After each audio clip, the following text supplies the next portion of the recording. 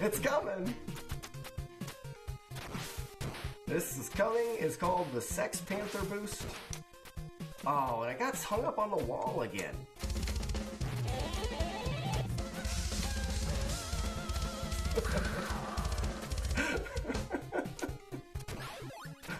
Oh, I love you guys. For anyone that doesn't know, all of those Sex Panthers are viewers' audio clips.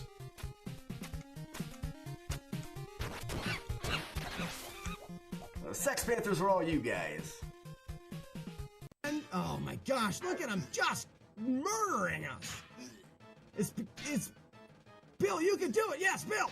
Yes, Bill. Yes, Bill. Holy cow. Someone heal Bill. Someone heal Bill. Bill, put on armor. Do something. I can't think. Just please. Yes. Take that, bucket. Bill's the greatest warrior that was ever created. Look at him. In his glory. Well, how is chess a sport and not speedrunning? I would say chess is not a sport. If you're saying picking up a piece and moving it, I have to pick up my controller and hold it and move my fingers. I would say there's just as much physical activity in chess as there is in speedrunning. Especially when you bring in mashing. I think you have to use common sense at the end of the day. You have to use common sense that says physical exertion. When they're talking about physical exertion in the definition of sport, they're referring to strenuous physical exertion, running, jumping, throwing sports. Comes Matty. Here comes Matty. He ruins it all and we don't like him. That's it. And Ninja Gaiden Kid Icarus.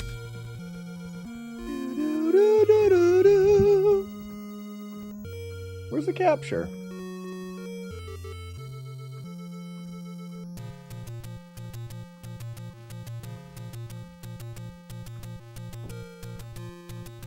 Oh, there it is. What's going on? That's what I was thinking there. Good morning, Jagard. Amsterdam. Warlord.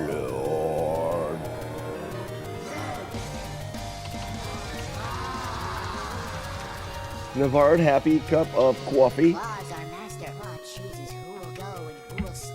I have been chosen. I have been chosen.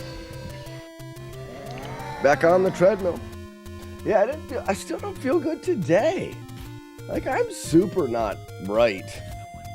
Navard, thank you for the bit. And Jagard, thank you for the 3 months? Oh, 3 months on purpose. Wow. Okay.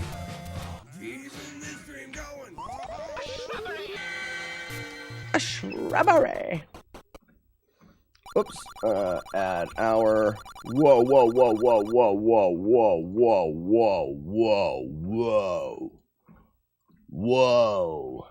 Add hour. Add minute. Let's bring it up to 420. 420. Lightning. Let's go. Just for funsies. What up, Foxhole? How we doing this morning? And Zach Harry. Good morning. Good morning. How about you now? How are you? Oh, hold on. We're going to go ahead and reset this as we're not playing Dorkwing Suck.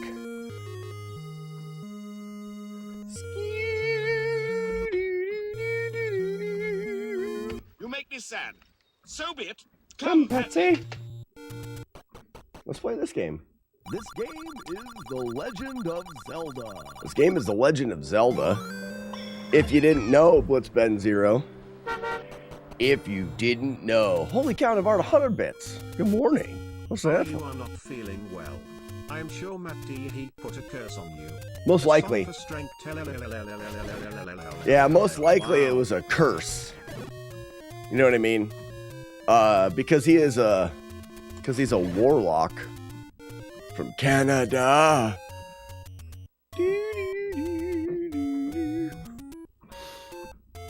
Yeah, I need to up my mileage a little bit for the walkathon, faux show. So I'm probably gonna start doing evening miles as well. Do do do do do.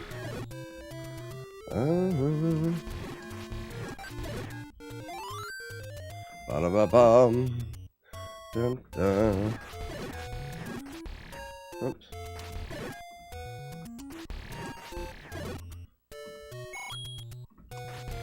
Oops.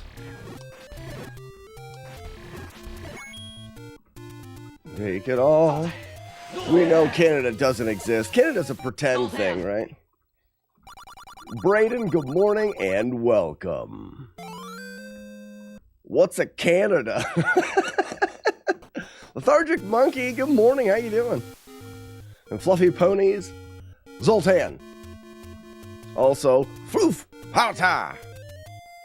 Wednesday stream, we must be doing something right. You are, look, 352 subscribers to the channel. I made a promise. I said, as long as we have over 300, we're streaming Wednesdays. Poop! We just have to have over 300 subscribers. Butt City! I thought you were just told me good morning by your actual name. Because you've been called Brayden a lot. No, there's a Brayden over on the titty. The TT, TikTok. Butthole. I sent your package in the mail yesterday. Ooh. Dodo the bob bob bagoo bagoo bagoo.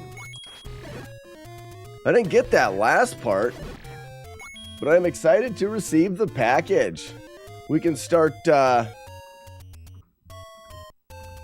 doing things with like telling people about that and how we're gonna do it. That's gonna be the one that it's a drawing, I'm pretty sure.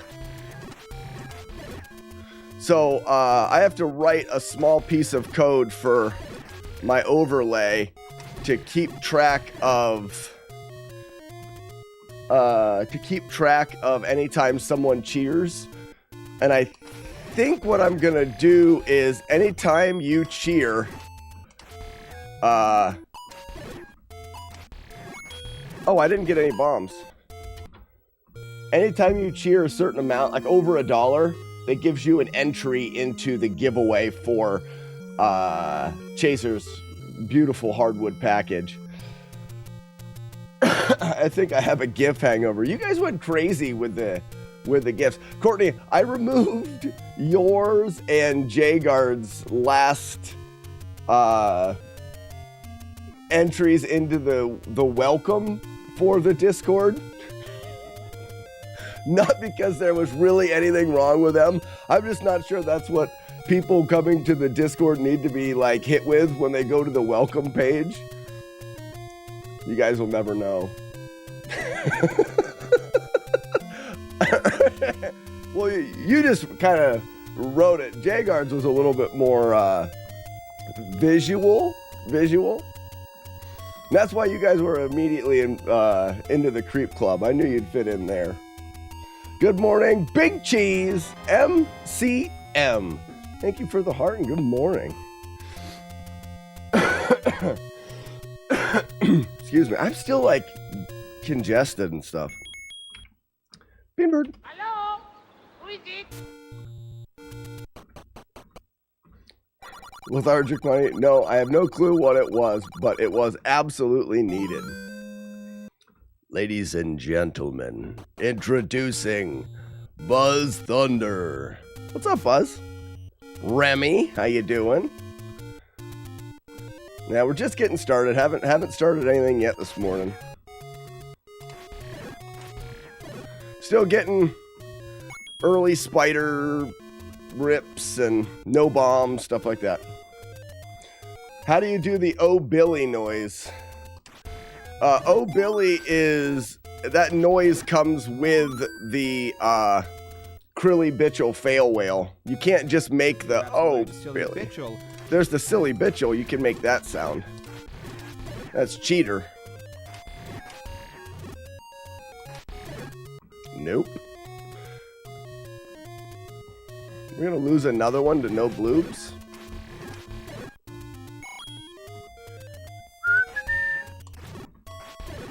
Yep, we are. If we get to 400, you stream Saturday streams?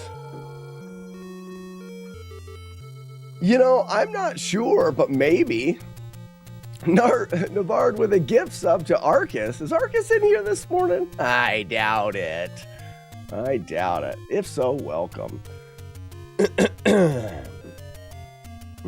Ron, free Zelda. Twee? Link to the rescue. We're going to try to rescue that princess without being touched. That's the goal. Too bad I can't send this into the game. I can't tell what that is.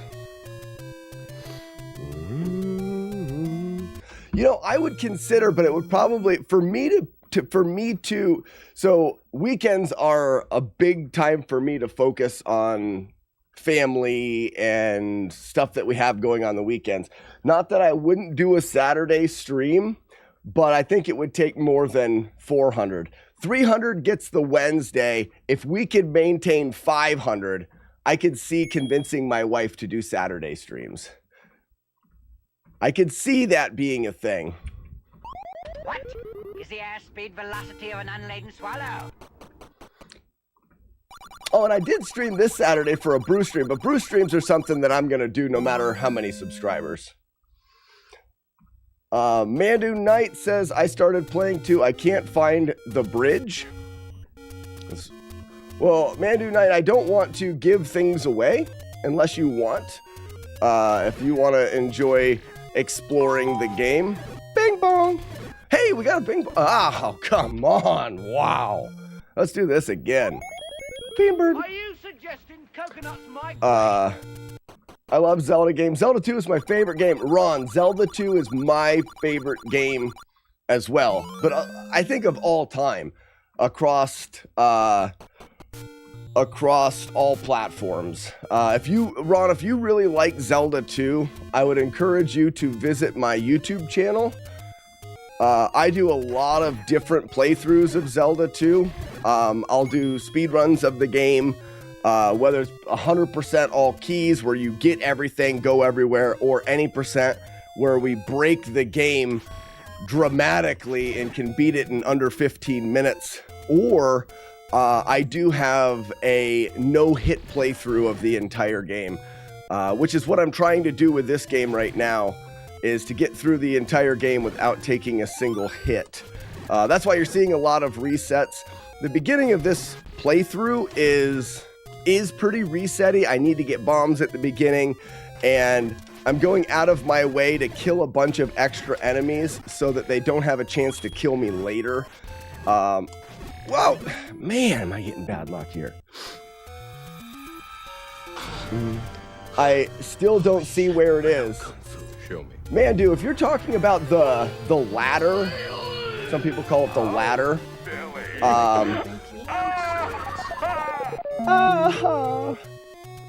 This is too loud in my brain.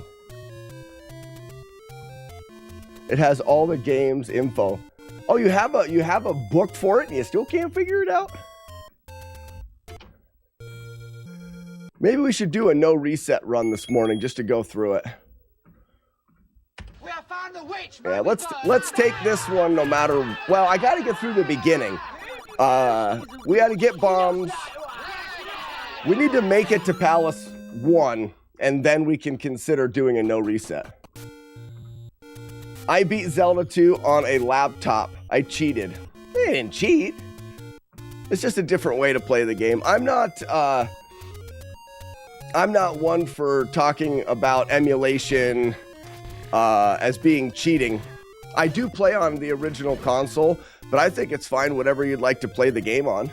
Now, for competitive gaming, I do believe that people should compete on the same thing, whether it be emulation or console. It should be the same. We shouldn't have people competing on two different platforms. All right, we need a bloob here. No bloobs, block. This guy can drop bombs as well. No bombs. Man, what a terrible morning for randomness. All right, now this guy here can drop bombs. There they are. Okay. All right, so we got bombs. Kobakanda, good morning. Why not bomb the 10th to force the first blooms?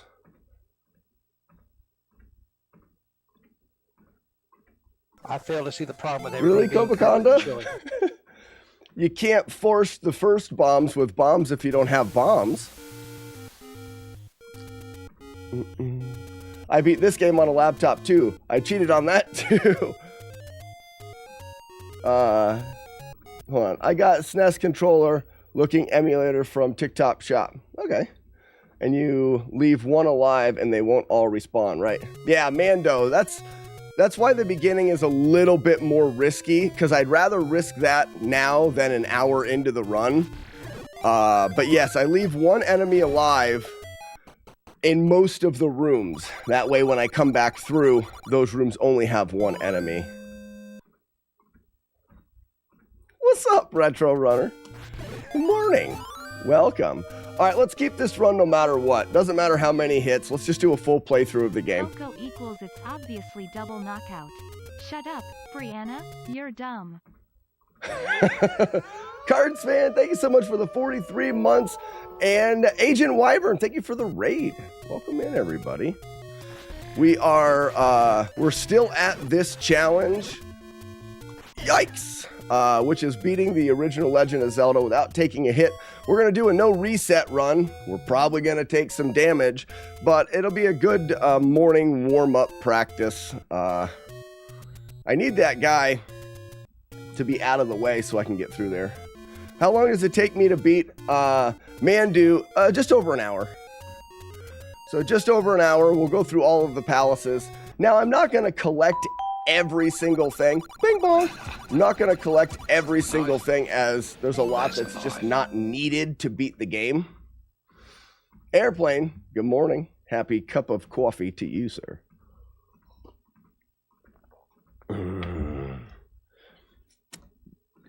Champson. I beat this game on an Android cell phone with a slide down keyboard. Is that even a thing?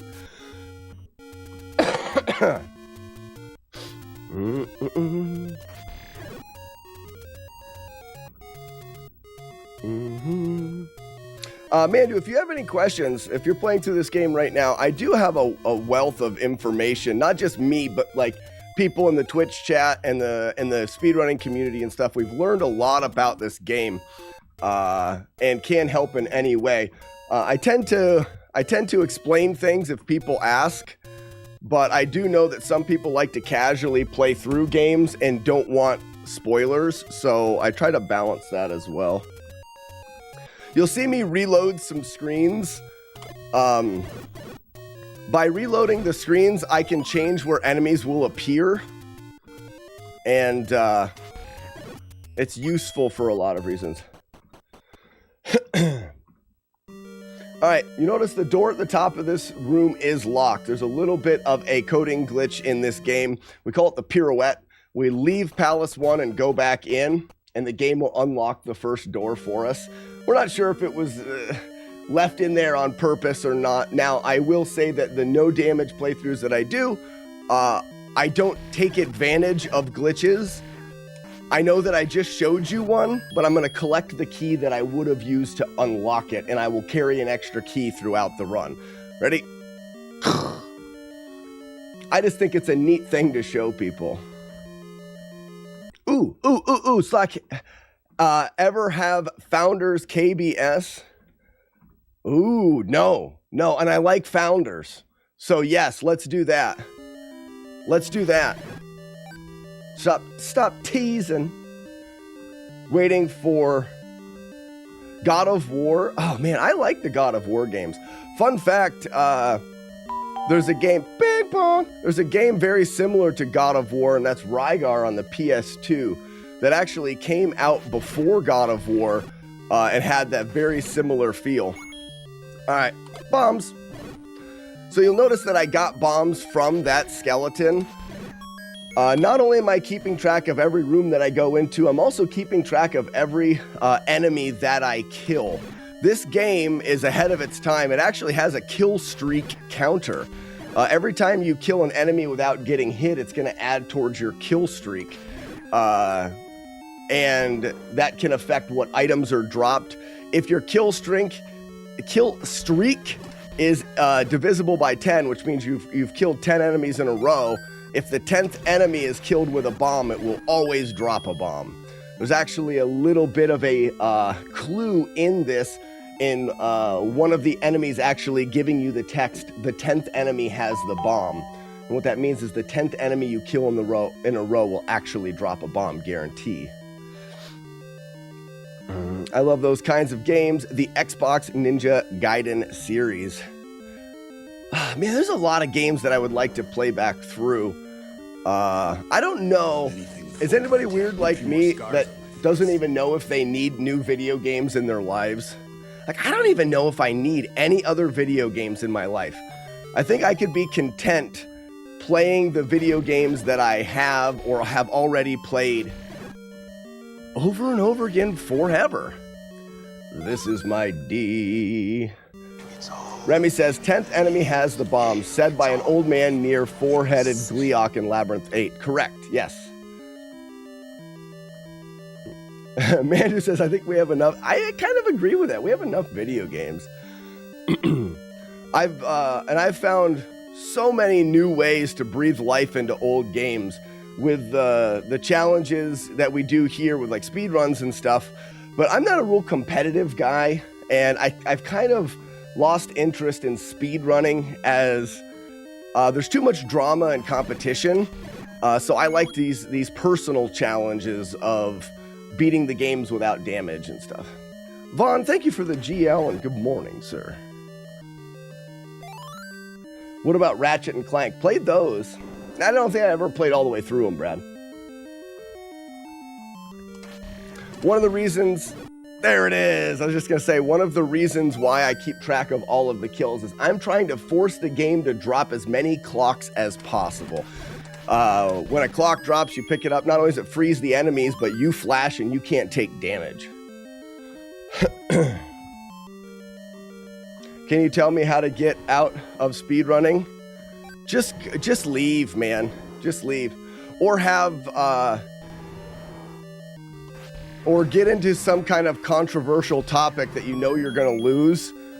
And it will make it not worth it anymore. What are you going to do, bleed on me? Mm-hmm. Scuba-da-doo. All right, there's the first palace without being taken advantage of by any of the evildoers. Moving on. Yeah, I'll have to look for that beer. When do you want to do it? Retro Runner? This Friday?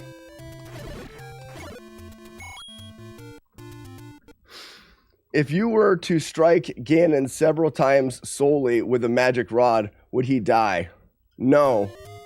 The magic rod's physical hit is equivalent to the sword, I believe, but it doesn't do the same. You need the sword for Ganon. I don't think that would affect Ganon, but I'm not sure.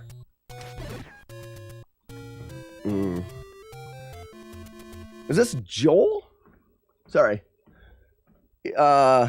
Joe, Lilo, Alterade?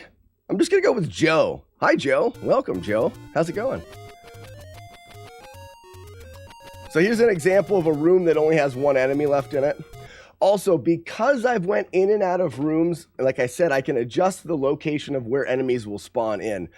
Rooms like this next room, I know when the enemies are going to spawn and where they're going to be. So I know that I can walk right through this enemy and leave and not worry about it. What's that? Whose intro is that? I haven't heard that in a while. Bombs. No bombs. 1, 2, 3. That's Nordle. Yeah. Doing the walkathon. Real Nordle. No, the walkathon will be January 6th. But on January 6th during the walkathon, I'm going to try to walk as many miles as possible.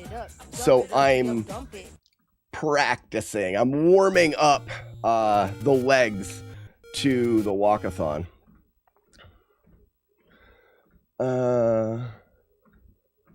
Chaser says Retro Runner is for sure on the top 5 list of beer people I want to have a beer with. Oh, it is great. So I want you to know, TVS Chaser, it is far better than you could ever imagine. Like, take what you think the experience would be like and then multiply it by at least 7.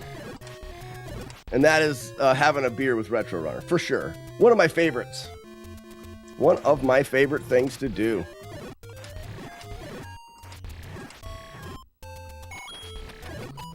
I had to leave because if I caught that boomerang, did I kill both of them? Okay. I had to leave there because if I would have caught that boomerang, it would have lowered my shield and I would have taken damage. It's a silly part of the game mechanics, but very risky. All right, I need him to be there. Okay, so the spawns are still good.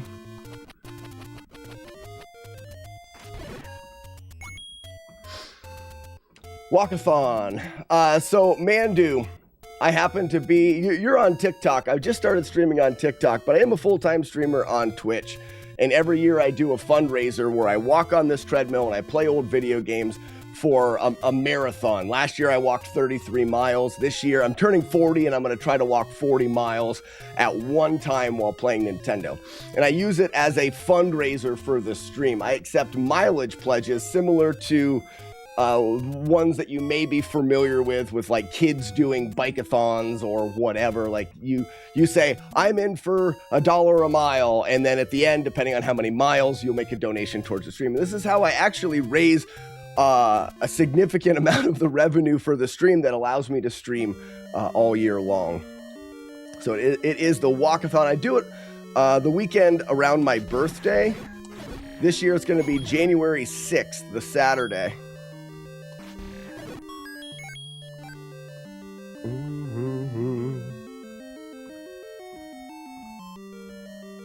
I don't like that. All right, pay attention. Missed him. Need to kill one of these guys. Okay, there we go. I got the kill. That was tricky.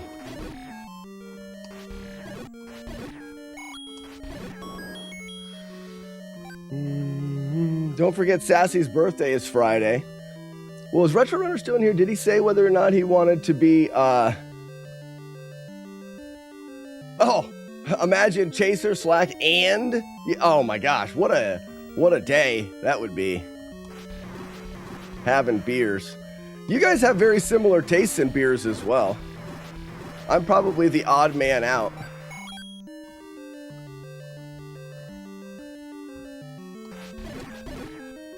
Oh, yikes. I got off that square and got charged. Courtney, you must be mistaken. Courtney, I think you are mistaken. If you can do the 21st, sure. You just let me know. Because it's the same thing we always do is I raid you and we do beers with chat. 21st, I'm writing it down.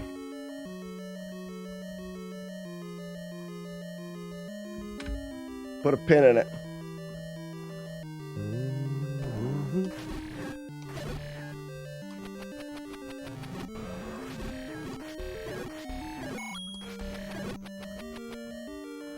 You getting your walk in while you play? Absolutely. I'll probably only do, we're 1.6 miles. I like to do a little bit, do like 3 or 4, depending. You suck. I hate this boss. So he's been being such a jerk. I want to guarantee a bomb drop from him. And to guarantee a bomb drop... Oh, you turned around? You loser! There. You need to kill him while he's affected by smoke. So I put a bomb down, it goes in his mouth, he blows up. That's gonna stop his movement. While that bomb's in his mouth, I'm gonna place one back by his body that'll blow up. He is affected, they say Dodongo or whatever, doesn't like smoke. That'll stun him. If he's stunned by smoke and you kill him with your sword, you'll get a bomb. And I want that bomb drop. Because in this run, I'm not getting any of the bomb upgrades, so I can't hold more bombs. I'm only going to be able to hold a maximum of 8, but I make it work.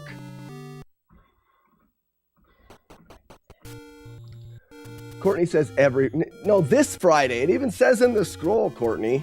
This Friday. Earns 22nd next Friday. I'll message you. You just let me know. I'm going to find that beer. It's the founder. Hit me, throw the name of the beer in a message to me so I know. But it's the Founder's Winter Ale is the way that I'm understanding it. Because it's already gone to chat heaven. Retro Runner, I think that you need to jump on board with chat heaven. I came up with it yesterday, and I literally thought about it last night while sitting by myself watching Brooklyn Nine-Nine. I thought, I called it chat heaven. That's hilarious. But it's when a message is put into your chat, but your chat scrolls it up so far, it's gone. Like, yeah, maybe I can scroll up and find it, but it's just, it's all the way up there in chat heaven. It's gone. Not doing it. Not even going to look at it.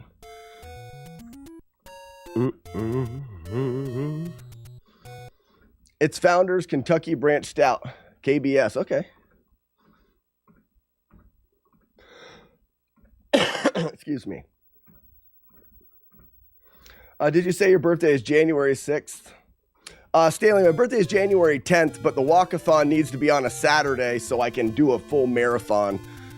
So I'm doing the walkathon Saturday, the 6th of January, even though my birthday's on the 10th, because the following week I'm going to be going to GDQ for a little bit. Retro chat heaven. It's gone. Sorry. You missed what I said. Sorry, I can't read it. It's already in chat heaven. GD candle is blue. Whoa, whoa, whoa. Rip who in Brooklyn Nine-Nine? Who is that? Who are we talking about? Chat? Corey says, how many hours did it take me last year? I streamed for 12 hours last year and I walked 33 miles. Who's Audrey Broader? Brooklyn Nine-Nine. If Slack had a table at a con, I would go there. Lethargic Monkey, I've had lots of tables at cons. This year, I think I'm doing a little bit of a contour. Contour? Where I'm going to be going to a bunch of cons trying to showcase the FlawlessNES project. Captain Rail!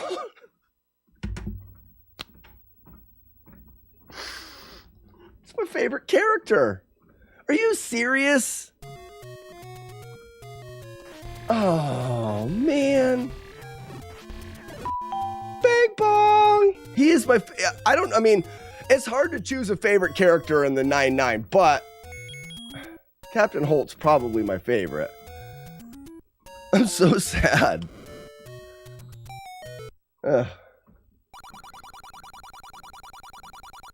Is yesterday? Gross. Gonna try SGDQ 2024 and definitely do a bunch of involved stuff for Long Island Retro. Hopefully I can make it out. Let's try to plan that, Retro Runner. Let's try to plan me coming up for a bit. Let me invite myself to your house. Let me invite myself to your house for Long Island. Because I didn't get to go to Long Island last year, and it was fun. And you've got, like, more room now. Like, it may be easier and less cumbersome. Got him. Yes, it's actual house. That's what I mean. So what I'm looking to do is I'm looking to get to cons next year to talk about the FlawlessNES project and to get people involved and whatnot. And I don't know exactly how I'm going to do it yet. The problem is funding the cons is a huge thing unless I'm taking something there to sell. And I don't really have anything worth buying. So I don't know yet. I don't know yet.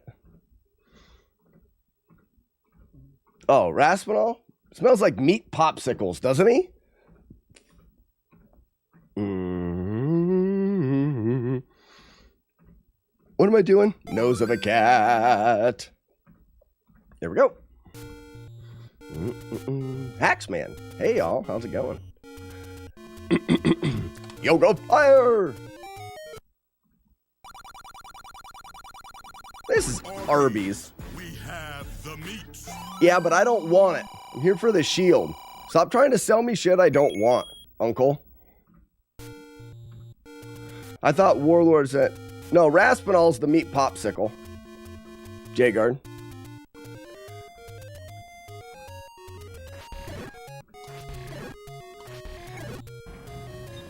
Sir, are you classified as human? Negative. I am a meat popsicle. Told ya! We're so stupid. Take that, loser. Nice clock. Mm-hmm. 2 one-hitters and two Zelda games.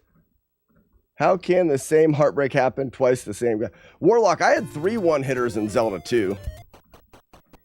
We've technically, so I guess it's not, I would say technically it is a one-hitter, but last week we had a 2-hitter in this game. But the second hit came late on the way to Palace 9, where I did something that I never would have done if I had not already had 1 hit. I rushed through a room that I always kill everything and then walk through, and I rushed through and tried to, because I had already taken a hit.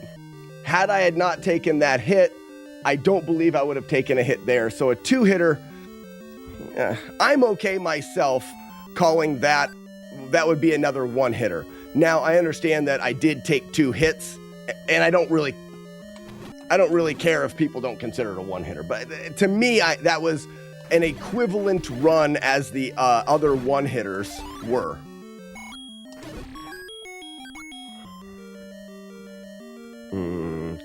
Good job! Lock and Kane, the movie quote is from Die Hard 2. Watch out for that canister slum-a-long bonging dong. Like a really stinky fish in a can. You got to watch out for that. People eat it for views. Makes them sick. Yeah, if anybody's not following, how did he block that? I shot that, this Dark Nut here, I shot him in the side and it still blocked. That's weird. For those that want more Zelda 1, Mick Monkey is doing Zelda 1 runs just like I am, and last night had another 1-hitter. How many 1-hitters is that for you, McMonkey? You're like, oh man, it's already in chat heaven.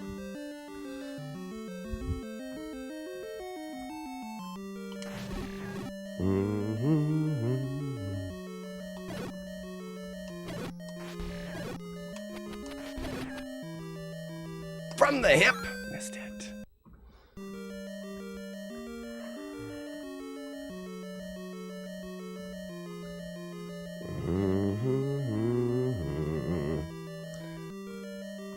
There it is.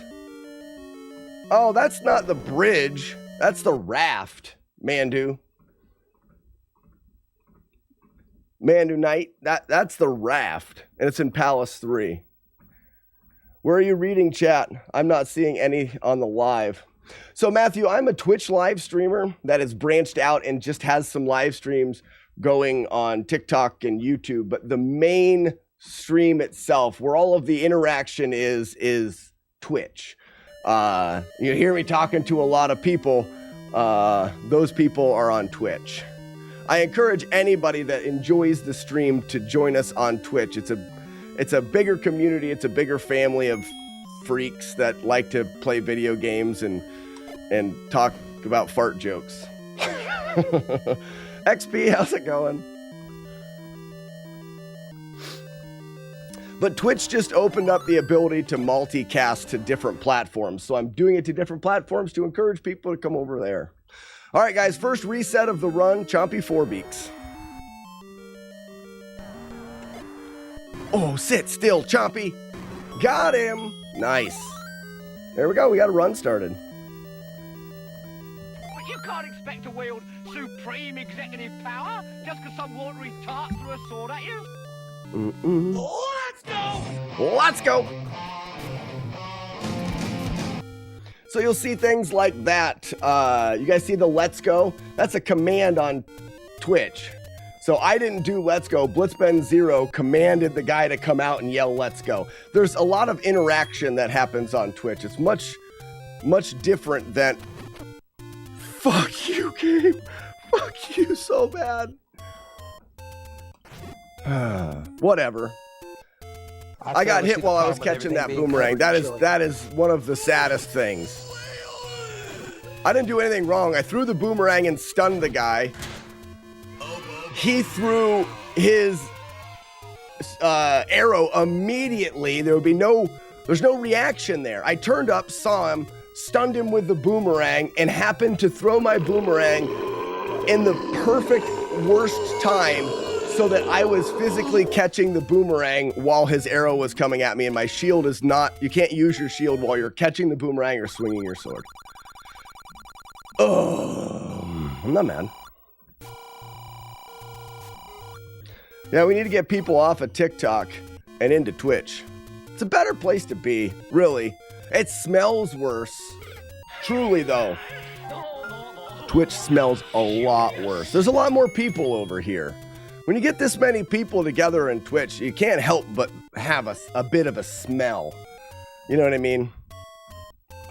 It's a mixture of Doritos and wet socks.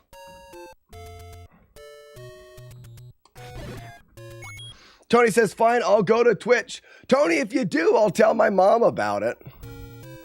It's a thing that I do. It's dumb. Seminole, you didn't see the hit? I came out of Palace 3, walked into the next room, threw my boomerang to stun an enemy, and he happened to get an arrow out, and the arrow and the boomerang came to me at the same time, so that when I caught the boomerang, my shield was down, I got hit with the arrow. It's so dumb. It's the worst hit in the game. That's bad country. I don't want to stop here. Worst hit in the game for sure. John SMS is from TikTok. That must be Tony? Wait. Hold on. Hey, Mom! I think Tony is a John, Mom, because he's on Twitch. Mom? I don't think she's here. I don't think she's here right. I'll have to tell her again later. I don't think she's here. My days, Mom. Raswell, thank you for the gift sub to John. Welcome in, John, and enjoy your complimentary bag of nuts. Courtesy of Raspinall. So we do have a nut bag emote. Feel free to use it in any Twitch chat you want, except for NASA's Twitch chat. We've come to realize if you drop our nut bag into NASA's Twitch chat, they will ban you. Weird, huh? Hold on. Decadent Turtle? Is that another going to Twitch heaven or chat heaven here? Decadent Turtle. All right, it is better here. Oh, Tony is decadent. Mom, I got it wrong. Mom, it's Tony's a turtle. Mom. Oh wait, she's not here. Never mind. So dumb. Oh, now chat's That's not a lot so. Of nuts. That is a lot of nuts. Good job, everybody. So that the guy that says that's a lot of nuts, he's constantly counting how many nut bags have been put into chat. If you guys put enough nut bags into chat, he pops up and says that's a lot of nuts. But you can't spam it, so you can't just put 40 of them in one message. He won't recognize any more than 3 in one message. So Susumu, he didn't recognize that because you put too many in.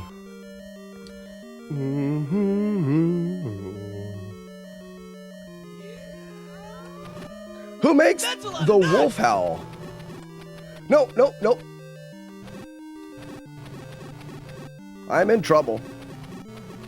Go. Woo! That's close. Excuse me, Tony, Greg, how's it going? Susumu. It's not my fault. I can't recognize the sheer volume of nuts I hold. That's a keyboard cowboy. Mondel says candle. Mondel, I know where everything... All right, I'm going to sound like a pretentious, like, snob. I know where every enemy and everything is in the run. So in order to go through this the way that I'm doing it, Mondu, I do have the game memorized. That keyboard cowboy receive potato. Whoa, whoa, whoa, whoa. Why didn't the potato game go? Time out. At keyboard cowboy receive potato. That should have worked. Cheer 3, 4. No, so it's potato at person, Chaser. Let me fix that for you. So Chaser wants to play the hot potato. So you do the potato at the person. And you get the hot potato game. Which you can't see the hot potato game at all on TikTok. Ugh, shame, TikTok. Shame. Maybe it's time for you to find out. So, Mondu, the way that I'm working through this game, like I said, I'm trying really hard to not take any damage. Speaking of damage, I don't know why there's 2 hits. No, did I take 2? I think I may have taken 2 on the same guy. Never mind. There's a high level of memorization. Like, this guy here can drop a clock. He didn't. What a jerk. Because this room can be easier, or all rooms are easier, if I can force an enemy to drop a clock that I can pick up that stops all enemies from moving and makes me invincible. So that enemy has a chance to drop a clock, and it's because of every enemy that I killed up until this point leading to that happening. So not only am I doing everything the same, I'm killing the same amount of enemies, the same enemies. This is what I thought, Mandu, that you were talking about. I missed the hip, Amsterdam, I'm sorry. Good morning, Mig. MLG, that's MLG. So these bubbles are what make this run that we're doing here a little bit more, a little bit different than the current speedrun.com no damage playthrough. Those little bubbles don't do damage to your character. They'll stop you from being able to use your sword, but they don't actually do damage. So in a no damage playthrough, you're allowed getting hit by them. Our term for these runs is flawless. We're trying to beat the game without making any mistakes. We can avoid those bubbles. So because we can, it's a requirement in the run. Getting hit by them would be a mistake, even though it doesn't technically damage your character.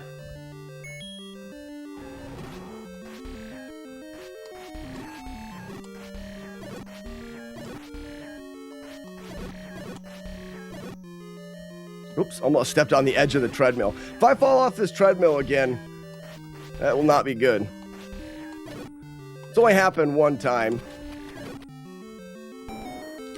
I call this boss Asshole Minor. He's a less deadly version of his big brother, Major Asshole, who is the boss in Palace 8 and sucks a lot. Woo! Get out of here, jerk. Man, he's hunting me down. Quit it.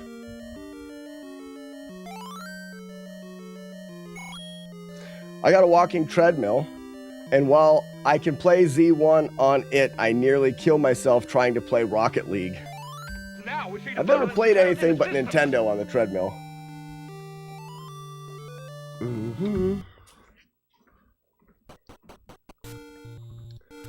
DJ Beats, we are a band of freaks. Freak faces. Freaky faces. So I'm killing 2 enemies in this room. I do need 4 more coins. I need 180. I call them coins, but everyone's like, they're Rupees. Rupees. Rupeles. All right, so now I need 3 more. You'll notice these rooms become easier now that I've cleaned all but 1 enemy out of them. And that's the reason I put all of that extra effort into it early on. Hey, MLG, you've got the hot potato. If you'd like to keep the game going, all you have to do is put the potato emote in the chat. It's a follower emote, so you, as long as you're following the channel, you should have the potato emote. If you put the emote into the chat, you will pass the potato to someone else, and it'll keep the hot potato going. Uh-oh. No! I want that! You suck, game. I'm not mad. I should get 1 more chance at a 5 coin.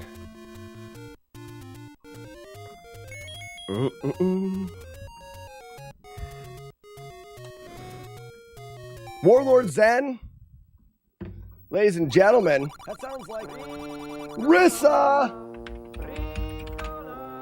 Clip it. Why didn't the winner command work? Arby's, we have the meats. This is Arby's. Maybe chat's behind a little bit. Warlord Zen is a winner. The slackronym in the title of the stream is keep on keeping on. KOKO, keep on keeping on. That is the slackronym today. I need 180 because I need 3 more coins for the Bink. Got it. For the sharp stick over here. Arby's, we have the meats. There we are. I want to pick up the arrow right here. Mick Monkey, you have the hot potato. There we go. All right, this guy here has a chance to show us his fat old clock. Missed it. No clock again. Clockless run.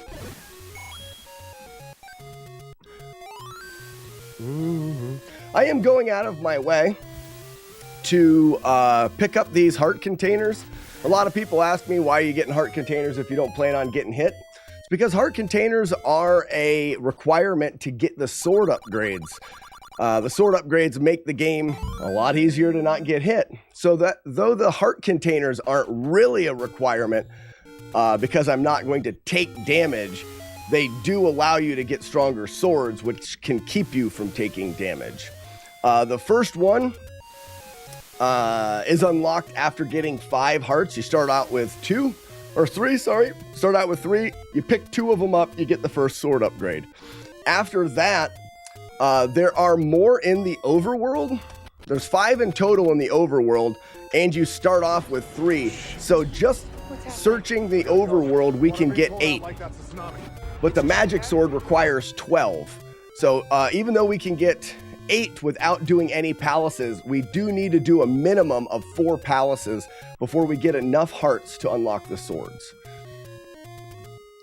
And that's what you'll see me doing right now. As soon as I have 8, I've beaten 4 palaces, I collected the 5 overworld, and the 3 that I started with gives me 12. Now I can get the magic sword, and I'm going to run all the way across the map to get the magic sword because of how much it makes you do twice as much damage. You can kill enemies twice as fast. The enemies have a lot less time to actually hit you. Tsunami, good morning. Happy Tuesday. Today's Wednesday, you weirdo. Today's Wednesday.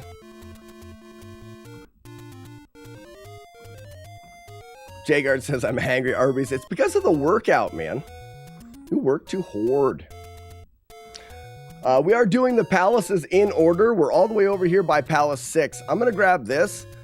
1, 2, and 3. I use the stabbing that enemy.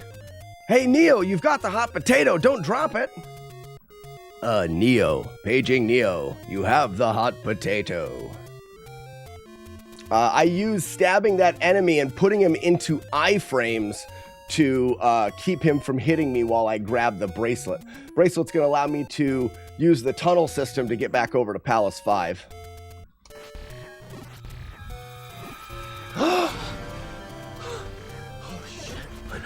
You also know how to drop a potato.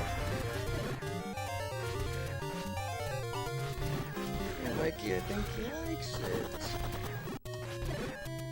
Did he drop it? Mick Monkey has the high score in the potato game with 266,333 potato points. Mick Monkey, congratulations. You should be proud. You should be proud. I am, I know that. A knife. It's not a knife. That's a knife. That's a knife. Good job. Are you playing? Whoa. Tsunami says, how are you playing? You have your controller in your hand while walking? So essentially, I'm just here, and then I drop my arms down. I don't rest the controller anywhere. My arms just kind of float. It took a little while to get used to, because I think more traditionally, or what most people are used to, is resting the controller on your lap, or at least your arms on your lap. So I have nowhere to rest my arms, so there's a little bit of my mind that is holding the controller up, which is a bit weird. Stanley says, correction, Gleeok can have 2, 3, or 4 heads.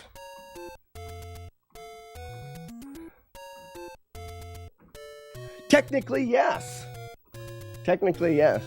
Because when you're fighting Gleeok of the forehead in Palace 8, you can kill one of his heads and you'll have 3. You can kill one of his heads and he'll have 2. So yeah, technically, you are correct. We can also have 1. So you're not, can have 1, 2, 3, or 4 heads. Right? I use my belly. I don't have a belly to rest it on. When I'm sitting, I could. There are also 3-headed Gleeok in Palace 6, but it's not required. I didn't even know that. I don't pretend to know all of the things about the game, or I also don't pretend to know. Shit. Oh, crap. I also don't pretend to be good at them either. It's called the Gleeok of Shame.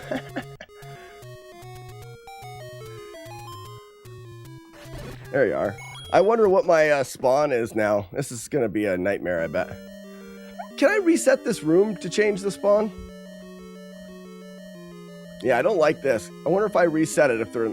Yeah, they're going to be in the same spot. But I bet you I could load this room. Can I load this room? What's in this room? Gross. I'm just looking at how this affects. I believe the right spawn has all of the enemies on the other side of the water here. Wrong. Let's just play around here a second. How many miles am I at? 3.3 miles.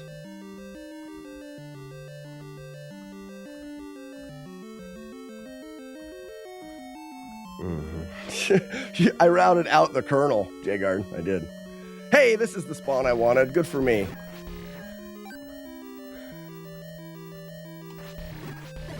So by rerouting that, I know where all the enemies are going to be now.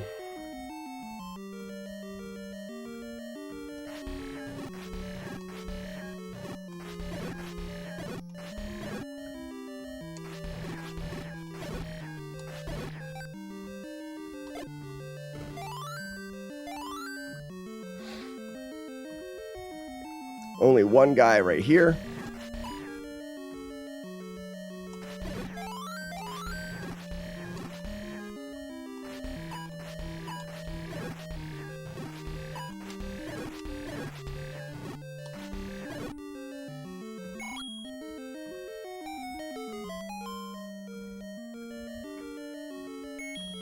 I got 3.5 miles this morning. Knee is tweaked somehow. Ooh, gross. Are you outside, Jagard? Are you trying to do things? I wish I could be walking outside. I much more enjoy outside walking than on this treadmill, but... Treadmill butt? That was a treadmill butt. So Mondo, or Mondo, I'm guessing it's Mondo. Here's an interesting strategy that you can use in these rooms. We call it the hidey hole or hiney hole. You just hide in your hidey hole here. The enemies can't get you there, allowing you to take advantage of the length of your beam sword. Now, this does not work if you have projectile dysfunction, meaning you've taken a hit and you don't have the beam sword.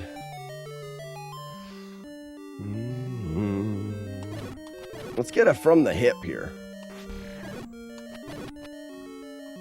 From the poop. From the hip. From the poop.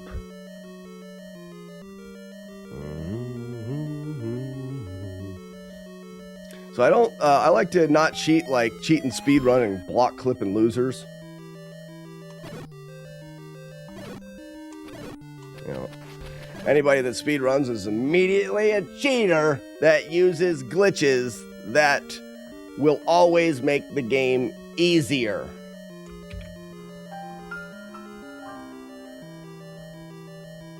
When you're trying to match the walkathon, you'll mostly be outside though. I will be a bit jealous of that. Excuse me, Sarah's. Sarah!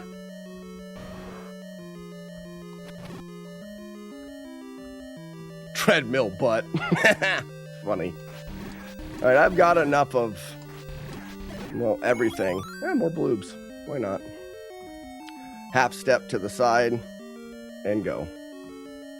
I got hit here because the spawns were different the other day. Jonathan, thank you for the GL. Hope you're having a fantastic morning. This run has 2 hits, and that's okay. And that is okay. It's a bit of a warm-up here.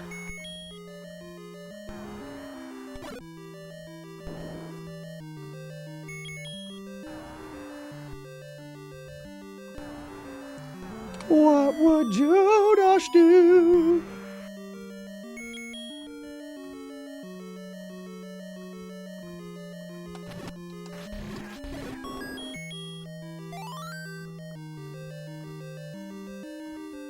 I'm not dead. There's another palace. He says he's not dead. Yes, he is. I'm not.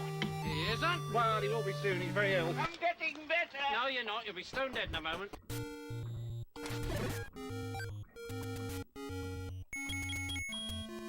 Now that we've finished 5, we have to go all the way back across the map to 6. Glad to watch one of my favorite games from the best runner in the Wizard. Well, thank you. Thank you. I'm still a bit sick too, which is really stupid, and I don't like it. If there was something I could do about it, I would. I wonder if it's a combination of like the kids and stuff getting me sick and like just that time of year, but also I've been into the doctors for physical therapy on my shoulder a bunch of times, so getting into a hospital a couple times a week where sick people are, but then also this like rep it up challenge where I'm doing extra reps every day. Maybe I just need a day off, but I'm not a whiny loser, so I'm not taking a day off. So I'm going to use my bullheaded stupidness to make things worse, as men do. It's what we're supposed to do. Jara, how's it going? How's the run? It's a good run. Good run. Only 2 hits.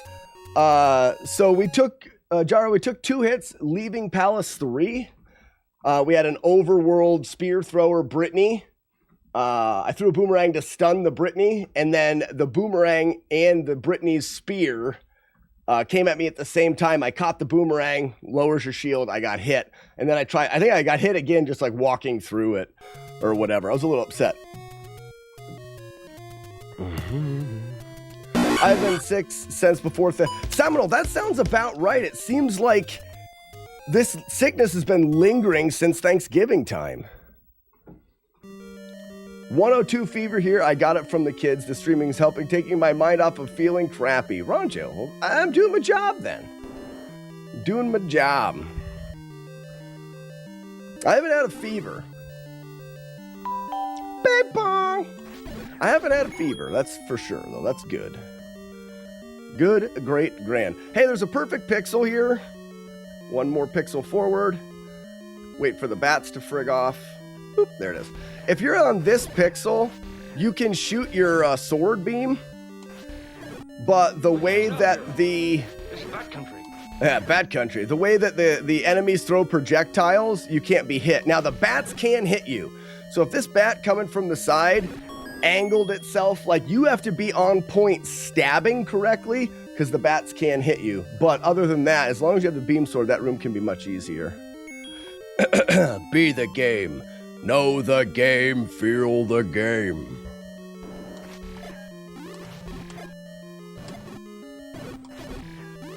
Good room. Oh, he fucking appeared underneath me. Sorry. Hard K. That was dumb. That was so dumb. Oh, now we're going to take a lot of hits.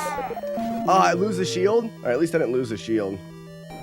Now we're going to take a lot of hits. Oh, my God, that sucked. It was a good room. And that orange Wizrobe appeared directly underneath me. Hopefully we can get a fairy or a couple heart drops because I should get the boomerang out. I will stun you with my plantain. Some people think it's a boomerang, not mine. Mine's bigger than a banana. More bitter. Oh, what am I gonna do here? I may have to just fight this room straight up and take a lot of hits. I mean, this is a real good example. Some orange Wizrobes can spawn right in front of me. This may work. I could have ran at him. Let me try that. Let's see if I can get a Wizrobe orange to spawn my side of that block in the middle. There we go. See if I can get another one to do that. What's up, Fire Foam? That sucks.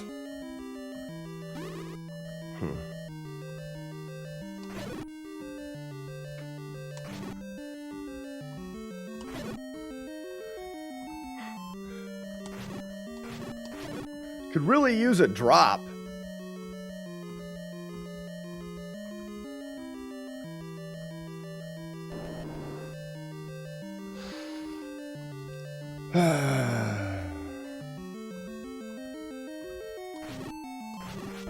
Piss. There's a heart. Good for me.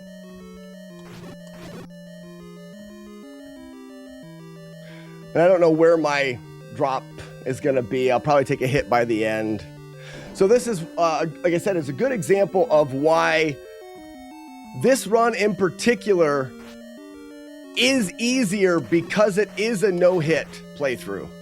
So people think, like, oh, you're doing a no-hit playthrough? That's incredibly, and it is super difficult. But one of the things that makes it easier is if you never get hit, you always have the beam sword. You always have a projectile that you can shoot across the room to hit enemies, which really, really, really helps with enemies.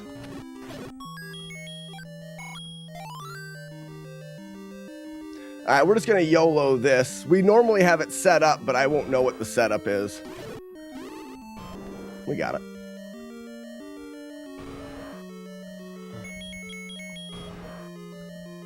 Huh, I took a hit from the boss? What? Oh. Are you sure? Bad Palace. Oh, yes, it's very nice, sir. Oh, yes. Ladies and gentlemen, introducing the great brown whale, Moby Shits. He's over there? That's weird. All right, we're going to go ahead and telefornicate to level 3. To help with it, I heard you can change your plantain tree type. I know what you mean. You'd be funny. Mick Monkey being funny. I don't know if everybody will get that, Mick Monkey. But I did, and I thought it was great. Step into my sword. Where are you at? Wrong spot. I gotta load this like 3 times now. Nope. He's gonna be above the little tree in the top left. Boop.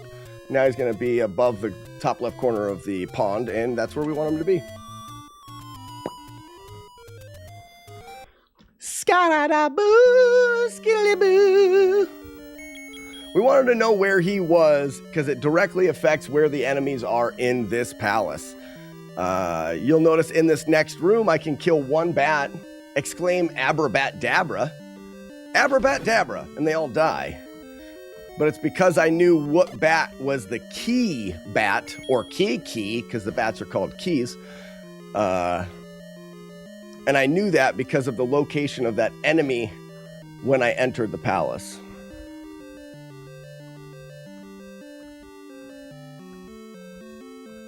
Yeah, Seminole, I've also never had a plantain. So I wouldn't know. I would just from what I've heard. You know what I mean?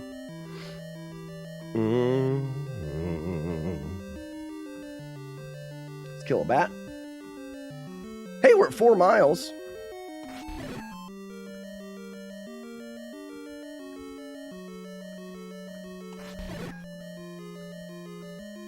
You know, I need to get outside. I need to go for a walk outside. Like a good one. 15 miles, maybe.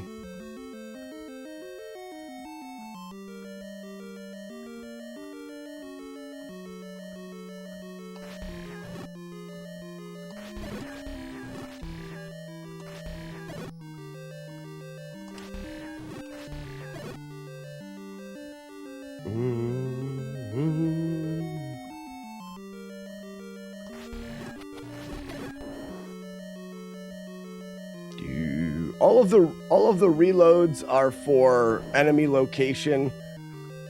Manips.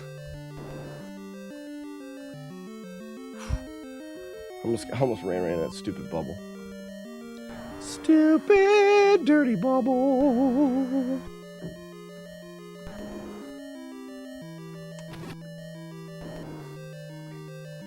This guy here likes to have meat put on his face. Weird. Stampede, it is from Double Dragon. I've continued the title of Master Baiter. Because we need bait in this palace, so it made sense. Makes more sense in Double Dragon, for sure, because of all of the baiting. For you to master. That was an easy room there. Easy so far. Yoga Flame. Yogot. Come on down, Doofy. Come on, buddy.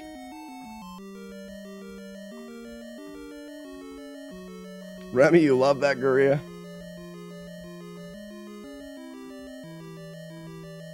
He'll come down eventually. Really stuck in that pattern, isn't he?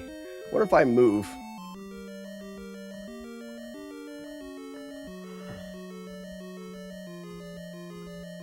It's the most I think I've seen him stuck there.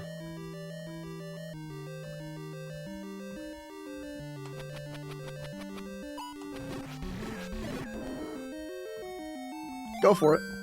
I normally wouldn't have risked that, but I was tired of waiting. 1. Your machine gun Kelly trick is weird. Works when I emulate it, doesn't work on actual cartridge. Stampede, it doesn't work always, period. We never figured out why. We've looked into that a bunch. That machine gun Kelly trick just does not always work. That's one of those tricks in a video game that we've actually looked into and have not figured out why it ticks. One of the things in diving into glitches and manipulations in these old games is knowledge is the power. To understand how they work, we can utilize them more. So a lot of times when we find something like that, you stumble upon a glitch, we look into it more and more to understand how it works so we can see if we can utilize it other places or in a better or more efficient way. we've looked into that. We don't know why he misses. It does have something to do with, I think it has something to do with when Machine Gun Kelly looks at you and you're below him, he chooses to move down. And he moves down, and I don't know this for sure, he moves down either at a speed or at a certain increment of pixels that when he moves down consistently from the top of the screen, he has somehow offset his location in a way that makes his gun not effective on you. And I just don't know how.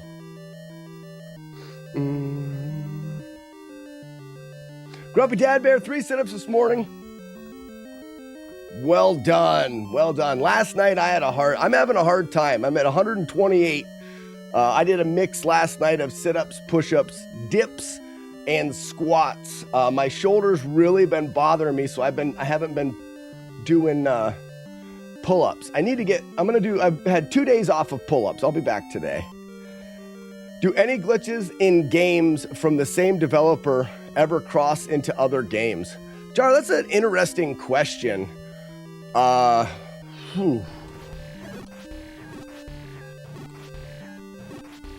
would say that's highly unlikely, but I wouldn't be able to say that for sure. Because even if the game is from the same developer, I would imagine there's enough differences in the game for a glitch to not cross over. Well, Grumpy Dad Bear, I'm glad that you're joining me on this thing. I don't even know like what to... I think what we're doing works for some people, and I think you have a very similar mindset to me. It's gotta be, I'm so challenge driven. The only reason why I'm doing it is just to prove to myself that I can continue to do it. And a lot of things that really help me is the commitment to making the little videos on TikTok. I don't care if anybody watches I have this Rep It Up challenge on TikTok. Every day I add another rep. I record the workout. I speed through it. I enjoy making videos and editing, so it's kind of fun, but that's not the purpose. The purpose for it is because I've committed to do it every day, and it is that video. I can't not do it today, because then I'll have that hole in the videos and I will have lost the challenge. So not only committing to myself to do it, but keeping myself honest by having physical video that I make that keeps me honest. I can't cheat. Anyways, if you can do pull-ups on parallel bars, it wouldn't hit your shoulder as hard. They're way better for injuries. Okay, Shane. I do different grips. I don't feel anything on my shoulder. So shoulder's a weird thing. I'm having shoulder problems and I'm going to physical therapy for it, but I don't believe that the pull-ups or the push-ups or any of that, because they're not in any way painful or anything like that. When I move my shoulder in a particular way, it pops in and out of joint a little bit. So I'm doing a lot of exercises that are working the little muscles that kind of help the hold the shoulder together. And that's what the physical therapy is doing. Working on those little muscles that hold the shoulder in. I think it's the work that I'm doing in the physical therapy that's making my shoulder, because I'm breaking those muscles down, making my shoulder, in a sense, a little bit weaker. You kind of have to go backwards before you go forwards in that. So after starting physical therapy, the shoulder kind of sucks a little bit, but hopefully it's going to get stronger.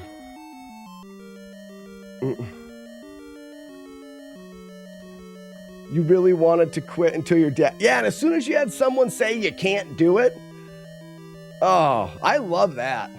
I love it when someone tells me I can't do something, or if someone tells me that something is impossible. I mean, that's where the whole Flawless challenge started, was people saying Ninja Gaiden was impossible to beat without taking damage. That's literally the start of this whole project, was someone telling me I couldn't do something. Which muscles are... so Warlock, it's... Yeah, I guess you wrote that before I finished explaining, but it's not a muscle that's injured. It's the shoulder physically kind of popping in and out of the joint.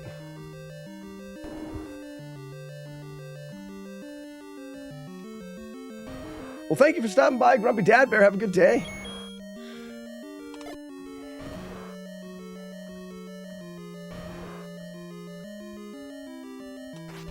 One.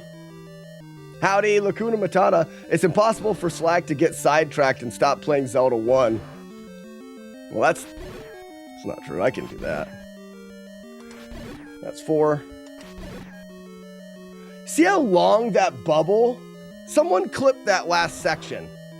There was one bubble that was frozen as a poof, I call them.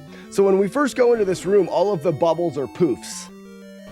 And then they quickly poof into existence. That one bubble was poofing for a really long time. And now these ones are more... That's another thing that we don't completely understand in this game. Is the poof time. Well, I think we do. Like we have a... Yeah. Like we know a little bit about it.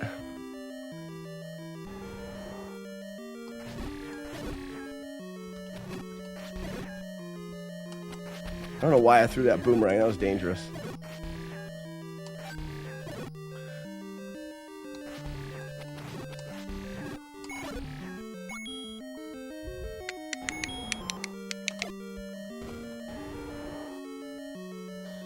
Yeah, if someone can... I'll forget to clip that. If someone can clip that where I entered and one of those bubbles stayed in that... Because they kind of are a little ball of poof and then they turn into an enemy. He stayed there for a really long time. So here's a couple things. We know that's a thing. We know, watch this enemy. You see how he poofed into existence? It happens pretty quickly, most of the time. We do know that sometimes when an enemy poofs into existence, that time is longer. And it's trackable. There's some things that we can look at. Here's the thing. If we could find out exactly how that works, if there's things that we can do to affect it, we could essentially do certain things that would make enemies in rooms take longer to appear. So in speedruns, we could have rooms where an enemy would be in that poof for longer and we could walk right through them. Like there is potential if we understood more. For level 6, did you see you? Wait, I didn't see you fight the 3-headed Gleeok, and you didn't get the magic rod. Stanley, that is correct. It's not needed to finish the game. I don't go out of my way to get things that are not needed because they add extra potential for damage. This is not a completionist style playthrough. I'm not getting everything. I also, I think we've talked about it before. I know I have. I don't get the magic boomerang because the magic boomerang, I don't even like. I feel like the magic boomerang, because it takes so long to come back, can be a problem. I mean, my one hit at the beginning of this was because I caught the boomerang at an unfortunate time. The magic boomerang being out there for a while is harder to control. And the room that it's in, you're highly likely to get damaged, take hits there. So it's not worth it.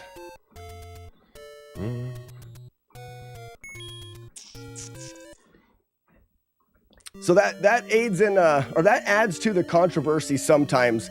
In this game, I feel like it makes sense. Because I don't go, like I said, I don't go out of my way to get certain items that don't help me. And I don't not use items to make a game more difficult. Your game's content of your live is not suitable for younger audience who may consider tagging the live as age protected. Guys, how do I tag my live as age protected on TikTok just so I can do it? How do I do that? Because I'm tired of that popping up. I'm playing the Nintendo, so I think that that popping up in TikTok is stupid, but I will do it. This game is not suitable for younger audiences. Isn't TikTok required to be 18? Are you telling me that someone that is 18 years old shouldn't watch Nintendo? I'm confused. But I just want to know how I can tag it so that won't come up anymore. Derek Delight says, I've heard enough. Down with a magic boomerang.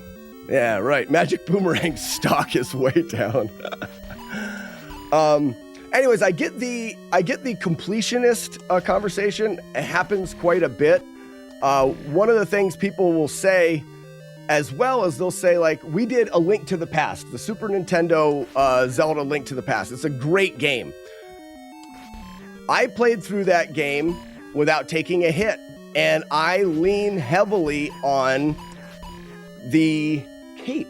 The cape makes you invincible. So why the hell would I not use the cape? I'm on the treadmill. This is going to be hard to talk and walk. What's up?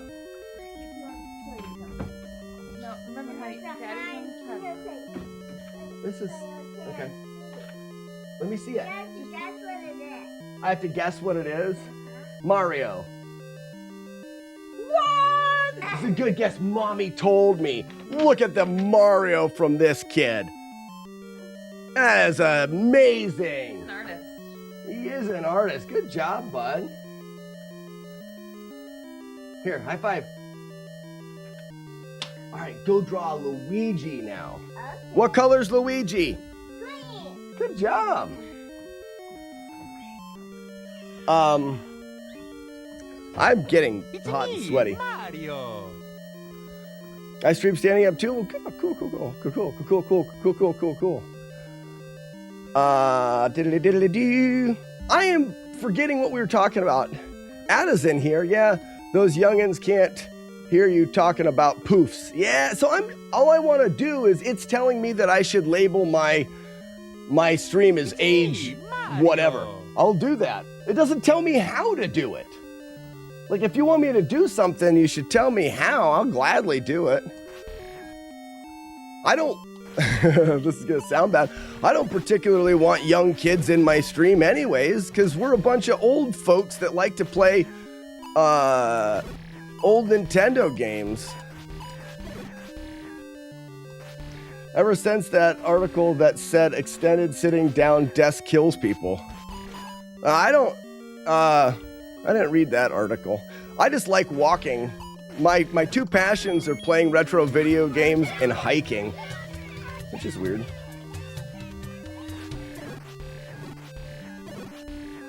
I'll go. Old folks, hey, I resemble that. Howda you do?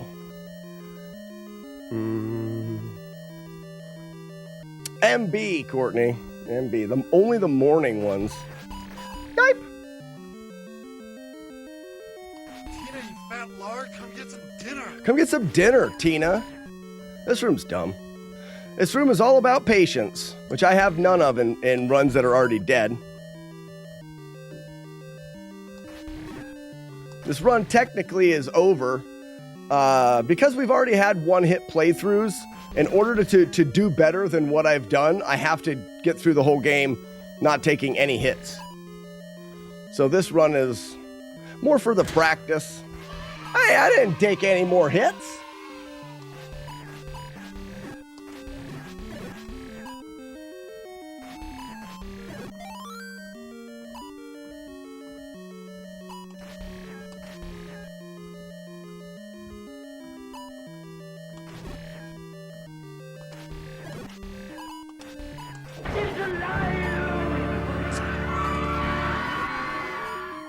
So, I just got done saying I have been through the game a couple times, only taking one hit. In one, the last YouTube video I put up is a one-hit playthrough. I suggest you watch that because it's a very good run. I take a hit in this room. Spoiler, it is sad. This room can be really bad. It all depends on how the enemies move. Try to kill the first one. I can kill a couple. Nope, bad. All right, run. Good. The bubble's in the way. Get going, nice. Decent room.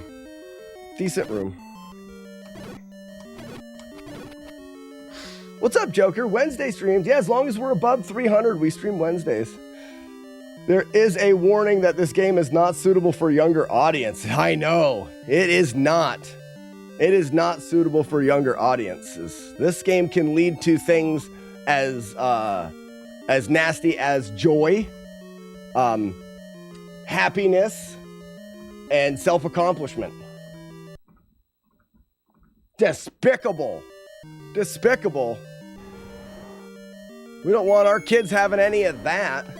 So the other part of it is, though, isn't TikTok supposed to be an 18 plus thing? Right? Who keeps killing Master Clean? That's probably what TikTok's talking about right there. We keep murdering Master Clean. That's true. He should stay dead, because dead runs are when we cannot, we're playing a run that we can't do better than we've already done. So the run is dead. What's so bad about this game? I play this game too. Rob, it's a great game. Rob Gould's awesome game. Here we go, level 8 boss. Probably the names we have for bosses, like this boss we call Major Asshole, because he is. Terrible boss.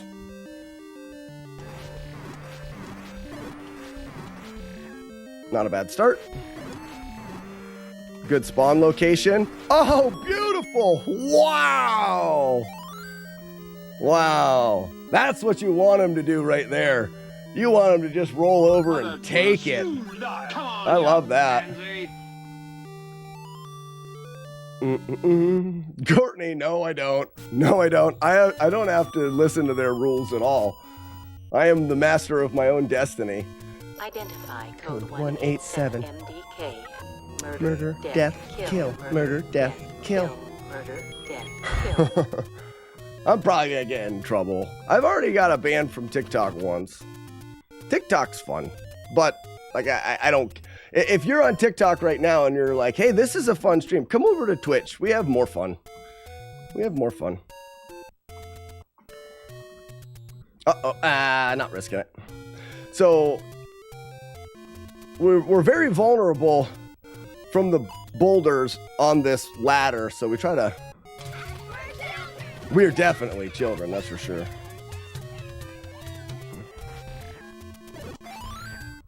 Yeah, that was definitely the easy way for the Major. He rolled over and took it. A lot. So, earlier I said I got a 2-hitter in this game that should have been a 1-hitter. This is the room I was referring to. I took 1 hit, and then on the way to Palace 9, I rushed through this room, which, if I don't rush through the room, like right here, it's free. But I tried to run through it, and I took the extra hit.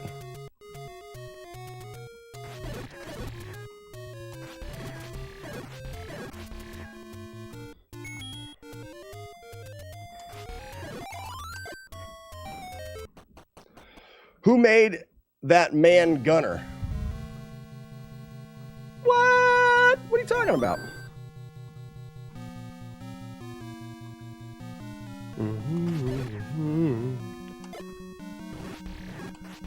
Scooby-Doo, Scooby-Doo, and Shaggy too.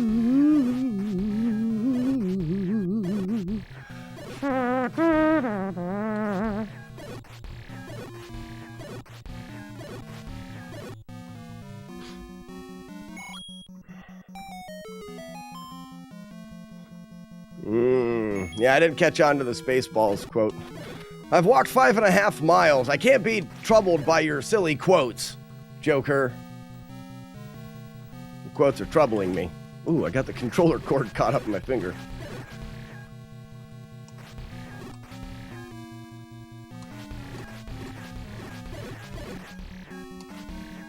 That's true. That is where that kind of comes from.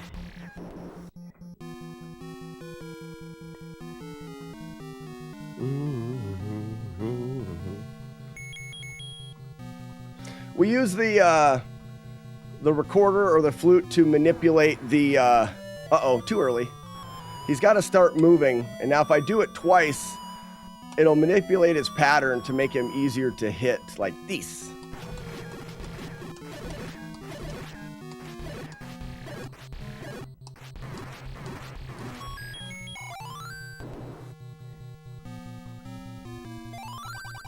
Never understood some of the fallacies in this game being under bushes, at the bottom of ponds, and in bombed out holes in a mountain. That's true. What evildoers hide their fallacies? It seems like they'd be very confident as an evil person. Do you have the blue ring, Rob? I do not. I don't have the blue ring. This is a very specific playthrough. I'm trying to go through without taking any damage. So not planning on taking any hits from the enemy keeps me from requiring the blue ring or anything. Anything that only benefits me if I'm getting hit, I don't get, as I don't plan on taking the damage.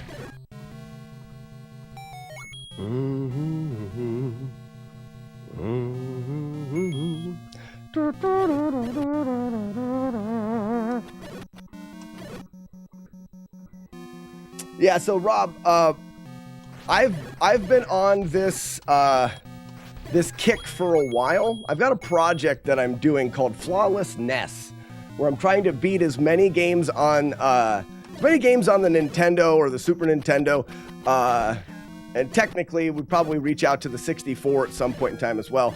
As many games as we can perfectly, so without damage, without taking hits, without making mistakes.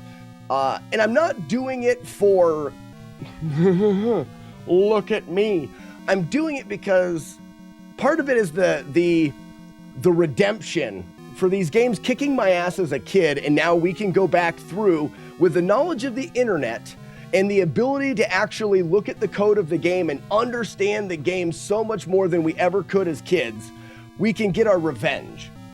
So when we go into a game like this, as a community, we try our best to figure out everything and understand it on a level that we never understood it before, and we can use that information to make the game easier and to get through it without taking any damage. And that's really my goal in the challenge.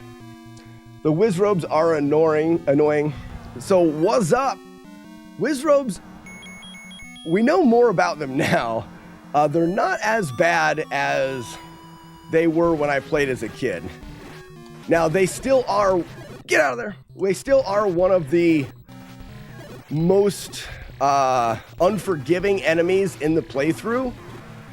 But one of the things that we can do with Wizrobes is we do know we can control where the blue ones will start, and their movement at the beginning of a room is set, and the orange ones only will spawn in certain areas. For example, if I was to walk into this room and I stood right here and there were Wizrobes, let me bring up my cursor. Orange Wizrobes could only spawn on my exact X coordinate, or Y coordinate would be this one, or my X, but because I'm on a half tile, they could spawn anywhere on these two X lines. So longitude and latitude, essentially. That's the only, so no orange Wizrobes could spawn over here. They can only line up with you exactly, and then the blue ones are set by a variable in memory. You're just about at the end. Yes, correct. I've only got a few more rooms. I've got some difficult rooms left, and then the final boss.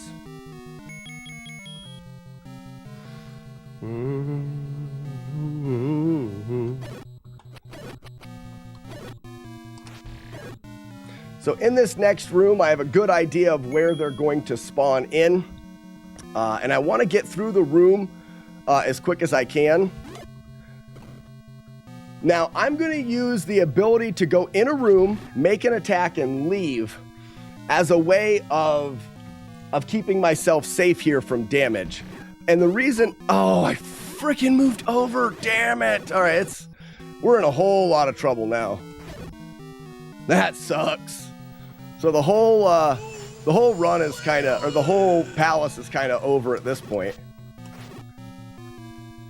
I rely heavily on the beam sword for not taking damage. So moving to the left there and getting hit just rips it.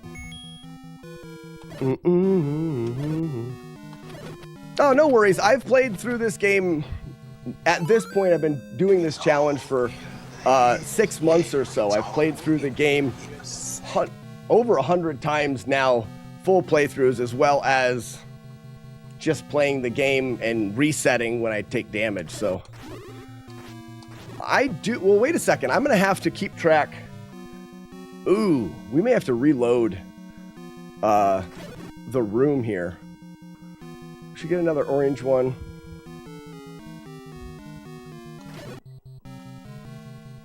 And I do want to kill...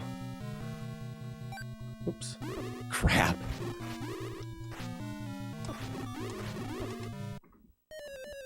I can't remember the last time I died.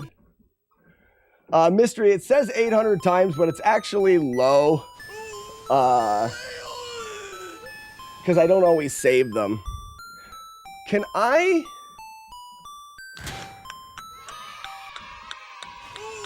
I'm wondering if I can go back through.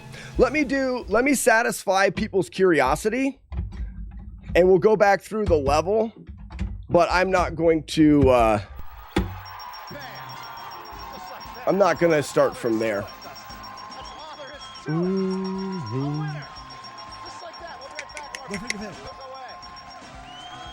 Yeah, Seminole, we won that. Should have got your blue medication. Well, so Rob, it's a weird thing about the challenge runs is I don't need to beat the game every time. The goal is to not beat the game. The goal is to beat it without damage. And oftentimes I'll reset for hours and hours and hours and never complete the game. I'm not worried about actually beating the game. I'm worried about getting a full playthrough from the beginning to the end without taking hits. So not beating the game. I'm not going to pick up something, the blue medication, or I'm not going to pick up anything to use just to beat it. Because that's not the goal. So let's go back to 9, and I'll show you what I'm attempting to do in 9. Joshua Turbo. Did we? Oh crap! That level 9 save state doesn't work. So we'll go from 8.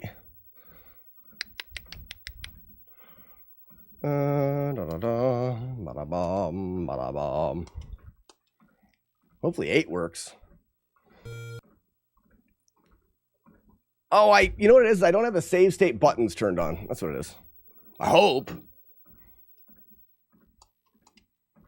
No save states are... Oh, I changed the save state button. Aha.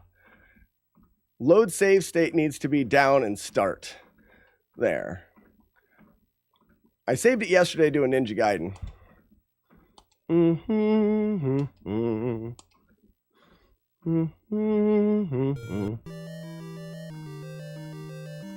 What is this? That's not the right spot. I know this is the right spot because this is the boss. So we'll fight this boss quick, and then I'll get us there.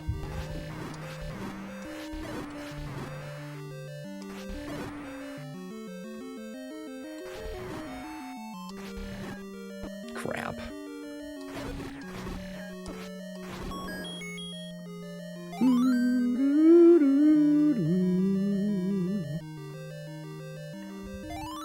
All right, 6 miles is enough.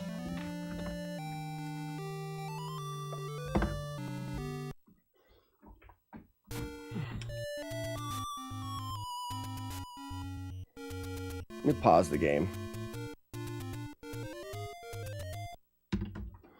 It's not the right whistle location. I don't know why.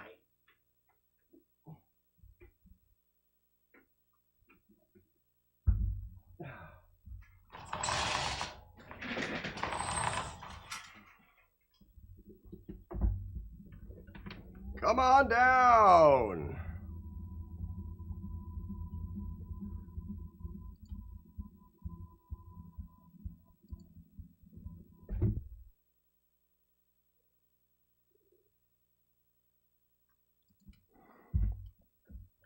Okay.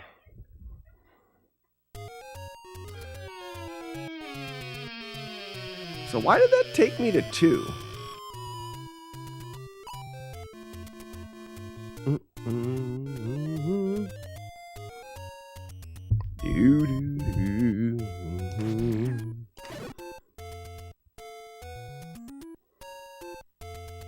So we're going to go back to 9, where we were, until we had that fatal mistake.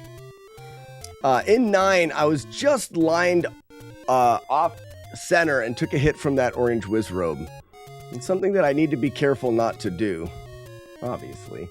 Normally when I get into that room, my go-to is never to shoot left or right, but to only shoot at enemies in front of me going into that room. When I get back to it, I'll show you what I mean. But it is very common for me when, exactly right there, when a run goes to shit and it's already over, it's common for me to rush.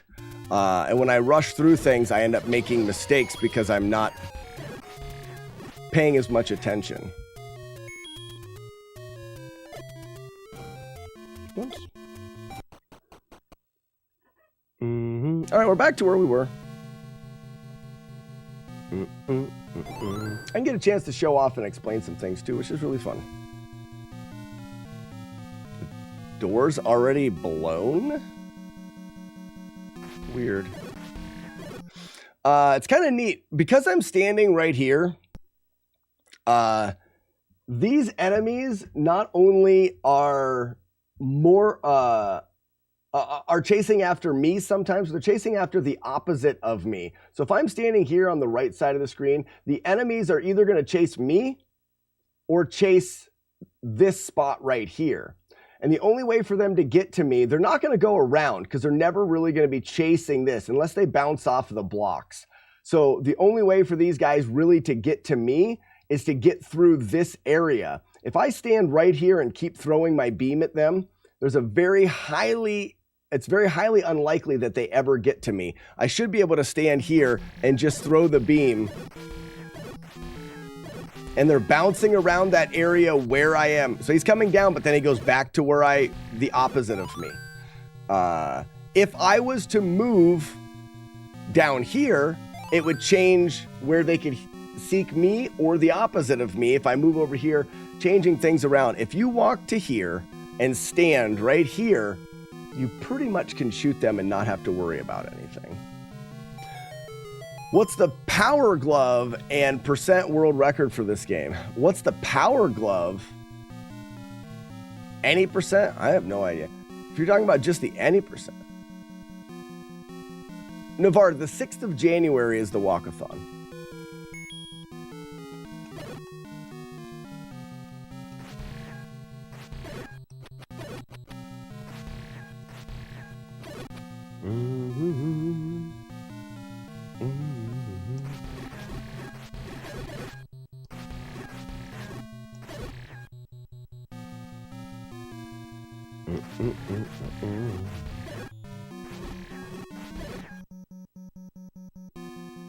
My days, Mom.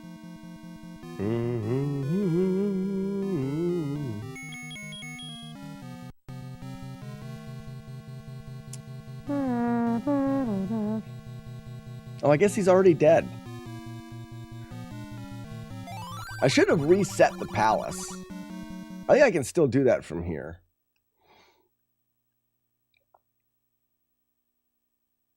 Reset level. There. Now all the enemies are where they're supposed to be. This is called the buffet ROM hack. It's what we use for practice. Allows us to do a lot of really interesting things that helps us understand more about the game.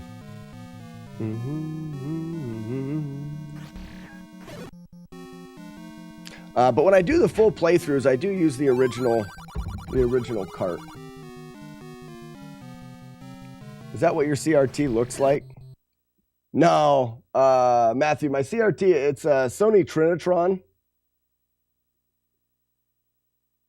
Hard to see, but it's not. It's my overlay is a picture that I randomly grabbed off of the internet 5 years ago.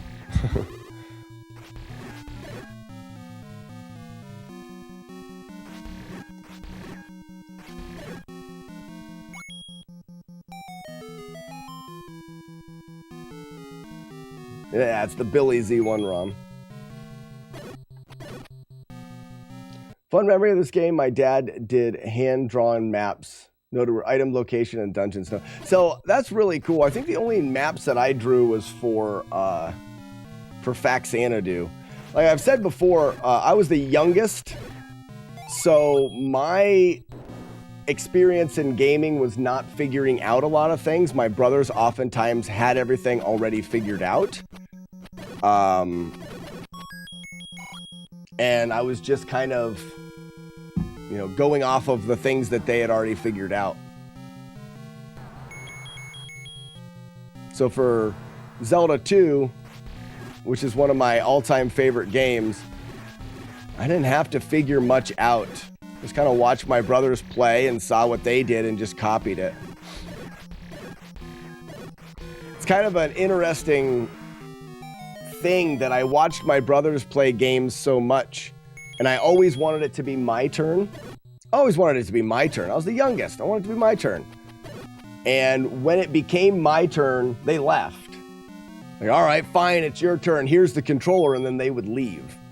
All right, so this is the room that Run died at before, these rooms here. So what I did was I moved off to, like I said before, when you spawn in one of these rooms, the orange Wizrobes can spawn on your X and Y. So you can spawn here, across the bottom, or in any of these two here, vertical columns, because you're in the middle. So what happens is they spawn in the middle and I want to shoot them here. If I stand right in the middle, their shot can't hit me. Let me show you what I mean. Well, this is not a good example. Let me go back out and come back in. Because of the way they spawn in, they can't hit me straight on. Oh, they're spawning on the edges of me. I'm just doing this to kind of show it off. I can't show it. Here, let's do this. I think if I kill these guys, let's try it here. Hopefully I get one spawning now in front of me. There he is, watch him. See how that doesn't hit me? That's what I need to take advantage of. It doesn't matter how many times I load this screen, he can't hit me. If I move slightly to the left, which is what I did, he can hit me. So this is where, being in a hurry, I moved to the left to try to stab one of the guys because I was in a hurry. If I get here in a no damage run, I will not move left at all. It'll only be, I will only move into safe zones because I'm more careful.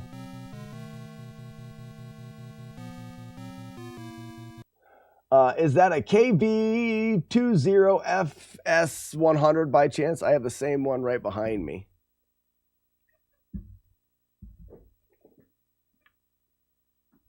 I don't know.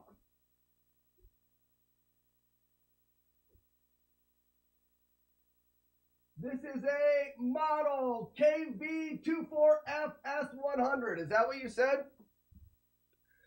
KV2, I've got a 4F, KV24, because it's a 24-inch. I believe that's what those numbers are for. So mine's a 24-inch, so it's the same model, Matthew. Mine is just a little bit bigger. Do you want to trade? I would love a 20-inch.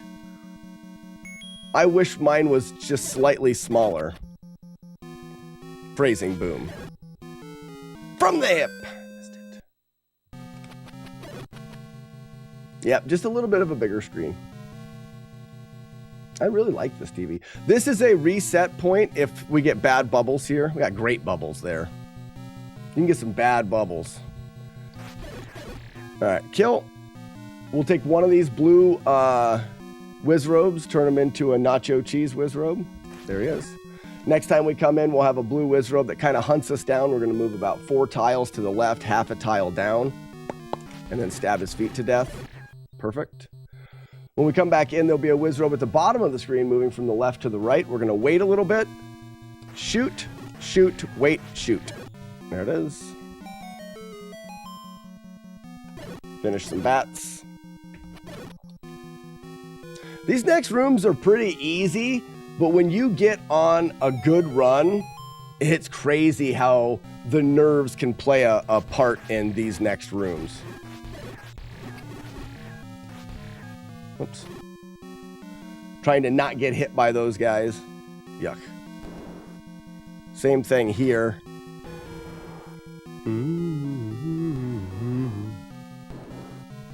You are not the same video game player that you think you are when your heart rate's 150. You're just not. That's why I develop what I like to call 12 beer strats, which are, I guess, they're more 6 beer strats. But they're strategies that we can use that you can repeat even if you've drank half a dozen beers. Make them as easy as we can. Up, over, tap down, 1, 2, 3.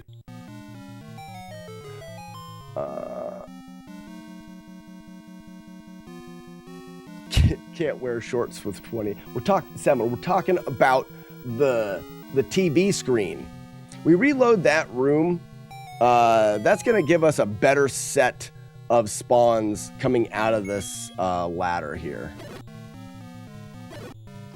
I've got a set of spawns here that work really, really good. We'll see if it goes well. All right, swung too early, made up for it. He moved correct. It's over. Nice.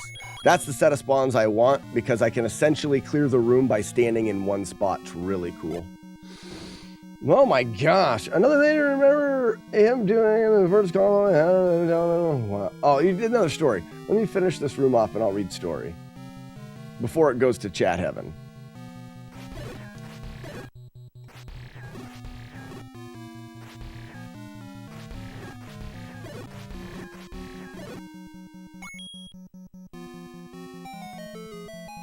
Skidoo-doo-bee-doo-doo, skoo-doo-doo-boop.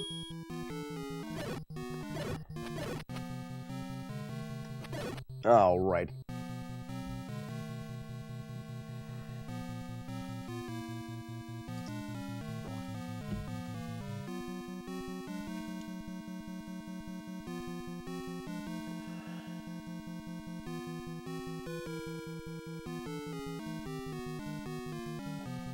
Get a little playbook for the games. That's cool. How come you didn't get the blue boomerang? It's actually, in my opinion, the blue boomerang is harder to utilize for one main reason. When you catch, Rob, when you catch the blue boomerang, you lower your shield and it stops you moving. The first hit I took in that last run was a hit from an arrow that I was facing and would have blocked if I wasn't catching my boomerang at the same time. So the boomerang can be super useful to stun enemies, but can also be detrimental because if you happen to be catching the boomerang at the wrong time, you'll take damage. And I can give you an example of that. You can actually see, and you may be familiar with it, but you can see when I catch this boomerang, I catch it and the shield drops. So if I throw a boomerang and miss an enemy and I run, I'll be catching that boomerang, and when it's the blue boomerang, it goes farther away and it's harder to calculate in your mind where you're going to catch it.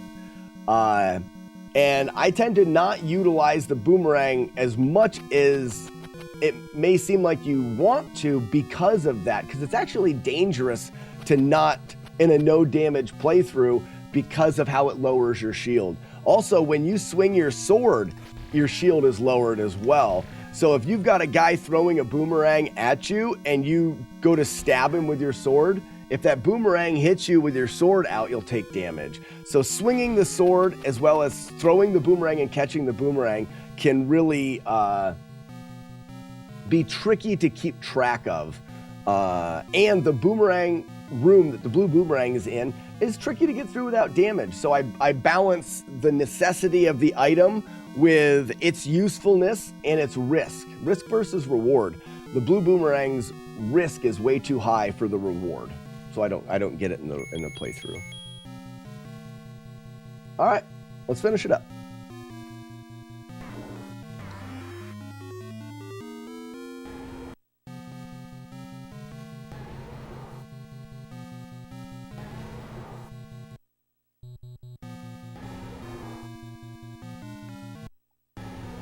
All right, we're in the right spot now.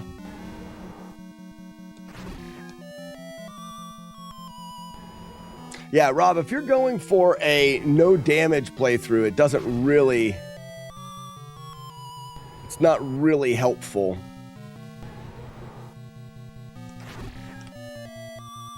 Now, as far as a casual playthrough, I would absolutely get the blue boomerang.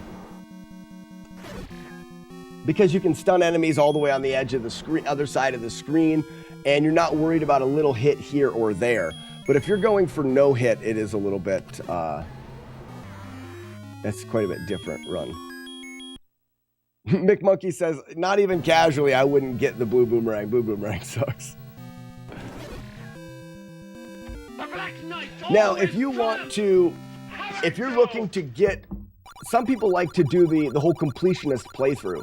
You know, I want to play through the game and get everything, do everything, collect everything. Get the blue boomerang. Absolutely. All right, so that's what I was intending and doing. That playthrough there was no damage, Palace 9. That's what I'm looking to do. Oftentimes when I take damage early on, I get a case of the fuckets and I just go. And I end up taking more damage. But that was the first playthrough of the day. We try to do a full playthrough. We get kind of warmed up on all of the strategies. Now I'm going to take out the EverDrive, which I use for practice, put in the actual cart, and we're going to do full runs, meaning at any point in time, if I take damage, I reset back to the beginning. This is where the game gets really grindy, because I've spent days playing the game not getting past like the third palace because of unlucky RNG. And by RNG, I just mean like random movement of enemies just kind of catching me off guard. Lack of focus. There's a lot of things that can lead to just having a general bad time with the game. And grinds can be really tricky in that, because I find that keeping focus through the whole thing is the hard part, especially when you're having really a bad day playing the game. So we're to the point now where I've actually been weighing the option of setting Zelda 1 down for a little bit, working on another project, and then returning. We've already done that with Zelda 1. We set Zelda 1 down. I went through Metroid and... what else did we go through? Metroid and Punch-Out, flawless runs of those, and Rush and Attack. And then we came back to Zelda 1, and now I'm almost ready to set Zelda 1 down again and work on another game. You gotta really weigh out the amount of time you're putting into it. Yes, you should push through things. You should definitely push through games, and you should try to stay focused and stuff, but you have to recognize when it is more beneficial to take a break. I got to grab a drink real quick. I'm going to grab that and be right back, and we'll start another full playthrough. Give me 1 minute. Don't go anywhere. We will be back. If you have any questions, now's a good time to put them in chat. And boop. Here, watch a rerun. Be right back. You suck. You suck. You guys suck. You guys suck. I beat you by 6 seconds. You all suck. I'm not making it move at all. I just want to see how big it is. Great for success. Okay, why did he jump kick there? What did he have me say? Penis something. I don't remember.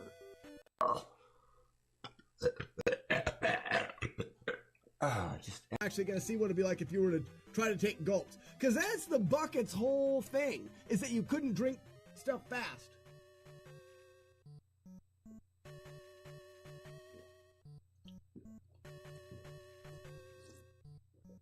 Nope, gulp away. Gulp away. Works perfect. Smooths are the greatest. It's not fast, but it's faster than sipping it, and it worked fine. Worked fine. Hey, but it wasn't too bad. This.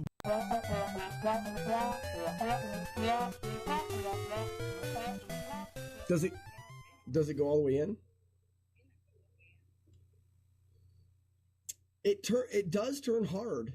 Did you try it in the other door?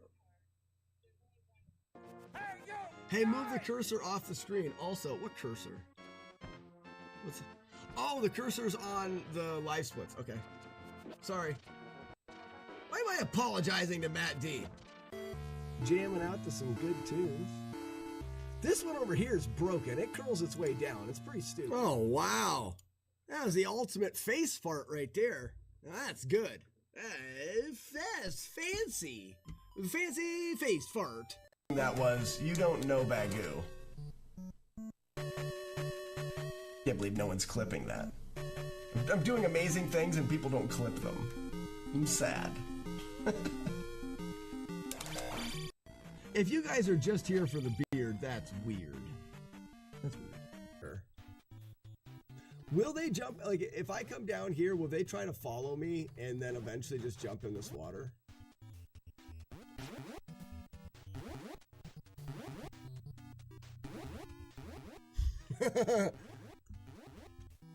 They're stupid.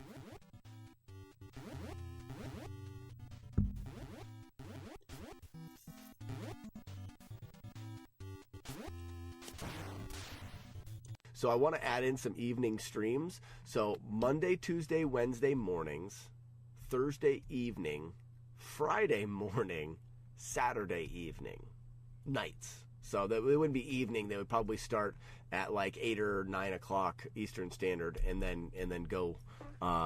Still try to go like that 4 hours. So we'd be bumping from the 5 streams to 6 streams, which is adding a little bit more. Some of the streams may be cut a little bit shorter. Depending, but we would be adding 2 evening streams in with the day streams. I love the day streams, so I want to continue doing that. But I do feel like, even if it is just for D-Nice, she doesn't get to come around the stream Floppy anymore, Joe. and it's a bummer. So even if I...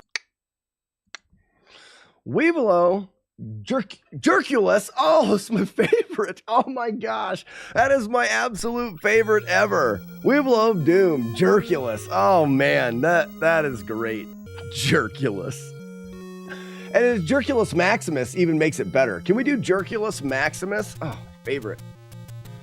Joker misses the night streams. We used to do Slack After Dark. That was fun. That was fun. This is really impressive. What inspires you to do this? No shade for real. Where do you find the time? Is this your income? You're retired. I'm over here with this in the background while I'm working remotely. So just curious. Slappy Joe, great questions. So what inspires me to do this? I'll do a quick recap. Are you good at Zelda 2? Real quick, I have to answer this. Rob, Zelda 2 is like my favorite game ever. I have a YouTube channel called Slackinator. If you go to the playlists over there, I have full runs, like completionist runs of Zelda 2. I have speed runs that are all keys without glitches. I had for a while the any % world record where we beat the game using glitches in less than 15 minutes. It's super broken. That's not everyone's cup of tea, I understand, but I'm intrigued by the glitches in that game. And I also have what we have found to be the first documented no damage playthrough. The entire game, not using glitches, going through the full game without taking a single hit. And that's also on the YouTube channel. And when I say first documented, there was a guy, because we did a lot of digging. There was a guy on Reddit about 10 years ago that said he had done a no damage playthrough, but he had no proof that he had done it. I am not arguing whether or not that's legitimate. But the run that I did here a couple years ago was the first one that we have found and that we've still found that was documented. Zelda 2 is my favorite game. Absolute favorite game. I will play that game until the day I am no longer playing video games. Sloppy Joe, is the stream up now?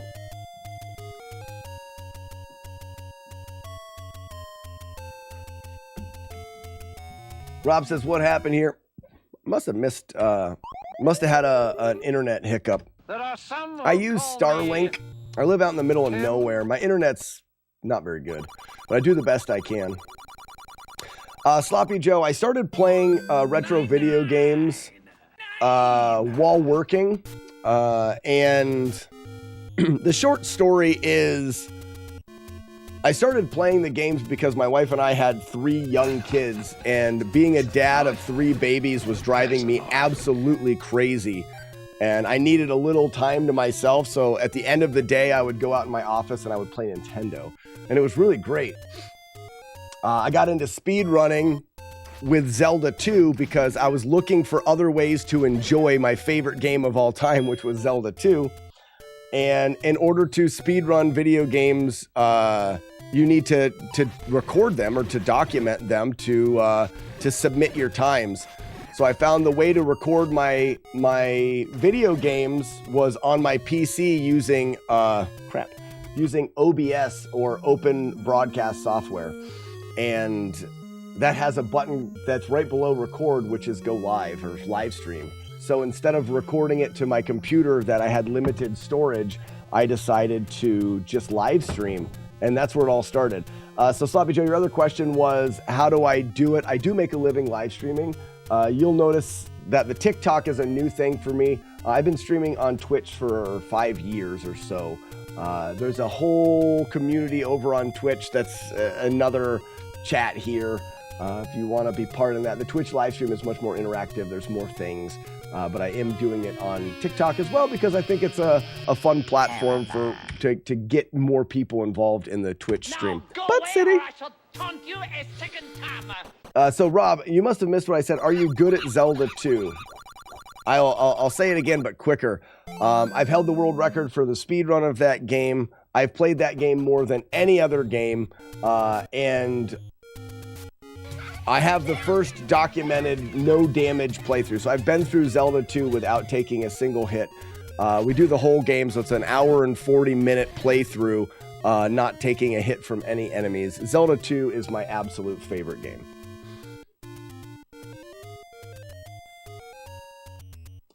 We can even do some more. We did some Zelda 2 yesterday. I went through the... I know that glitches aren't everyone's cup of tea, but I went through the any percent run because I think it's just interesting.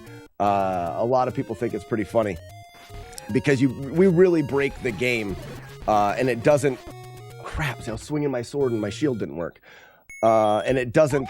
The game doesn't react the way it's supposed to, and it's just interesting. We can beat Zelda 2 in under 15 minutes. Yeah, but do you have a sub 80 in all keys? I do not, Ugandas, not yet. Zelda 2 is and will always be my favorite game. So I am not in a hurry to grind the game endlessly and have a time that's so difficult to beat. So I improve my Zelda 2 speedrun times once a year, and that's it. So I'm essentially allowing myself to speedrun the game forever. I like to play the game once in a while. I'm not very... Hey, Rob, if you have any questions about Zelda 2, one of the things that I really like to do is help people out. You say you're not very good at the game. Maybe I can give you some tips and tricks in the game to make the game a little bit easier and a little more fun when you do your playthroughs of the game. I understand that game on a pretty ridiculous level anymore. Bing bong! All right, this is another reset unless this guy drops a bomb. He did, nice. Whew. So I need bombs in the beginning of the run. I want to upgrade my sword before I do anything else. You practiced the plate kill. I didn't really practice the plate kill yesterday. I showed off the demon head kill. I think Ugandas, I think I got an 81. Or no, I think I have an 80. Did I get to an 80 last year? I can't remember.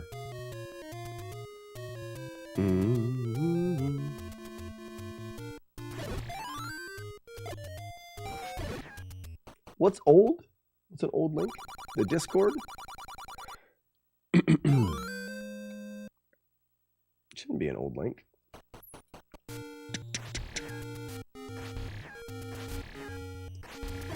Get him.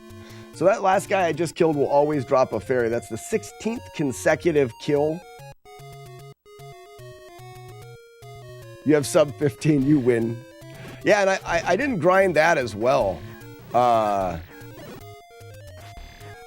was going for sub 15, got it, and then I've left it. I've got a lot of time to shave off of that. I'm excited to go back to any percent. Any percent is so stupid. It's so stupid. I don't know why it... Crap! On a cracker. I don't know why any percent is so intriguing to me. You are indeed brave, Sir Knight, but the fight is mine. So this is what I talked about, where the randomness in this game can just give you some bad shits. In that room, because of the location of the enemy and where Zora chose to appear... Crap. I had enemies... If I would have had forethought... Is that the right word?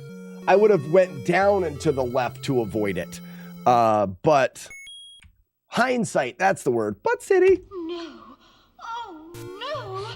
Bad suit. Oh. 1 hour, 21 minutes, and some seconds is your all key.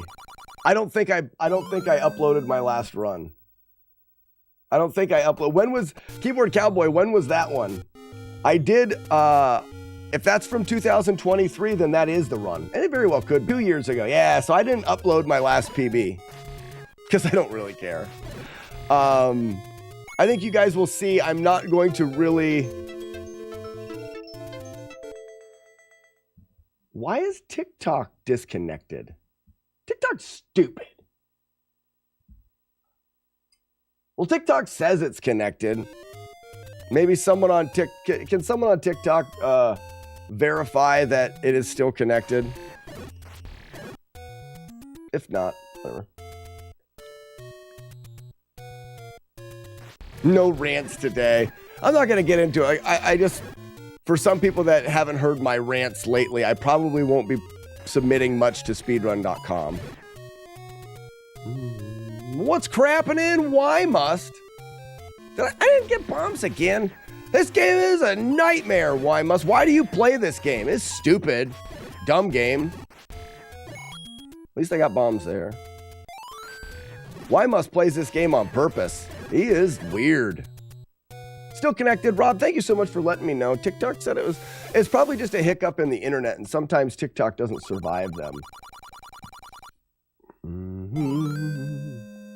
Yeah, Starlink being dumb. Dadpool. Good to see that you're still here.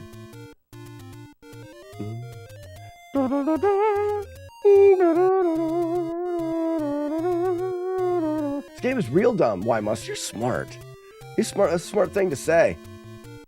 American Dream. Well, hey, American Dream, I have a question for you. Do you see a problem with just covering everything with chili? Nose of a cat. I fail to see the problem with everything being covered in chili. Oh, no problem. Oh, good. I think we can be friends. I think we can be friends now. Drew says, how's the training going? I hate this game forever. Weevil, I heard about it today. I was watching 9-9 last night, and I heard the hideous news I've heard in a long time. Because I was still hoping that we'd see the Brooklyn Nine-Nine come back. I understand that it probably never would, but it would not. It won't be the same without Holt. I'm so sad. I'm literally watching back through it now again for the third time, and I was telling Sharon just the other day. I said, I think Captain Holt in the later seasons, his character changes a little bit. I think he's my favorite character. That's a knife. Oh. So sad. Rip Andre the Giant. That was a very long time ago. Crap. Easily your favorite character. Have you played the new Zelda? Cornwallin. I have not. I'm stuck in the past. I do want to continue my flawless challenges through the Zelda games. I've done Zelda 2 and A Link to the Past. After I'm hoping I complete this challenge, and when I do, I'll move on to the next Zelda in the series, Link's Awakening on the Game Boy. Or I've thought about maybe not doing Link's Awakening and going directly to Ocarina of Time, but I've got a life's mission. This is probably one of the only game series that I'll continue well beyond the retro consoles, if I can. Don't you have to get past level 2 before you get the white sword? Rob, it's dependent on your hearts.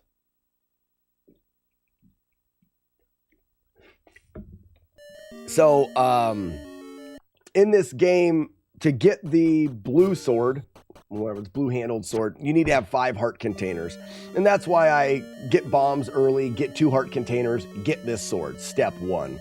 After that, to get the next sword, the requirement is 12 hearts. So the game starts you with 3, and there's 5 heart containers in the overworld, and then that'll give you 8, meaning to get the magic sword or the white sword, you're limited on beating at least 4 palaces. Doesn't matter which ones, but at least 4.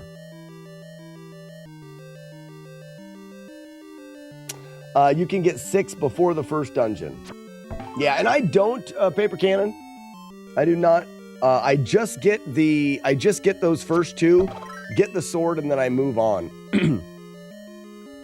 This route that I have has allowed me to play through this game on 2 different occasions, only getting hit once. But it is a very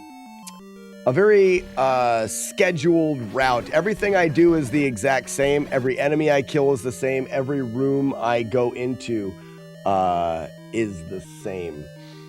You'll notice I can predict where enemies are going to be. It's all because it's the same. This guy here has a chance to drop a clock. There it is. This clock makes the room much easier. I can't be hit while the clock's going. He's not the only enemy that I've set up to drop clocks. I've set up enemies throughout the entire playthrough to drop clocks or bombs or useful things. The only way that I can track that is by tracking every kill that I make in the game. So sometimes you'll see me run into a room and you may think to yourself, why is he not killing those enemies? Know that it is on purpose. So if you get 7 hearts, you can get the white sword then. So the sword that I have, people call the blue sword because of the hilt, as far as I know. This takes 5. The white sword is 12. The white sword is 12 hearts.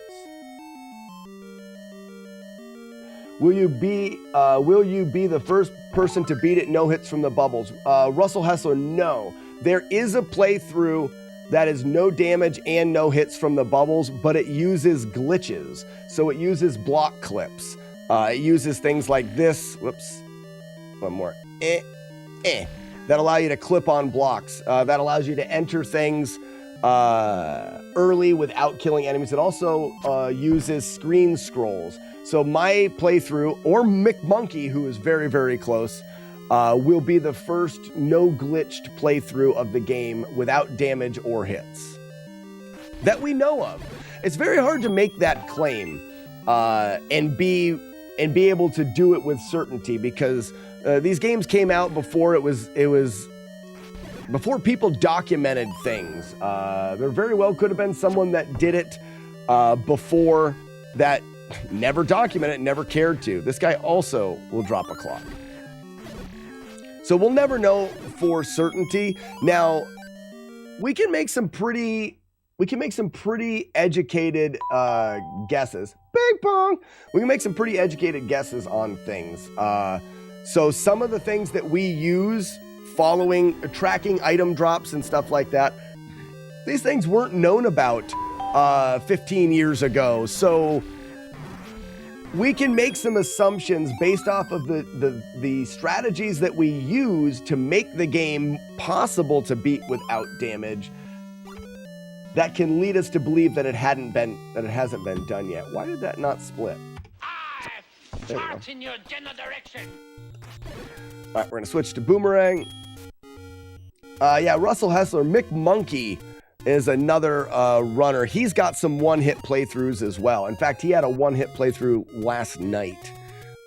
We cried together over it. I feel the pain.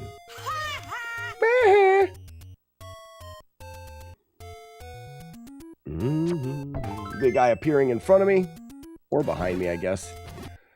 We've got one spider in here left because we left him earlier. Because of the location of these enemies, I can run right through them. First enemy in this room can drop a clock. Second enemy can drop, last enemy can drop bombs. Show me your bloobs. Nice bloobs. I don't need them.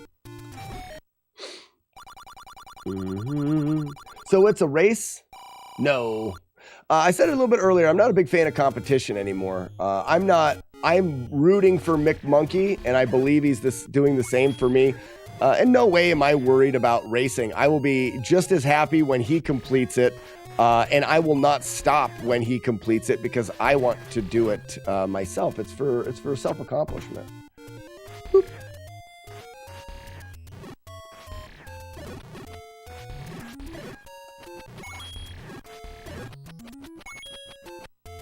I go into that room to kill those 3 enemies to make that room in particular easier later on. So right now you'll notice I'm 10 minutes into the run. I have a one-hit playthrough where in about a half hour, that last room I was in where I just walked in there, killed 3 guys and left. In about a half hour, we're going to go through that room again, only we're going to come in from a different side, the left side. And that room is in my one-hit playthroughs, there's one spot I took damage. And I take that damage later. I'd rather get hit fighting it now, 10 minutes in, than 40 minutes in. So I rerouted it to clear that room out now.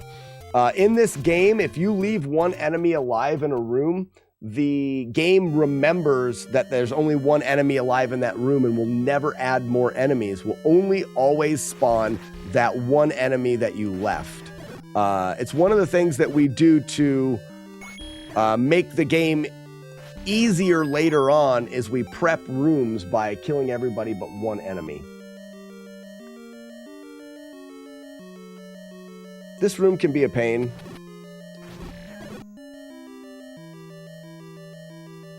Worked out. I kill one enemy there. That one enemy that I killed had a chance to drop a clock.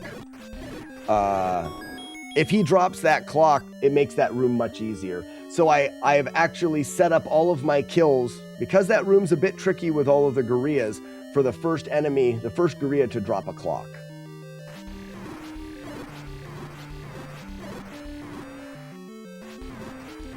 I cannot force enemies to drop clocks. You can force some enemies to drop bombs, but you can't force them to drop clocks. The best I can do is make sure that if the enemy drops an item, it will be the item I want.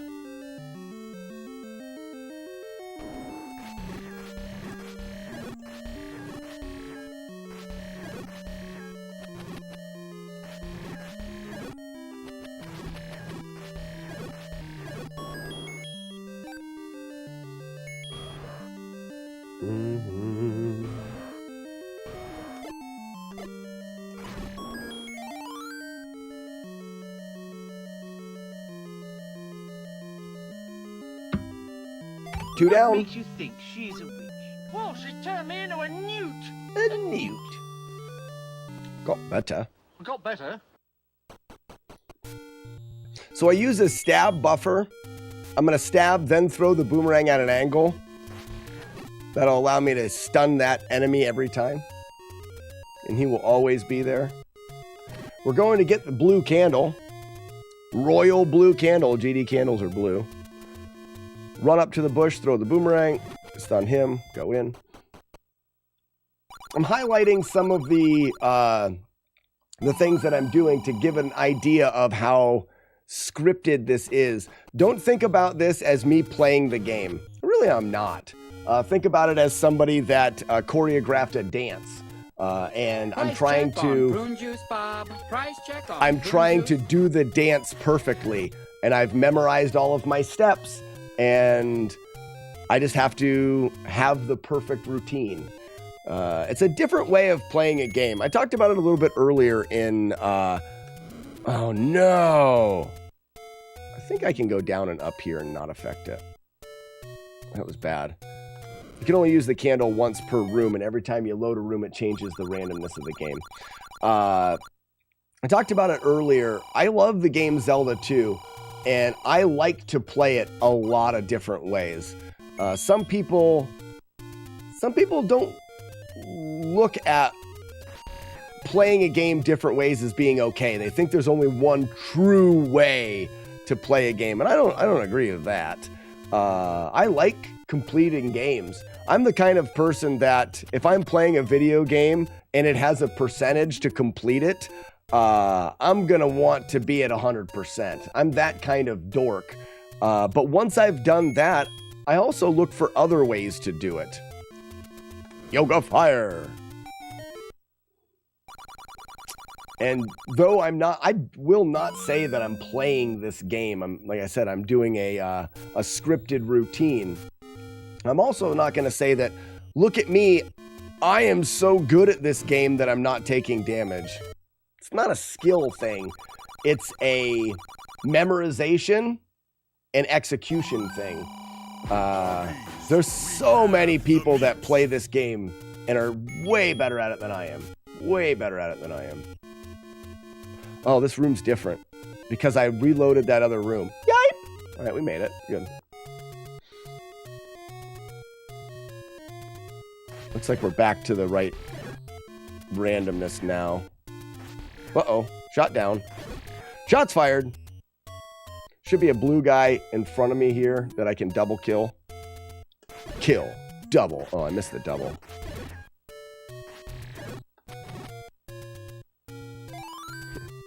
Couldn't help myself touching his clock.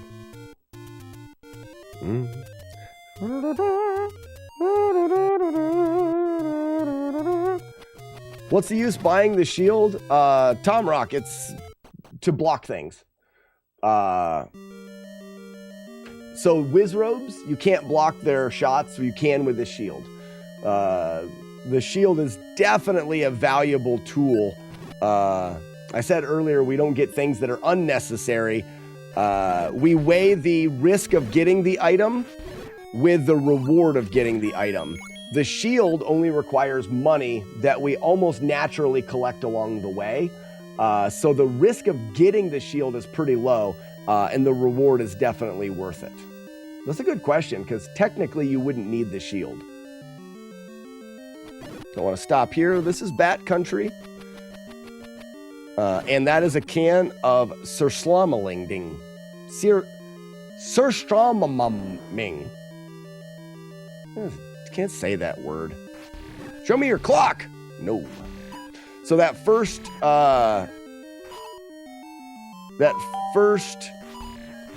Dark Nut there did have a clock drop ready. Like I said, I can't force him to drop it. I can't force him to show me his clock, but I can make sure that if he chooses to drop an item, it will be a clock. Bing bong. We can walk through enemies while they're taking damage. That's what makes that possible. When you hit an enemy, you can't immediately hit them again. It's called iframes. Games, the NES runs at 60 frames per second. And when you hit an enemy, if it didn't have invincibility or iframes, while your sword was overlapping with them, they would take damage every frame. So up to 60 hits a second they would take. So what the game does, there's two ways for a programmer to... Yeah, invulnerability frames or invincibility frames. There's two different ways for game developers to get around that. One is knockback. That's why a lot of times you'll see games, when you get hit, you immediately get knocked the other way. That's to clear you from the thing that's damaging you so it doesn't continue to damage you. And then the other way is iframes. When you get hit for a short period of time, you're invulnerable. So that's what those enemies are, but while you can't hit them, they also can't hit you in that time. Get him! Nice. That's a trolley boss that we reset there a lot. Look, you stupid bastard. It happened a couple times during vanilla. You know, since I've started running Why Must, I've not got trolled in that basement. Going into the basement there and those iframes, I've yet to get trolled. I got trolled here today. I took an arrow on a guy walking in that room. That was just really sad. It's sure gonna give me MB, I'm sure of it.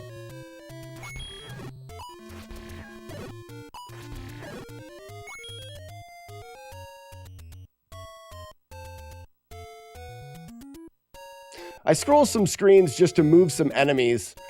If I didn't scroll up and down there could be a lot of enemies in the way. It just kind of moves them out of the way. Those things are called Zols that turn into gels, am I right? I think you're right. I don't know the technical terminology for a lot of the enemies. In fact, it's kind of my thing to name things the wrong thing. Like these guys, whoops, wrong. Oh, don't die. Don't kill him. All right, good. Those enemies there, I always thought they threw spears, so I call them Britneys. Britney spears.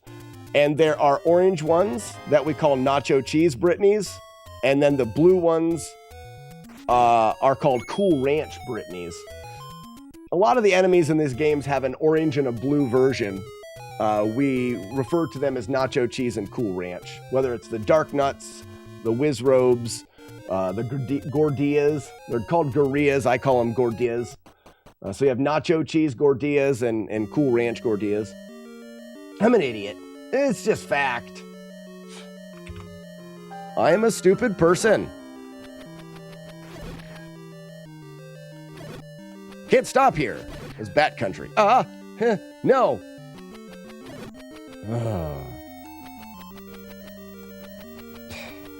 Relinquish yourself from my presence, foul demon. Sorry. Did you want to kill that Octorok? McMonkey, the one before this palace, I do want to kill. Otherwise, the piss hat doesn't change its location. The Slavic Potato says, which Legend of Zelda is this? This is the original Legend of Zelda. This is the first one. Legend of Zelda on the Nintendo. This is the one that started it all.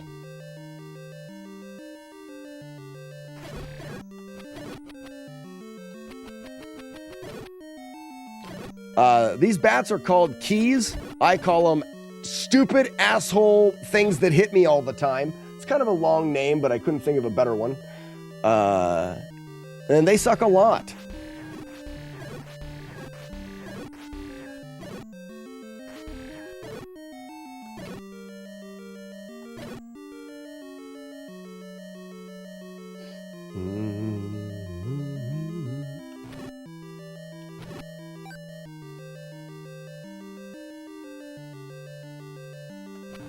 The very first one for you was Link's Awakening. Great game. Game Boy game? Great game. Link's Awakening is definitely on the list. Get blown. Nice. Link's Awakening is definitely on the list to go through in the Flawless Challenge. I don't know if it'll happen before or after Ocarina of Time. Ocarina of Time is definitely one that I'm bye, honey. Ocarina of Time is definitely one that I'm excited about. So I may opt for excitement. I may opt for excitement of Ocarina of Time over Link's Awakening. I haven't played Link's Awakening for years. I wonder how difficult the no-hit playthrough is going to be.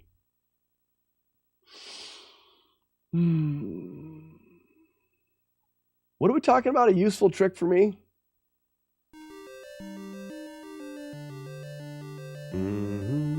So this guy's got a big fat clock. Legend has it. There it is! The legend is true! Wow. I heard once that he had a giant, massive, girthy clock, and it is true. Wow. It's written on a scroll somewhere. I found it. Fun fact, scrolls are the best type of paper. Nah, at least they're the most fun. From the hip! Did you see the Link's Awakening PC port that came out? It's amazing. I probably would play on the original Raspinall, but I did see the remake, if that's the one you're talking about. Looks really cool. Bubbles are dumb. Yeah! That's why bubbles suck.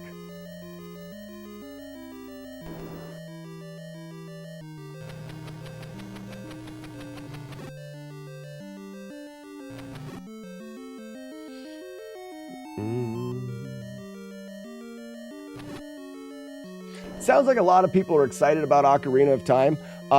If you are, I'd like to give a big shout out to my buddy Ugly Owl. I do believe that Ugly Owl is currently working strategies for a no damage Ocarina of Time. Only, like a silly person, he has upped the difficulty to a tremendous level. I think he's doing like no damage, no Deku nuts, no shield blocking. Like he's taken the difficulty and just shot it through the roof.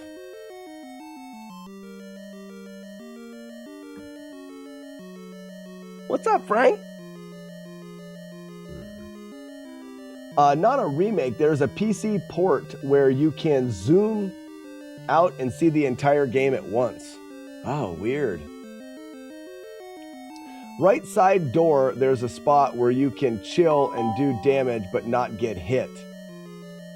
Which room? Which room are we talking about? Bing bong! I'm gonna go ahead and switch to the my plantain. A lot of people say this is a banana, but it is not. This is a plantain. It's much bigger and it's more bitter. It's my plantain.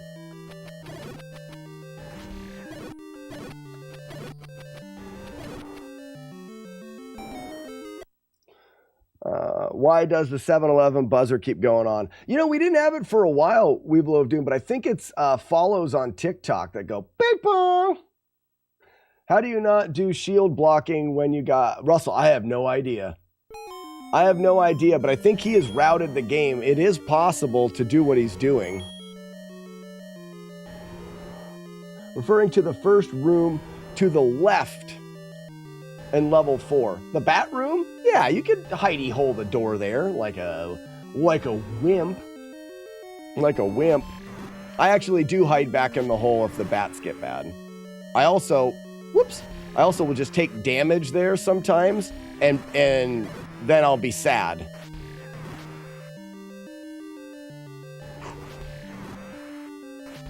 Oh, come on, out of the way. Got him. That was, tell you what, that was not an easy fight there. I kept having to, so the original head, not the ginger, not the red head, can't hit you if you're all the way up against the blocks on the corner there. I can reply to myself here, Frank. Go ahead. Oh, look at that. Frank, thanks for the controllers and other things on stuff. Was that Frank? Oh, that wasn't Frank. Okay, so we kill 2 enemies there. We're 7 rupees short. So now we're 6 rupees short. No whales in this run. This is a whaleless run. We've beaten 4 palaces and got the 4 hearts. Together with the 3 that we start with, we give us 7, and the 5 in the overworld can give us 12. So we do have the ability to get after collecting those, to get the next sword. And we are going to do that, meow. All right. Do not trust Brittany. I don't know why I threw that boomerang. Fat clock.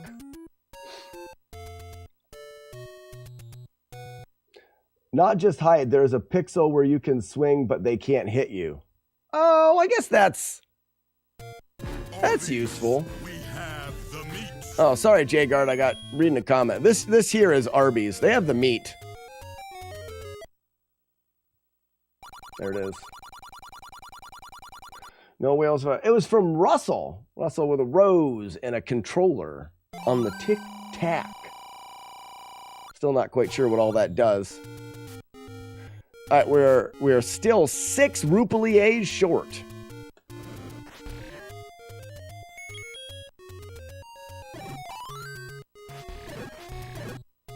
Okay, 1 rupee short. We should be able to get it in this room. Unless we get very unlucky. Crap. We got very unlucky. I don't like that kind of thing. We can try to get it on the way back. Hopefully we'll get one. So we're going to go in here, and we don't have enough money to buy the pointy stick.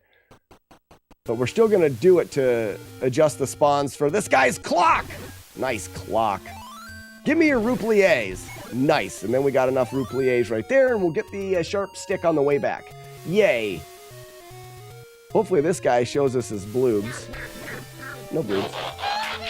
Hello, nurse. Yeah, Russell did that. Frank, did you know that there was someone on TikTok one time that made a dog on the screen dance around and show me his butthole? It's weird. I think it was good. It's hard to tell. Will re-entering the shop throw off the spawns? So the next thing that I do, I'm going to re-enter the shop here. Yes, it will change the spawns, but the next thing that I'm going to do is go into Palace 5 where the spawns don't matter so much. The next spot that I really need control of the spawns is Palace 6, and I will re-enter the room before 6 and sort my spawns out there. So I should be okay. There's certain things that I want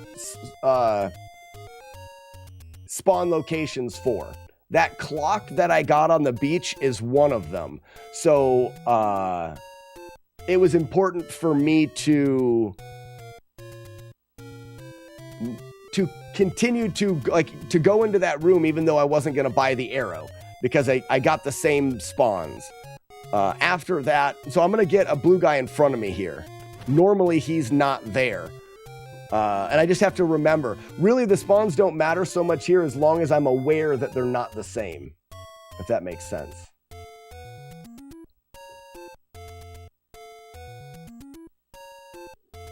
Now, it will change Palace 5 to be a little bit more difficult later on, but I should be fine.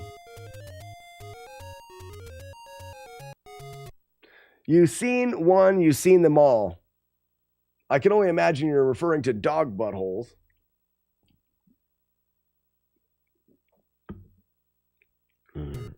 Yep, we're currently on a no-hit run. 1, 2, and 3. There's another use of iframes to pick that up without that idiot running into us.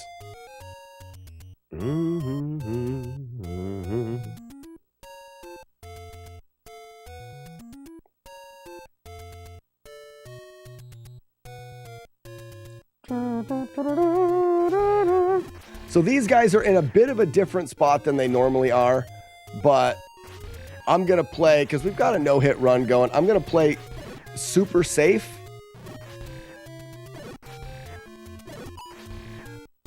And just hide on the side. I would like to kill one of these guys. If they get dumb, I'll leave. All right, that guy's slowing down. All right, that's good. He's just being dumb.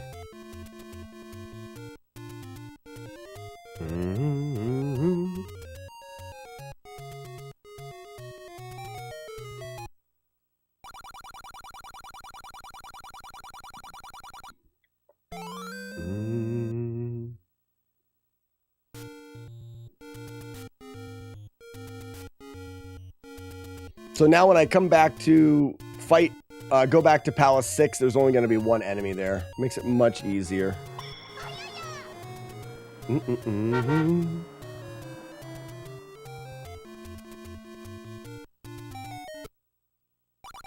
But because we're doing the palaces in the numerical order, we have to head back. Before we do Palace 6, we have to head over here and do Palace 5. Like I said, the spawns are going to be a little off. Now, I can reset the spawns in Palace 5, and maybe I should, just for safety reasons.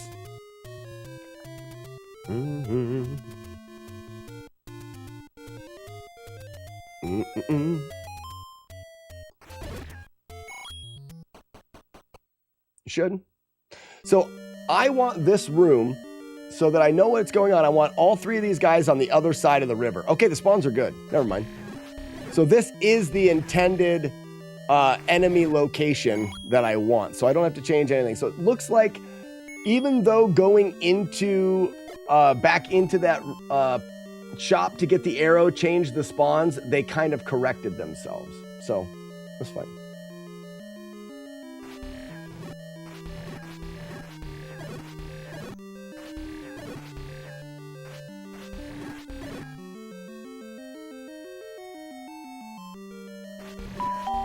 Big bong! Alright, first room of blue dark nuts.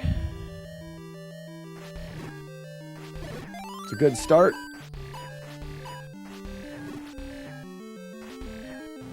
So standing right here is a little bit just, you'll notice that I'm able to kind of just wax these guys. The place that I am standing right now is particularly good in keeping control of these enemies because they're going to either want to chase at me, which is right here, or chase at the opposite of me, which is right here. Actually, it's kind of like right here. And it keeps them trapped here, and they keep bouncing off of these blocks and turning in front of me for the shots. Bing bong.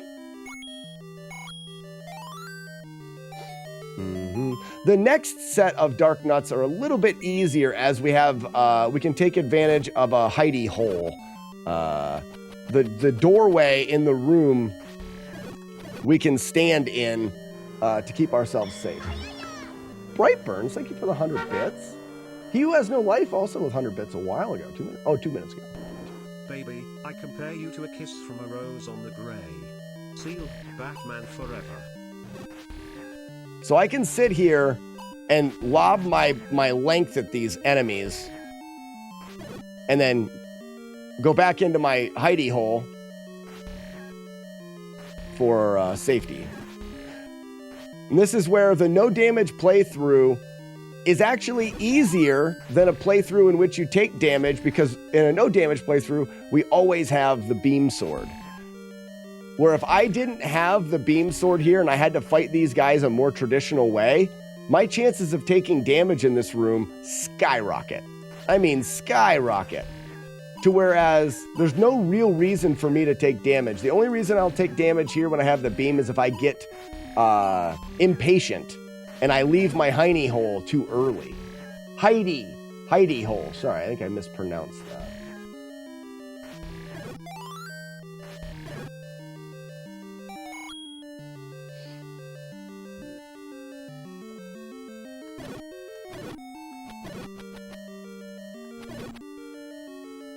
From there, missed it.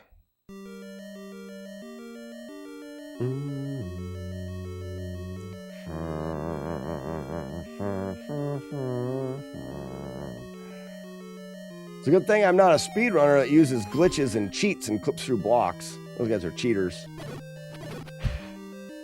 I show off a block clip in the run there quite frequently, just because I think it's neat to show off.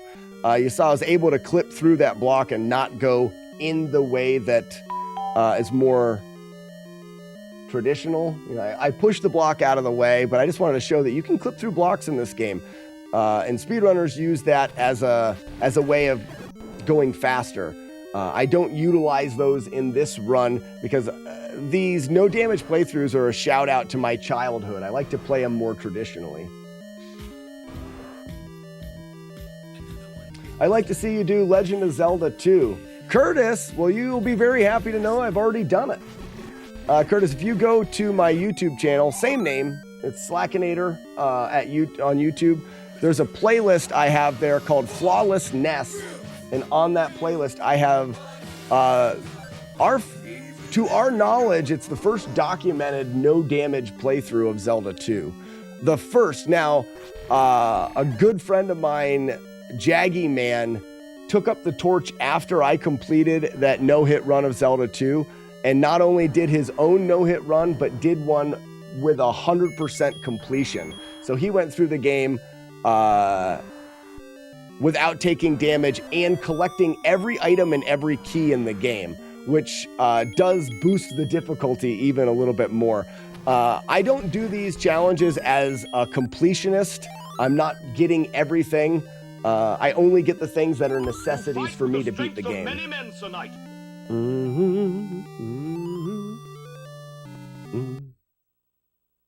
Can I get a link to that Maybe somebody in chat, real neat one, can drop a link. Jagard, is that the link? No, that's the link to mine. One Up is talking about Jaggy Man's. If you type Jaggy Man into YouTube, you should find his channel. He doesn't have a whole lot of playthroughs and stuff. He really focused on Zelda 2. Little story time here. Everyone shut up and listen to my story.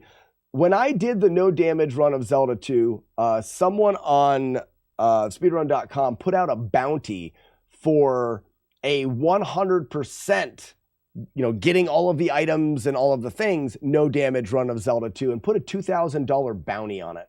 So we routed it. Wasn't a lot different than my route, but there was some changes, and Jaggy Man did it, and the guy never came through on the bounty. What a doofus. Super doofus. Super doofus. Gruntiatus! What's going on, Gruntiatus? Welcome. All right, we're headed back to the first palace because it's the quickest warp to get us to 6 where we need to go. This is where the game gets hard. So we've been playing the game for an hour on easy mode. Now it's time to put the game on hard mode. Oh, I almost got hit there. Why? And that was not, that right there, not a hard thing.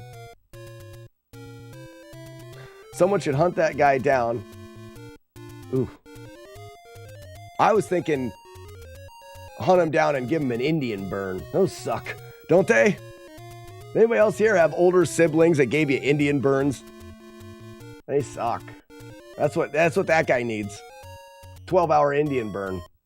Just like a group of people just taking shifts. Just burning constantly.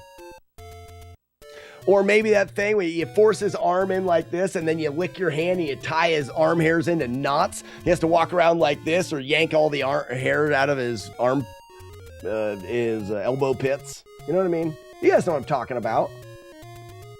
You guys are smart.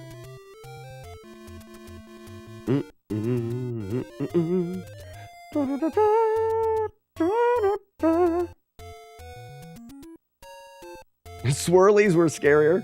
I guess you're probably wondering why I reset that room a bunch of times. I did it to manipulate, not so much to manipulate, as to know where enemies are going to spawn. By knowing where that enemy was when I entered the room, I can keep track of enemy movement here. This is Bat Country. I want to be on this pixel right there. If I'm on this pixel, I can utilize the sword, but the projectiles cannot hit me. The bats can hit me, so I have to be very careful in swinging the sword at the appropriate time if a bat tries to hit me in the doorway, which they do. All right, we finally come to the first really difficult room.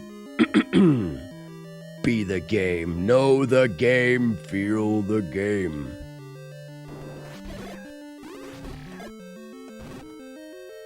That was bad.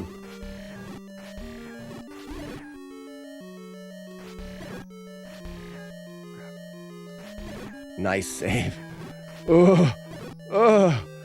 Spawns were not at all favorable there, but I'm still not out of the woodwork yet.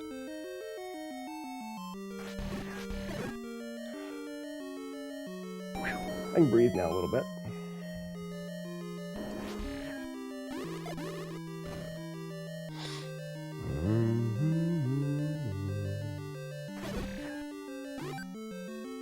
It's good.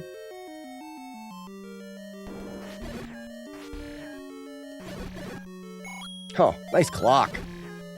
Could use some bombs. No bombs.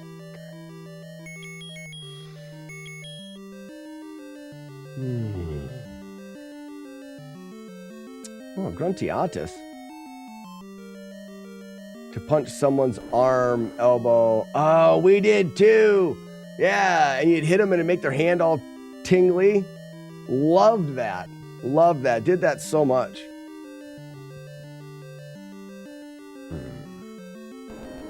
All right, you're going to see a lot of reloading of rooms. This room in particular is really stupid. but I've loaded it in such a way that I can shoot a orange Wizrobe most of the time and leave, allowing me to strategically take out one enemy at a time. One more time, I can get rid of one more orange Wizrobe, nacho cheese Wizrobe, and I'll be left with those pancake-looking enemies. I want that bombs.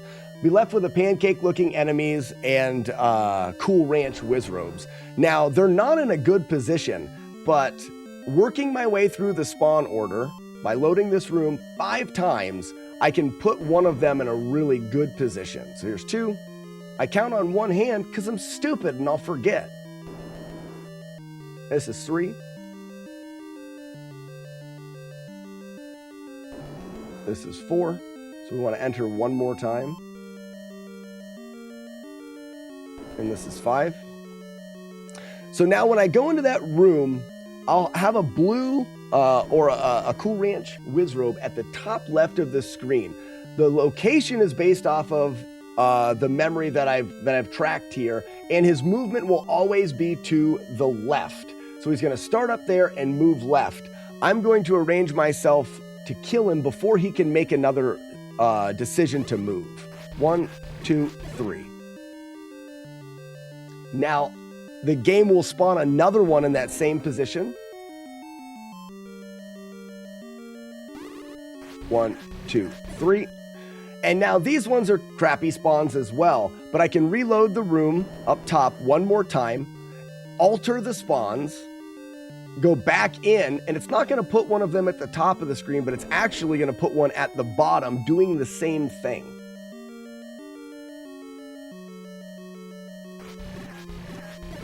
And now I've taken what is a really ridiculous room to get through without damage, and through knowledge of the game's mechanics, made it so much easier. So much easier.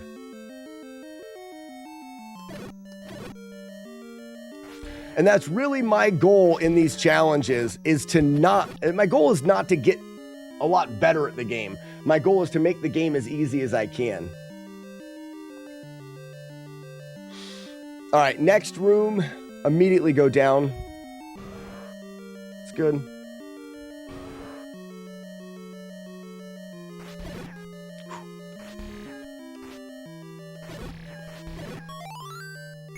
That's some pretty bad luck. I can get hit here if I'm really unlucky. This is a bad spawn. All right, we're good. He turned the other way. That is not a bad spawn, but the movement he made at the beginning is the bad movement. It's just, he has to move twice bad, which is not likely, but it's happened. All right, we're through 6, guys.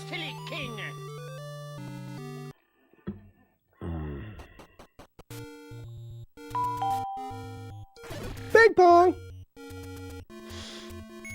All right, now we need to make our way to 7. Quickest way to 7 is to go to 3. If I whistle twice to the right, the game will take me to 3. We can get really unlucky with a spider basically jumping right on us. All right. That spider's being a jerk. I'm going to take the second to whip out my plantain. It's not a banana, it's a plantain. It's much bigger and more bitter. Watch that guy being a jerk.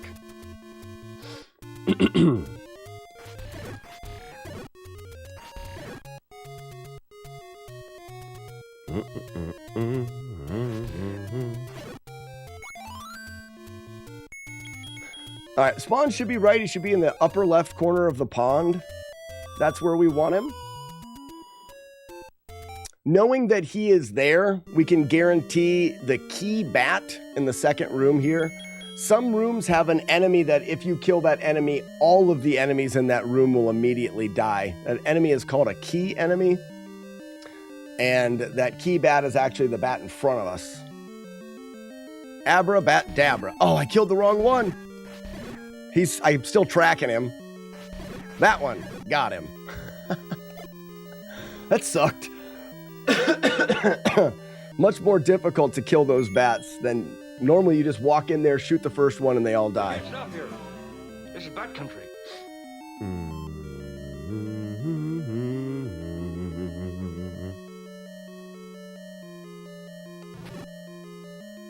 All right. Gordia in the lower right. We boomerang him and then move on. That's good. This room is really terrible, but we can take advantage of hiding in the doorway and changing enemy locations. When I go in this room this time, there'll be a bat in front of me, and I can sneak one bat kill. I go back in again, there'll be another bat in front of me, sneak another bat kill. And now there's 2 loads that have an enemy right, I mean, it's just too dangerous to jump in there. Now, when I say it's too dangerous, yes, there's a lot of people that can go in that room and probably clear it out completely and not got hit. I'm not that good. My goal is to not get good, but to be smart. Reload the room. Now I can wait in my hidey hole here. All I'm trying to do is make sure that the bubble doesn't hit me, the bat doesn't hit me, and I can just work the room from here. I want to kill all but one enemy.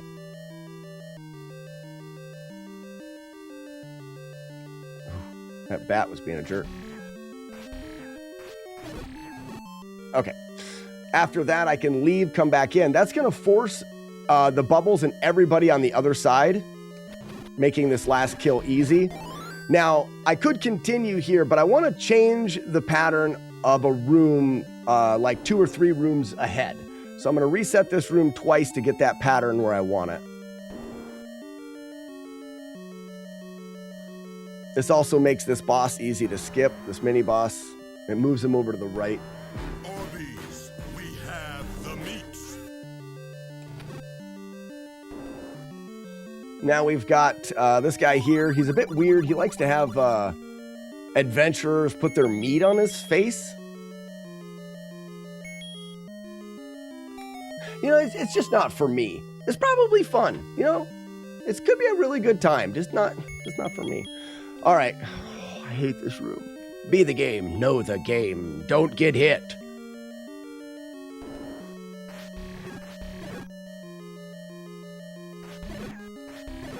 Oh, the bat almost got me. Holy cow, the bat almost got me. All right, that's good. Step 1 complete.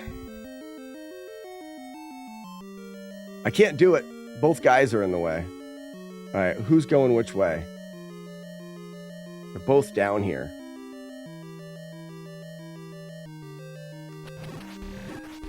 There we go. That sucked.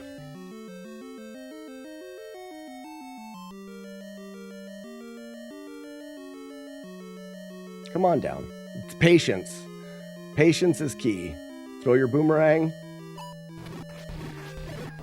I also need to use patience here. I need that bubble to go into the left area. Could take a while. And we're good. All right. This room has stopped a lot of attempts. One of the reasons why I'm so elaborate in my setup is for this room.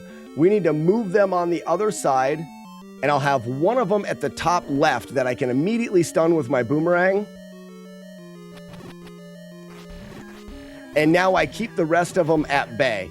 You'll notice that they kind of want to be on the other side of the screen, which is due to the way that they track you.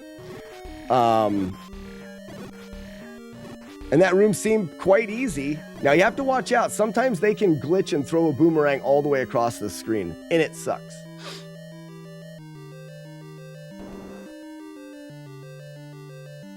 Next room, we'll have all of them on the other side of the room. There'll be a square in the middle or a diamond in the middle. There'll be a red and a blue one in there.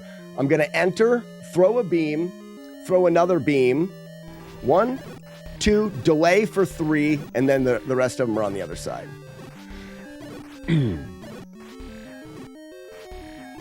Good. We've still got bombs out. Now, in order to make those rooms and the spawn locations good, this one's not great. I have to be patient and react at the beginning. I'm probably going to bring the boomerang out for it. So wait a second, maybe throw a beam. All right, that's good. We're good. So I got some nice movement out of those guys. They decided to go down and then turn away from me, which is great. Watch out for them throwing a long beam or a long boomerang here, and then get the bomb drop. and we're good to go.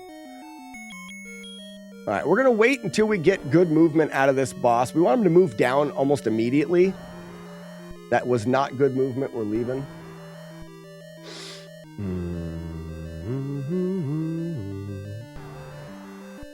Don't like that either.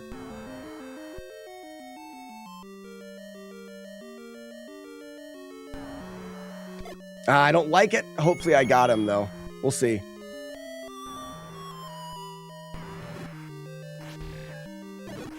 All right, we're good. All we have to do is kill one. Once you kill one, the game thinks that you've killed the boss and will kill the other two for you. Good tip right there. Just the tip.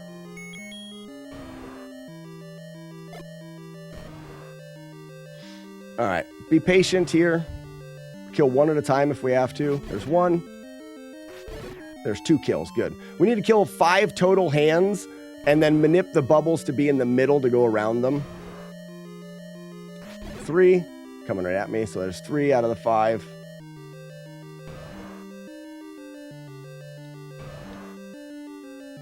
4, 5. All right, we've killed all of them. When I come back in, the bubbles won't be in the middle of those blocks. I got to push the far block in from the other side, so I need to be able to get past them. When I go in now, they'll all be in the middle. This allows me to go around the bottom and get to here without getting hit by the bubbles. Next room, we've got a blue gorilla to worry about. In fact, I've made this mistake a lot. I got to react to the blue gorilla on the left. All right, good.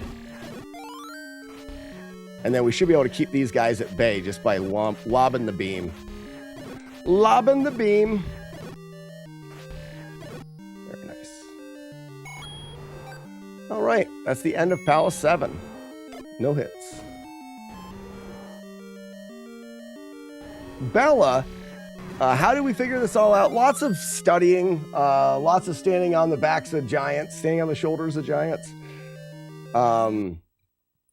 The community of speedrunners and retro game enthusiasts have really dove into these old games to figure out a lot of what makes them tick. And now we use that information, speedrunners use it to go faster, and I use it to try to make the games easier to do these no damage playthroughs.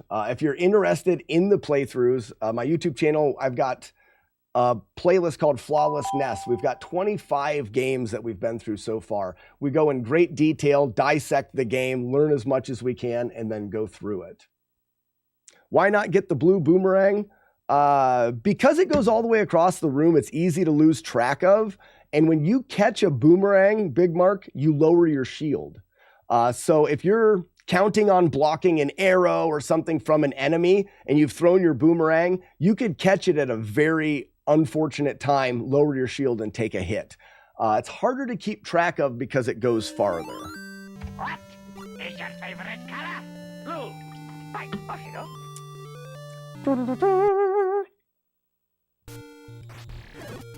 I just noticed that I've been wearing my heart rate monitor this whole time, but I don't actually have it going. Let me turn it on. Snore Timer, thank you for the controller. So you guys can see how bad I'm freaking out. I'm not freaking out too bad. I'm a little nervous. I'll be honest with you. I'm curious myself. Heart rate's at 90. That's not bad.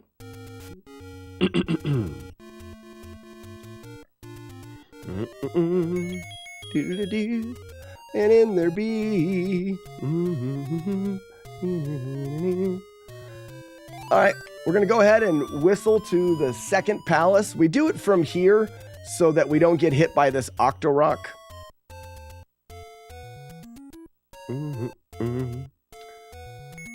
Not taking any chances. Yes, I am. Jeepers! Creepers, I'm so nervous.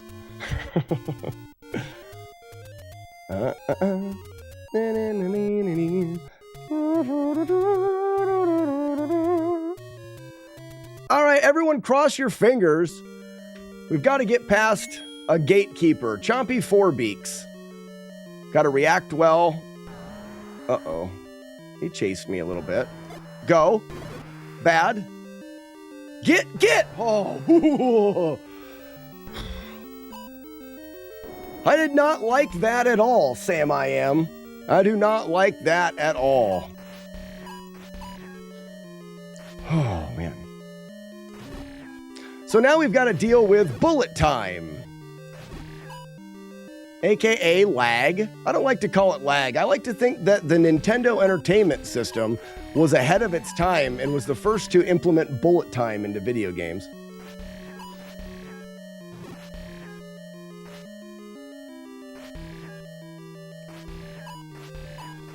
Palace 8 is the hardest palace in the game, for sure. Not only does Palace 8 implement a lot of rooms like this, that we do have safe ways of fighting, but they require you to be very patient. Very patient. Okay. That's room number 1. I'm going to go ahead and play it safe here.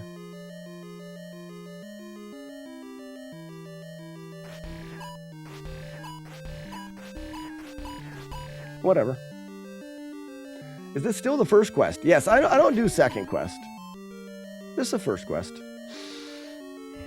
Wouldn't be bad to get bombs here, so I don't mind. Oh, there they are. Nice. May not be able to collect them, though. Kind of trapped in here. Got them. Perfect. This is probably the hardest to be patient is this room. I jumped out there and then immediately turned around.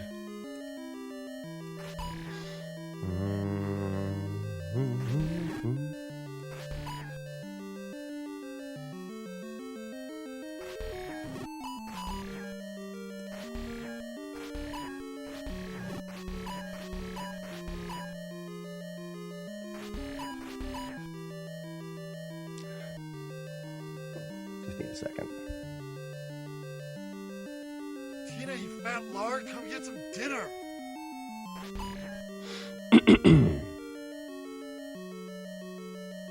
Hidey hole, good neighbor. Yep, we're hiding out in our hidey hole. I've hit a lot of them once, which doesn't aid in finishing. We want to get a couple of them killed so that I have less to dodge.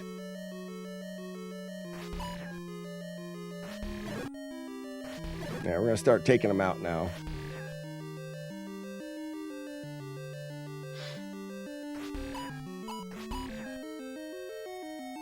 So, it's interesting because in the hole you can't get hit. When you poop your head out, you can get hit by the guy on the statue on the right, but not the statue on the left.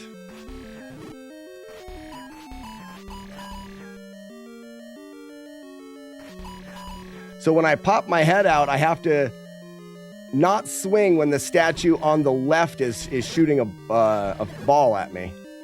Otherwise, I can get hit there. Didn't get out far enough. Nice. All right, one more.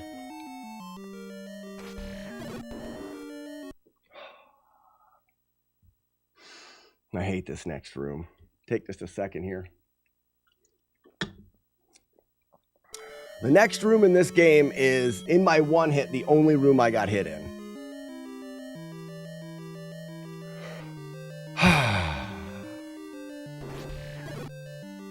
I'm trapped. I need a minute.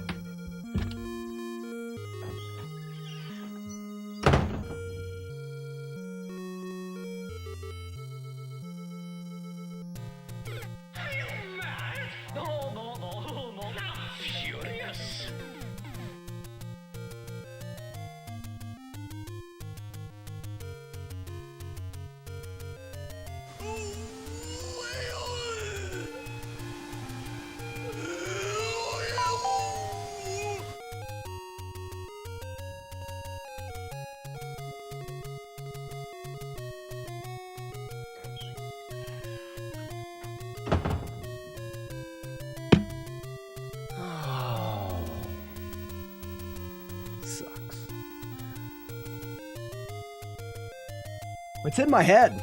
I think I'm going to take a break from Zelda 1. That room's in my head, and it's going to be in my head even more now. I played terrible.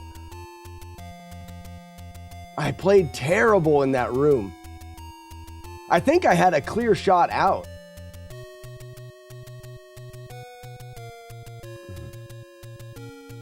The room's terrible. So you can go into that room and have the enemies just like part ways, and you can just walk freely to the edge. But every move that you make, you can get yourself in or out of trouble. Oh man. I'm working my way back through it in my mind right now. I got myself trapped. When I came back into the middle of the room, I'm wondering if I couldn't have stunned an enemy and walked through them to the door. Mick Monkey, was it a bad room? Ah, oh, hate that room so much.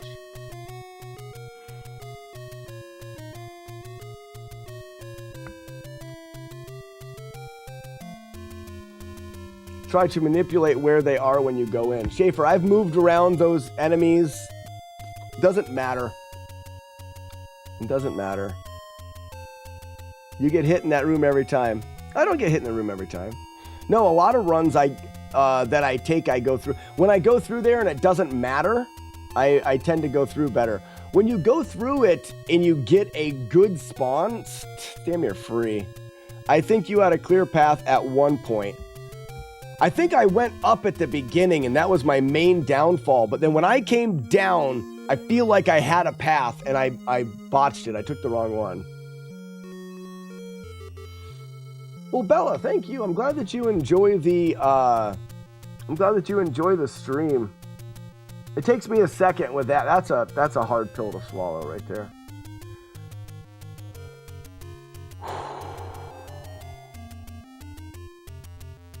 Mm-hmm.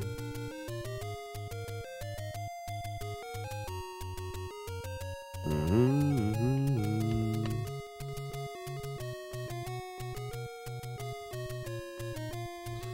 Yeah, and I think that Schaefer, there's a lot of times that when you get to you get to that room, like if you hindsight is 2020, when you're in there and you're in the midst of it, I made poor decisions and I let the pressure get to me. And that's the second time in a no damage run that I've been there, and I've done that. Third time, I think now.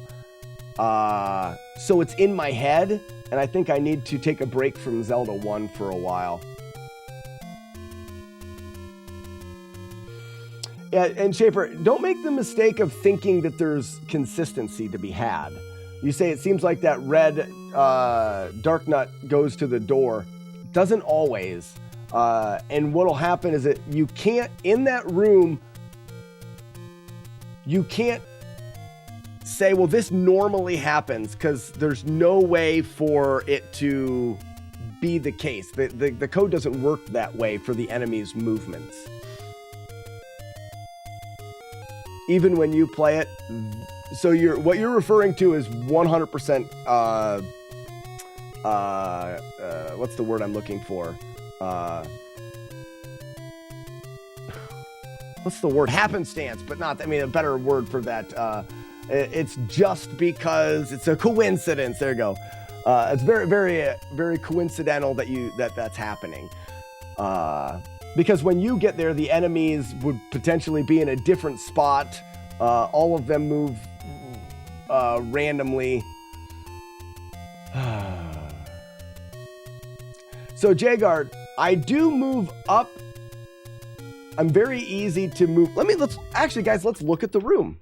Let's not talk about it, and let me show you the room in question. I never beat Zelda 2. That's a tough one. Bella, I have a no damage playthrough of Zelda 2, if you like that game. I really enjoy that game. At this point, I'd much rather be doing Zelda 2. But just for Schaefer, let's look at Zelda 2's easy. I still think Zelda 2 is quite a bit harder than what we're doing here. It's more forgiving because we can control more of it. But A full playthrough of Zelda 2, I still believe is more difficult than this. Yeah, this will be the best thing to do because I can change the change everything that's working. Does he seem to have the spawns as a speedrun do, you know? I don't know. We'll look at it. I don't know what the speedrun gets. But if I could manipulate the spawns and say this is this, and I can go through it and be 70% accurate by doing this, I may, like doing a set of movements, I may switch to a dice roll. So right now I'm using reaction to get there, and my reaction ruined that run. I choked. You can also use a strategy that has a percentage to be successful and a percentage to fail, where you just execute and you run off of the dice roll, and you either get it or you don't get it, but you don't have to rely on your reaction. I'm leaning towards that at the moment. Because my reaction has led me to get hit a bunch of times.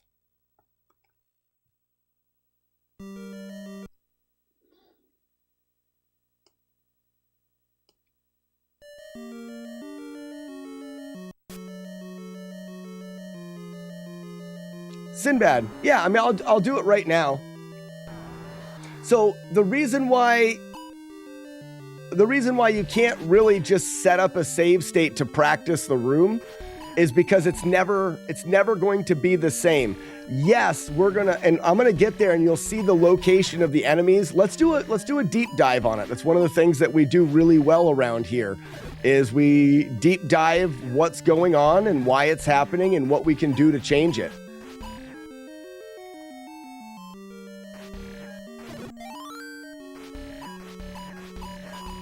So there are a few rooms in this game that I've spent a lot of time on. I spent a lot of time on this room. I've spent a lot of time on Chompy Fourbeaks, the boss in Palace 3. I've spent the most time on the boss of this palace because he is a nightmare. Oh, you weren't? I thought you had one hit left there, guy. Yipe! Run away!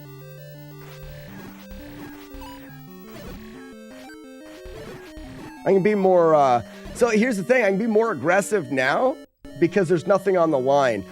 I talked about them earlier. I like to develop what we call 12 beer strats. I like my strategies to be simple enough that I could drink 12 beers and still do them. That's where I want the strategy to be, because when you get super nervous, let's fight this room straight up, see how good we do.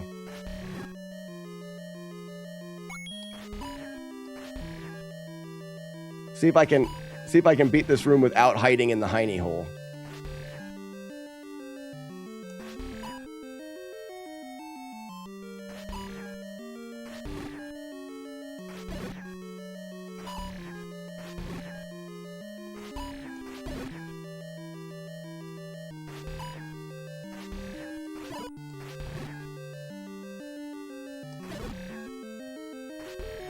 See, without any pressure. All right, here we go. This is the room in question. When we get here, I'm going to save state it right here. This is what we're looking at. Okay, so here's an example of Schaefer. You said this red dark nut always goes towards the door. He's not going towards the door right now. We've got two bubbles, and we've got a guy. My first instinct, because of this dark nut that's here, if he moves right, if I throw a beam, I'll kill him. If he moves up, if I throw a beam, I'll kill him. If he moves down or left, I try to go up because he is going to be crowding this area. It's really all I base my movement off of to begin with. So in this case, I'm going to throw a beam. Oops, I need to get out of this. How do I've got the, there.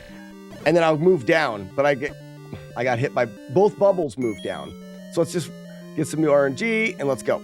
So I always throw the beam no matter what, but if I kill him, I move down. Didn't do it, so I moved up.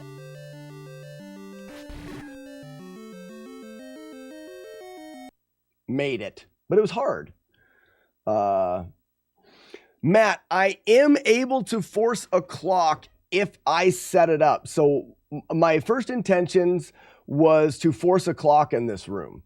The reason for it, because if I could force a clock, I can't force it, but I can make it where one of the enemies can drop a clock. And I believe it can only be a red dark nut. I don't believe the mummies can drop a clock and the blue dark nuts can't drop a clock as well. So the force would be on the red. Well, I found that forcing it, I get hit more often getting the clock and trying to get to the clock than I do not focusing on that and going to the door. So, I could change my kill count. But if we look here, that right there. So I can kill that guy and I can force that to have a chance to be a clock. And then I'll focus on that and I'll end up getting hit trying to get to the clock. Now, if I use my boomerang, I mean, there's some things in there, but I found through practice that I was more consistent, not focusing on that, but just trying to get to the edge of the, just to get to the door. Yeah, why must there's a shutter door, which makes it a terrible room. Slack digs the nigh impossible tasks. I do. So let's look at this again and let's think in our brain holes. So what I like to do is I like to look at this as a chessboard. So similar to a chessboard, we know where the enemies are going to start and we know their movement potential. If I could get these bubbles to not spawn here, which I can, that may be the best thing that I can do, because I have a lot of guaranteed safe movement right now. I can move, let's see, where this guy here, in order to get to me, has to move 1, 2, 3 tiles, 1, 2, 3 tiles. I've got 3 tiles of movement straight forward where I can guarantee that none of these enemies can get me. But these bubbles can move directly down and hit me immediately. So that's the issue with this spawn. If I was to change something, changing this spawn and moving the bubbles away from me, giving me more guaranteed movement could be great.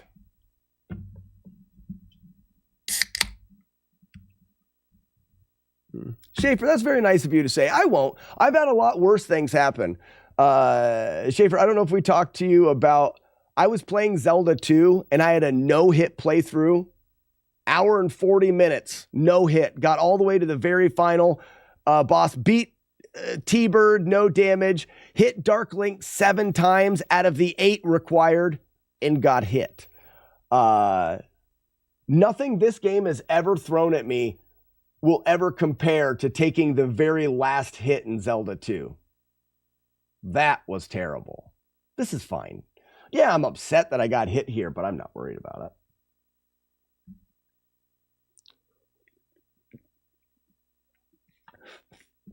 This one was the most upset you've seen me. This isn't bad. I needed a drink, and I wanted to just not be in the room for a second, so I just left. It wasn't bad. The worst was the heartbreak in Zelda 2, for sure. Okay, I got to go back into chat heaven here and see what people are saying.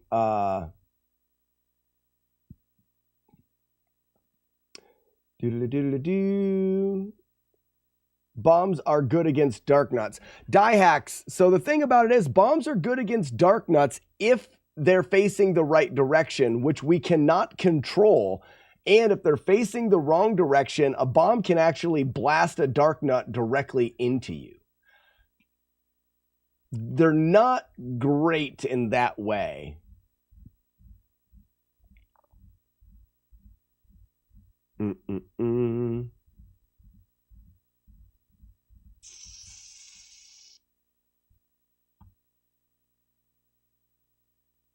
So Vaughn says a red dark nut or a mummy. So here's the thing. Let's look here. So we can actually change the variable. Where's it at? Stored bomb, fairy, recorder counter, spawn counter is 0. This is it. So we are here and this is our spawn variable. Let's change the spawn counter to 1. Now I'm not sure that we can actually make the spawn counter 1. I guess. But let's see. Now this is going to give us a different location of enemies.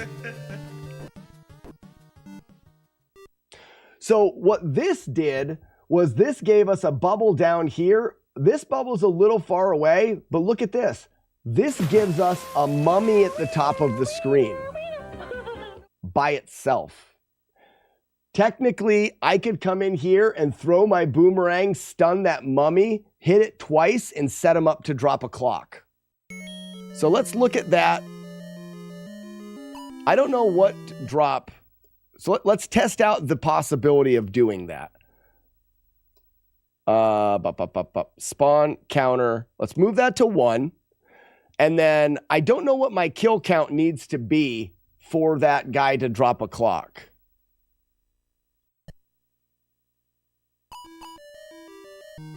Let's get the boomerang out. But if I go in here and I throw the boomerang up. Okay, so I wasn't able to hit him. I need to trap him against the wall. See, there's a problem.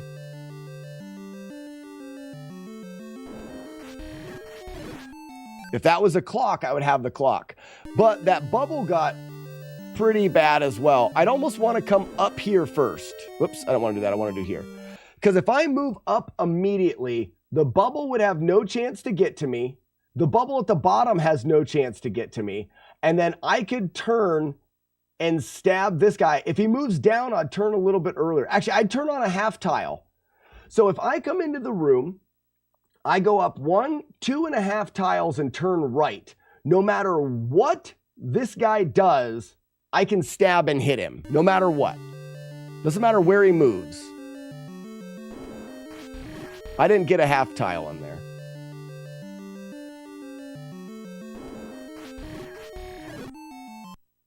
Now the problem is, depending on this bubble movement, I'd have to delay that. I should be able to catch him and not damage boost him. What if I delay a little?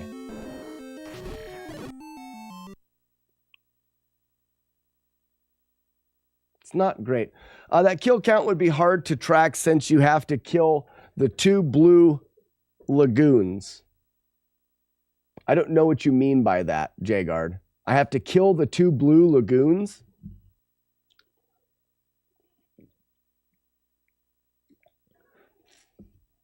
Yeah, Russell, too bad you can't throw bombs. That'd be great.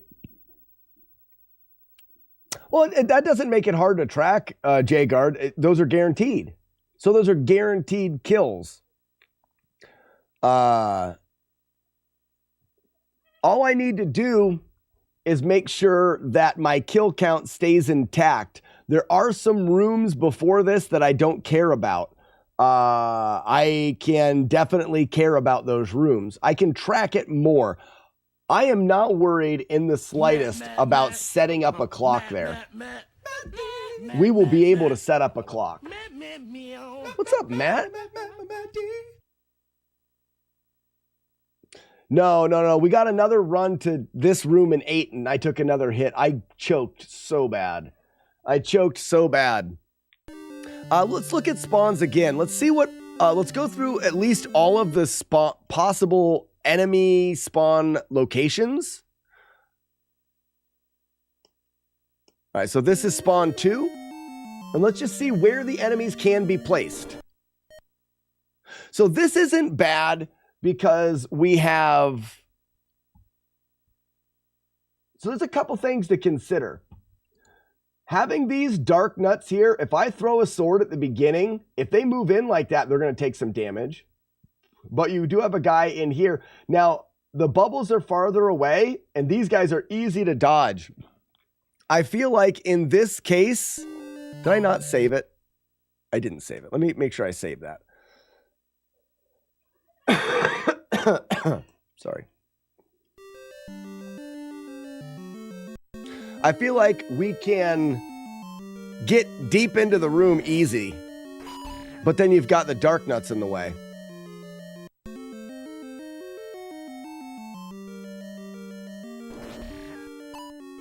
See, getting in there doesn't help me much. Even if you set up the clock, it's still a 41% drop. Right. Well, Vaughn, I think that's on average, it's a 41%. Like I found some enemies do tend to drop it in some locations a lot more. Like I almost bank on the clock drop in Palace 3 from one of those blob enemies. But in Palace 3, I kill a red dark nut, and I rarely ever get that clock drop. I think there's more to it, but we use a general rule that on average, your 41% drop rate.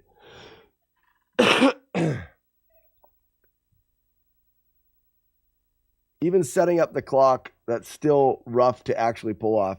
I'm not worried. Like I said, I am not worried about setting up the clock drop. I don't believe that setting it up is worthwhile yet. To get a kill on the clock. Well, Mick Stein? Mick Stein. Like this room wouldn't be too bad because you'd have a guy right here. Yes, you could have enemies move terribly, but let's say for the most part, they're pretty good. And I can move up to guarantee. I guess that pushes them away. In fact, we could do a bomb there and whistle. And that's guaranteed then. So we go up here, bomb, whistle, clock. Oh, bombs don't kill him. Oh, I could stab as well. So I could bomb stab him using the clock, and that could do things. We have options, I guess is what I'm saying. But I don't know if I even think Rupee Blobs is higher. Oh, okay, Vaughn. So that makes sense that it's 41%, but that guy seems to drop it quite a bit. Will the recorder change their path? I don't know.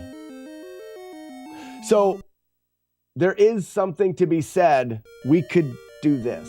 You ready?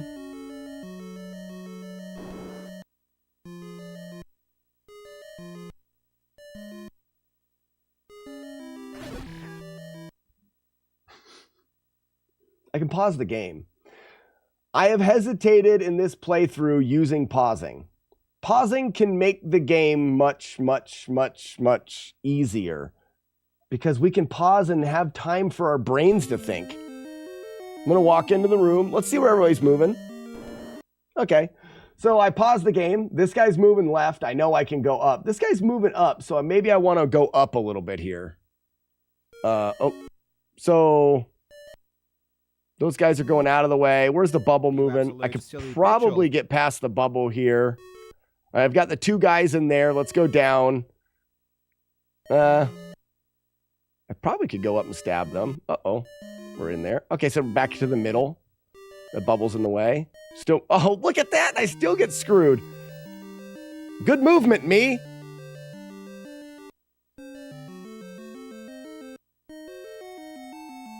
The room is just stupid. Here's the other part. Maybe it's not focusing on the room, but focusing on killing the enemies. So go in here and kill shit so you have less to avoid.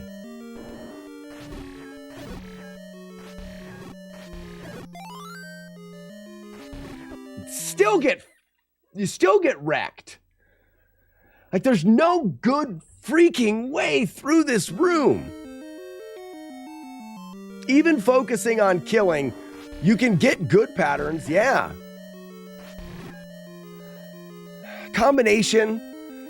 And that's why I go back to this is let's look at another spawn. I hate it. So here's another spawn. Retro Dad says, but pause is part of the game and making it easier. So Retro Dad, I balance that. I balance the idea of using things in the game that make the game easier and being part of the game, like pausing, with the reaction that the casual player is going to use. So, for example, I talk about the cape in the Link to the Past. Cape in Link to the Past makes you invulnerable, makes the game easier. It's part of the game. I'm not abusing it. I'm using it the way it was intended. Pausing the game, arguably, if you pause the game over and over and over again, you're going to get some negative comments from people saying, oh, you just paused the game. When you pause the game repetitively, the game runs in slow motion.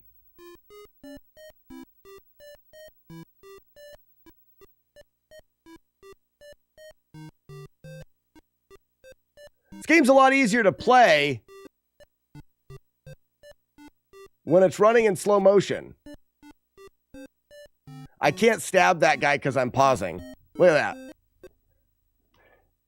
You're going to get some negativity off of that. And I know that you can't avoid all negativity, but that's some negativity that I can avoid. And I will feel better not doing it. Negative comments. Who would do that? YouTube. Didn't you? Well, exactly. Matt D brings up Faxanadu has a potion, an ointment that makes you invulnerable for 30 seconds. I used the crap out of those. I used them and I was invulnerable, and that's what it is. So Retro Dad, it's that fine line, and that's what I like about these challenges is it really matters what it means to me. In the end, the only person I'm trying to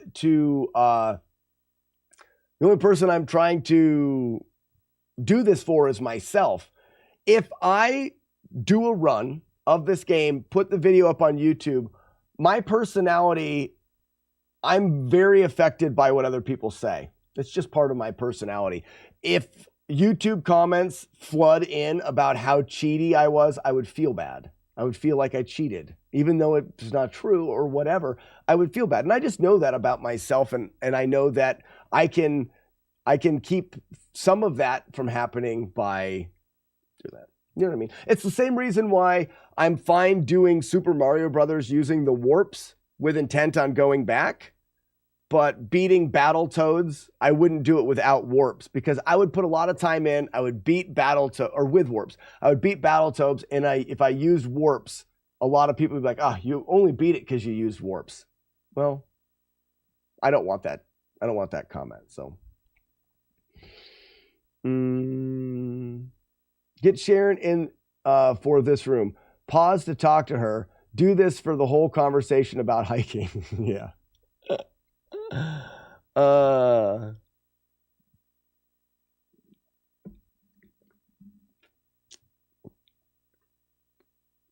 Foxhole, you cannot, they don't go into the exit, so you can't do that.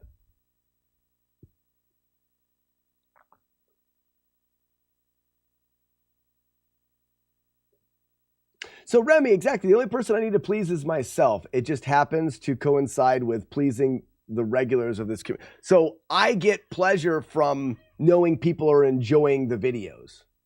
That knowing people are enjoying the run is where I'm like, yeah, I get it through the comments and the feedback from the community. That is something that I value a lot. So that's why it's that important to me.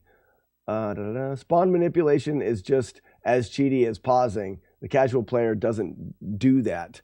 Seminole, there's something to be said for that, but you are manipulating spawns when you play the game no matter what you do. Everything that you do in the game is manipulating spawns.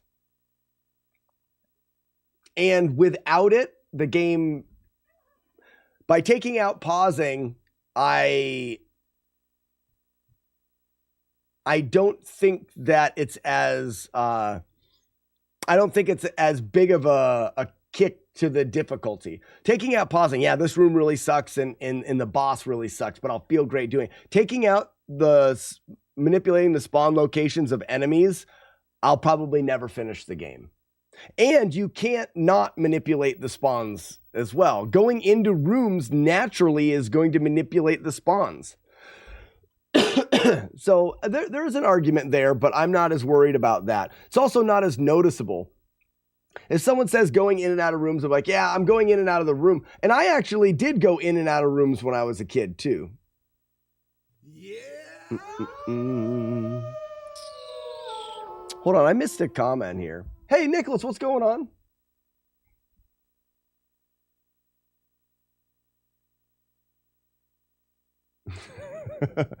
You are going to pause the game no matter what. I missed a comment from right here. Ultimately, it's your standards, right? So for whatever reason, they exist. Correct.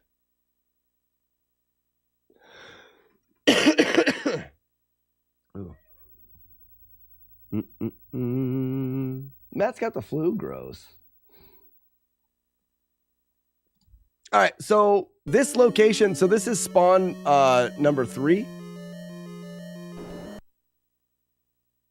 And this has the bubbles the farthest away, which is nice.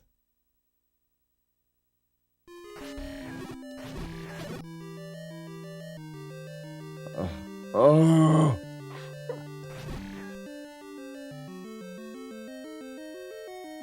This is why I've given up on this room. The reason why I've given up on it is I just have not found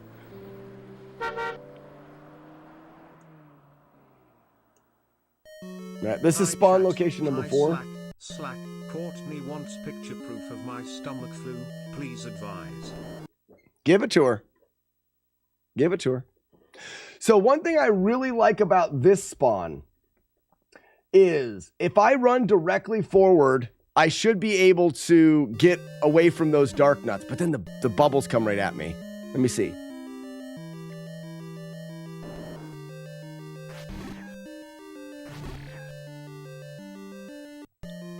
So the bubbles are far away in this spawn, which I like. Gives me a lot of time to work on enemies. Oops.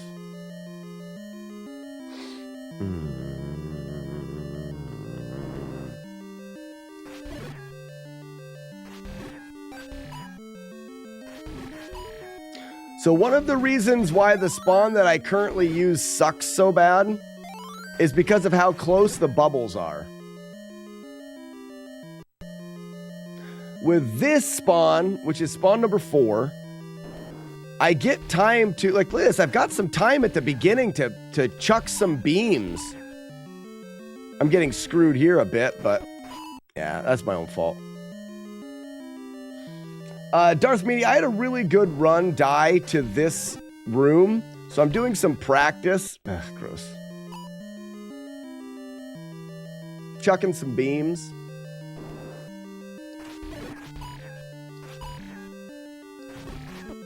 I should have just ran.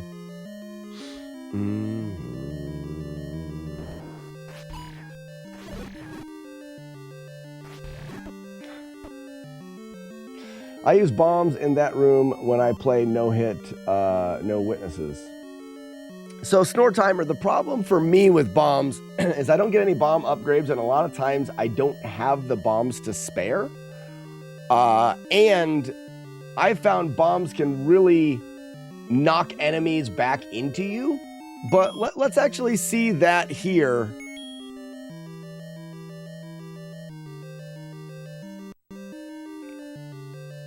Because what if we did this?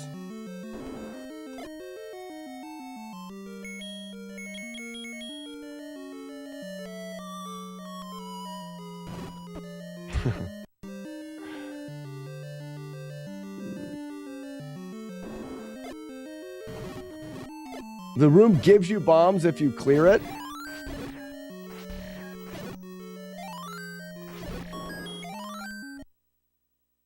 That's something I didn't know. Yeah, Angramstein. Mick Angram. I got to think of a way to say that. It's not the whole Mick Angramstein. This does seem promising, and the idea of bombs is kind of nice in that the bubbles are away for a while. Yeah.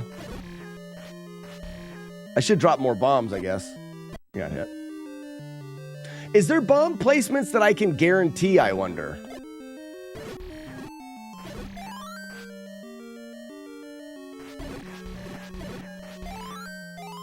Piss.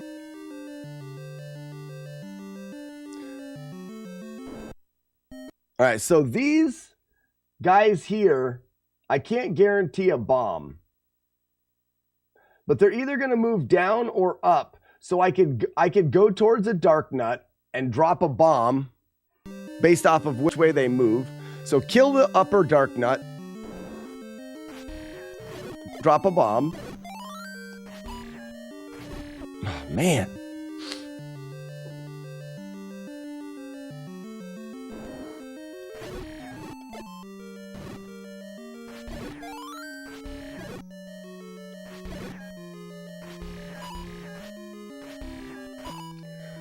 So there's two things. Not doing that. Not doing that. One of the reasons I'm not going to go for the full room kill is I'm going to have a hard enough time doing it and then jack your heart rate up and be on a no damage run. No, I don't think I'm going to do it. I can continue to try, but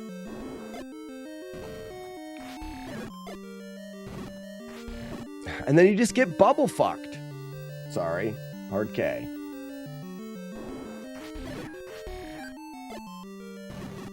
When the bomb is exploding, you can't see the bubbles. I don't like the bomb because it disguises where the bubbles are moving.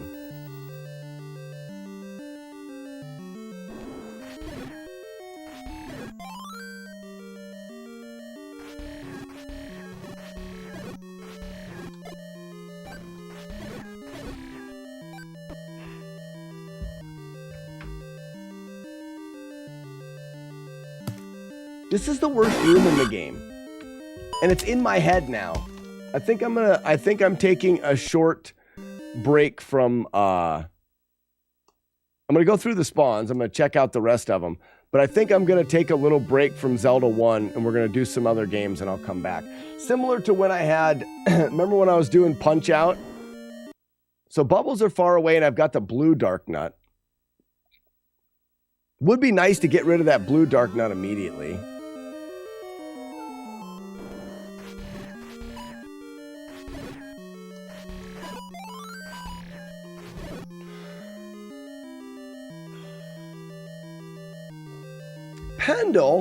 Pendle, thank you for the Twitch Prime sub and welcome in. There's got to be a way to get from the door to the staircase YOLO style.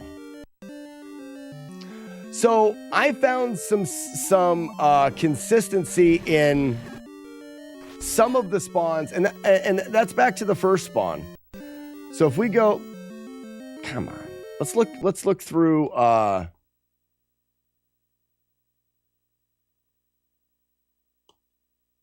Let's look through 6. Let's look through all of them. It only goes to 8, I think.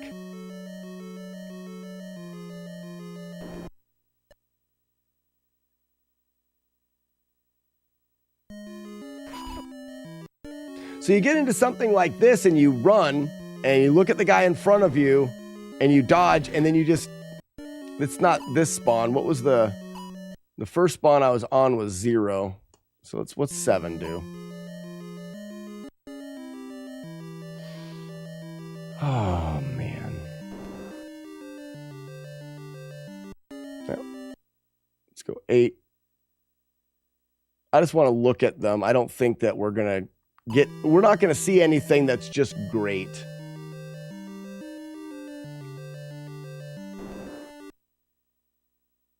The only thing I like about this is we've got all mummies all the time. That's what you want right there.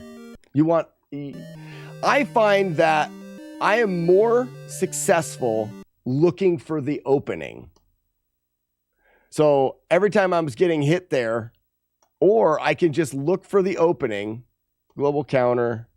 No. Wrong one. So this is where we are in the normal run. And my go-to is walk in, throw a beam to try to kill that guy, kill them, and then look for your opening.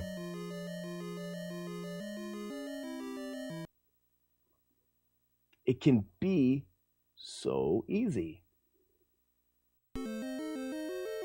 And sometimes completely screw you.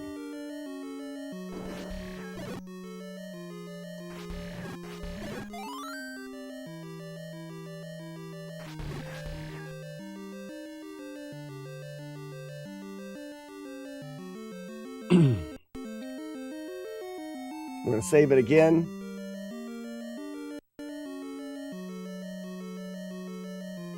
Yeah, it's 50-50 on the first guy. Well, yeah, a little bit better odds than that because, look at this. That's all I got to do, and that's what I've practiced. A little bit better odds because there's two of them. Angram. If the first one doesn't go up, you can kill the second one behind it. This is Judge Judy.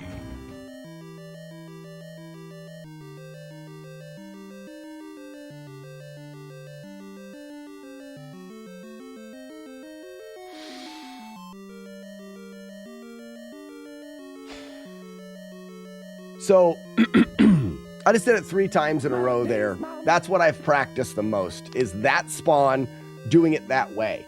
You've got a good chance of eliminating a dark nut at the beginning, and then you just react. And if you get bad spawns, you get screwed. The last 2 times I've been through there, I've got difficult spawns and kind of got screwed. But this time I didn't react very well. And I think it's because the room is in my head. And I think the best thing that I can do right now with Zelda is take a few weeks off, learn something new. I'm not going to forget the run. It is so ingrained in my brain now. I'm not going to forget the run. I'm not going to lose anything unless I take a year off, obviously. But I think I need to take a step away from Zelda because when I was stuck on Bald Bull. I was doing Mike Tyson's Punch Out, and Bald Bull ended like 6 runs in a row. And every time I got to Bald Bull, I was itchy trigger finger to dodge, and I kept getting hit. And I took a break from that. I went back, and we got Punch Out in like a week. Who's got 2 thumbs and has no complaints about this? This guy. Weeblo, what do you want to see next? Ninja Gaiden 2? We're going to do some Darkwing Duck right now, though. I'm not seeing any thumbs.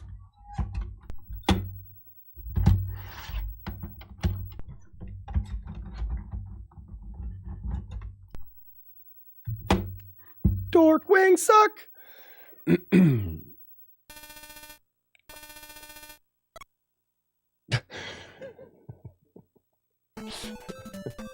I don't know if I've ever heard anybody say that, Weeble of Doom. Retro Dad, we're almost done with this one. Darkwing suck! Darkwing suck! Claws our master. Claw chooses who will go and who Darkwing suck! been chosen. That hurt today.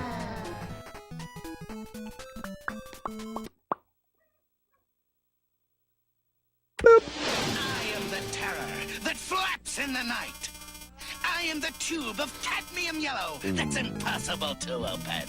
I am Darkwing Duck.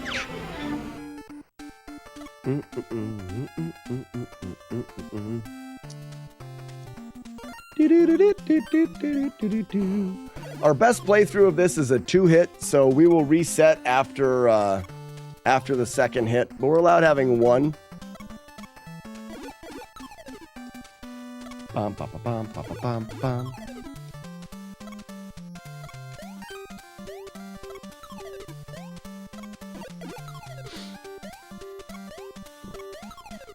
Now, what we'll probably do if we start learning a new game, it'll probably be...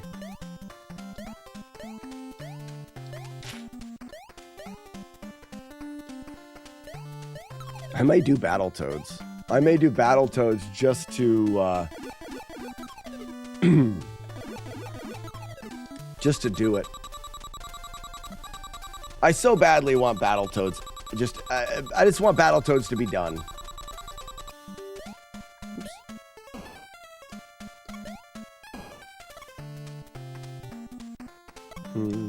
Terrasano, hello there, welcome.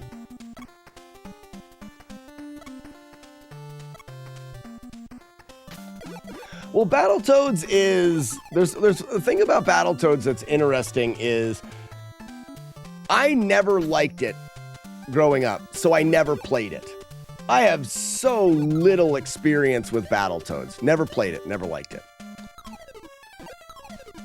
I remember it being hard, but when you listen to people on the internet, Battletoads is just so ridiculously hard.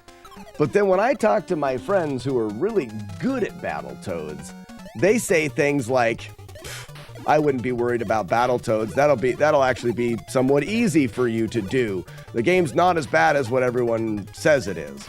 So I hear comments like that, and part of it is I'm curious.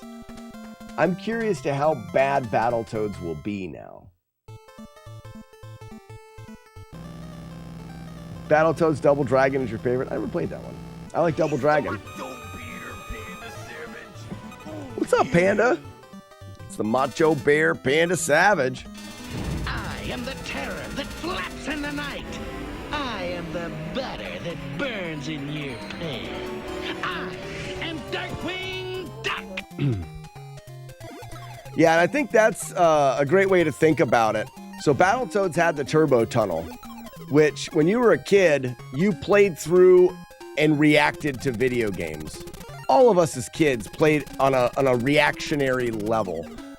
Turbo tunnel you have to memorize. Most kids were not in gaming to memorize what to do. They tried to play and reacted to what happened. And you can't beat the turbo tunnel reacting. I mean, I guess you probably could, but it's very difficult. So most people gave up there, whereas now I'm an adult, and I've got big boy pants. I can memorize the turbo tunnel, and I think I'm not going to have... I don't think I'm going to have as much difficulty as I did as a kid. I didn't get through the turbo tunnel much as a kid. I think I did a couple times.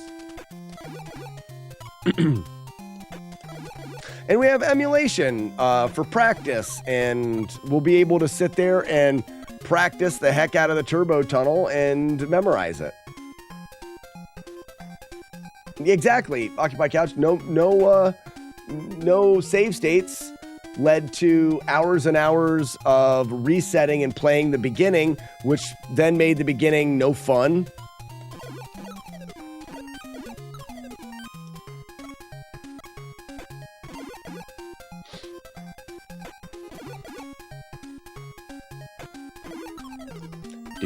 Do.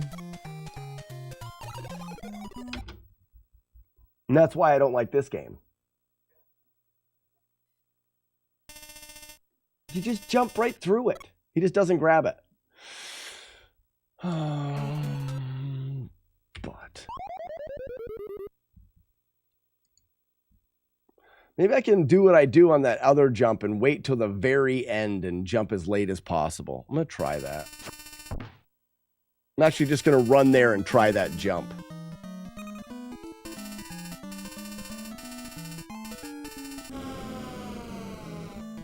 I want to go bowling with you, Weevilo. It's funny, I think I have positive memories of Battletoads mostly because of the Double Dragon Battletoads game. I love Double Dragon. Never liked Battletoads.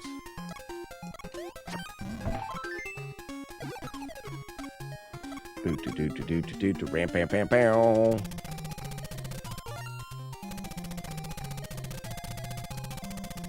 That's so dumb.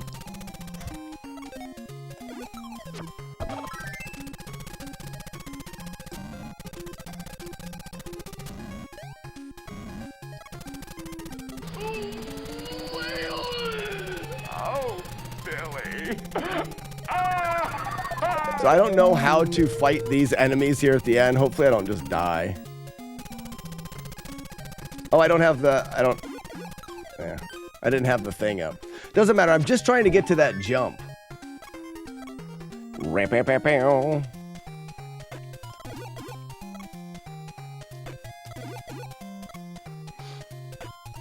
This one's hard to jump. You can do better on this guy. I don't jump them in the playthrough because I get hit too much trying it.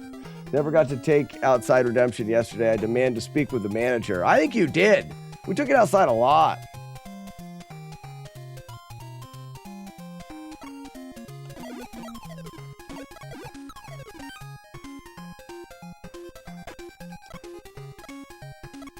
So this jump here, there's a jump earlier in the game where I wait until the very end and jump straight up. That's what I'm going to try here. Okay, it did. It worked. Aha, good.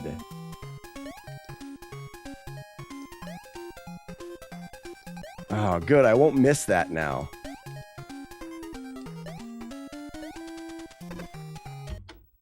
Good. Okay.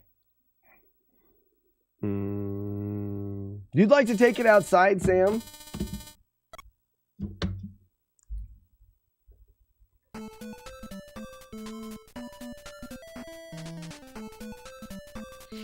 I'd like to punch something that's alive but not hurt it.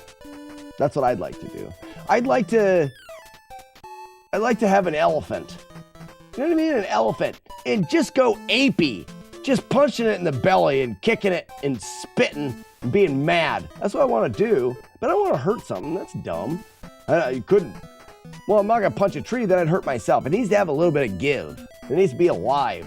Right? That way I can be like, ah. Have you ever seen Kung Pao where he gets mad because he can't pull the little pyramid things out of the wood thing and he just starts screaming and shaking his fist? Kind of deep in my soul, that's how I feel right now. Firstly, in the chat early today. Okay, LaWood 2.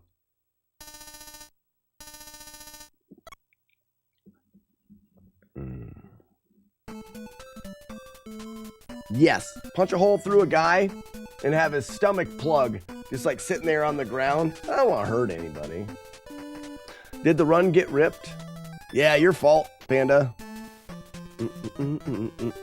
Dork wings suck. All right, fine. Some people want to take this outside. We can do it. We're not going to pee on any birds, though. Let's go. You guys know the game. You know what to do. If you're on TikTok or YouTube, you can't play the game unless you want to come over to Twitch and be our friend. I'm over here by myself. Scarpump gets an early jump. Oh, he releases me. That's what the coffee will do. Coffee gives you that boost and a jump start. Come on, Spoons. This could be a massacre. Doesn't matter. Games programming allows the buckets to win. Look at this. We're going to get destroyed.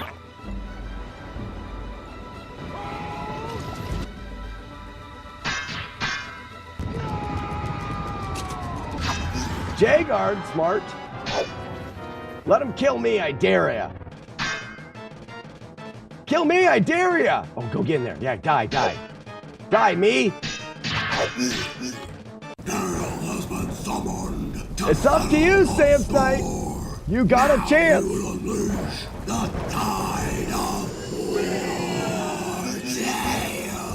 We'll settle the score. Someone heal Sam. God, yes. Good try. Good try.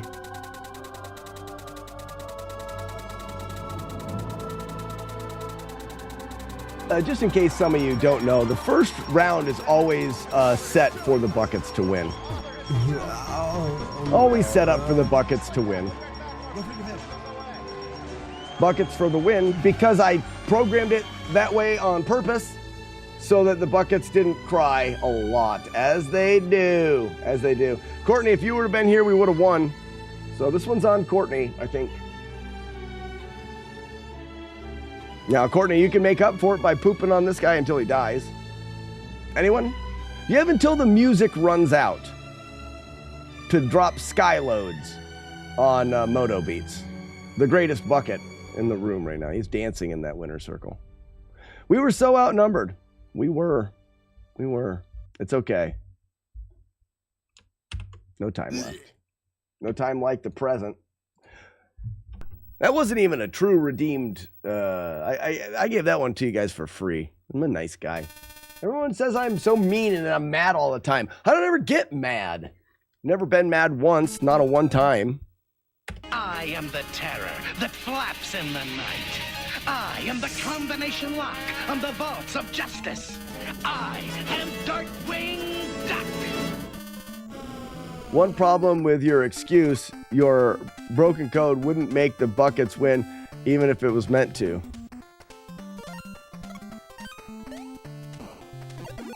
Yeah, it does. I won that. I won that hard. Too much multitasking. You're working too hard, Courtney.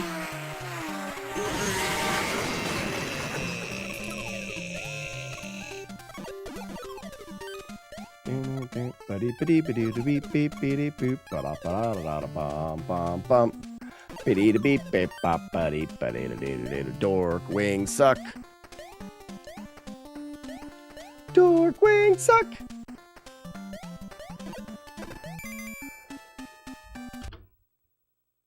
Argument demolished.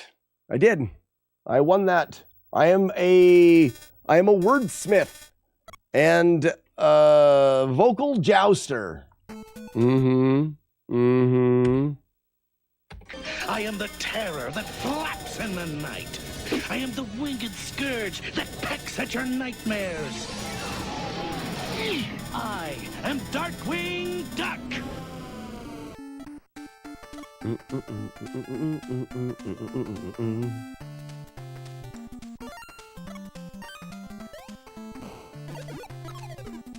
Beep-beep-beep-beep-a-doo. Dorkwing suck.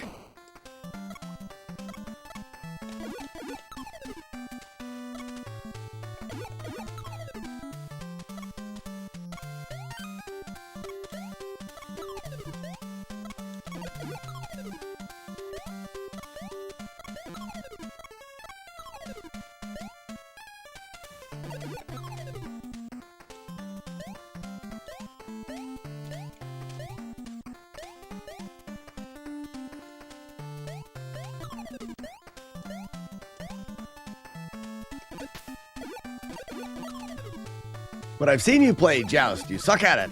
That's not true. I beat Joust, I think. I think Yves and I beat Joust. How can I suck at a game if I have bested it?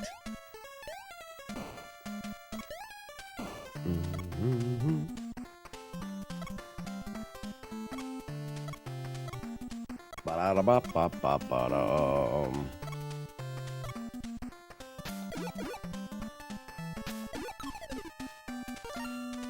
Don't want that. Don't need any extra ducks here. I give the proper amount of ducks. 0. Giving 0 ducks. Give 0 ducks. I think TikTok's down. Yves can't carry me.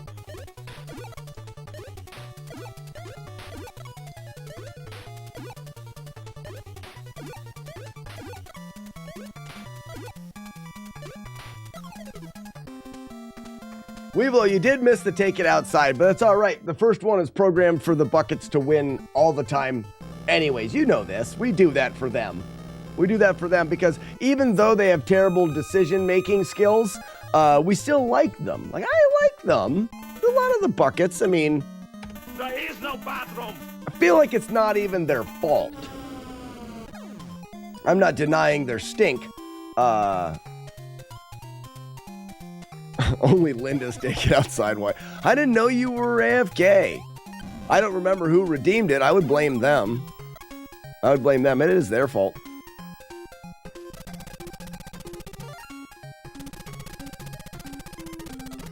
Be-do-do-do.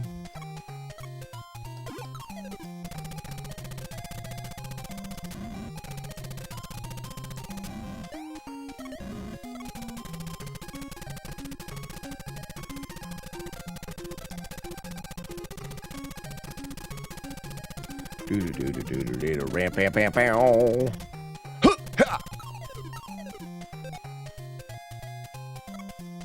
TT still up? I don't know. No one said anything over there in a while.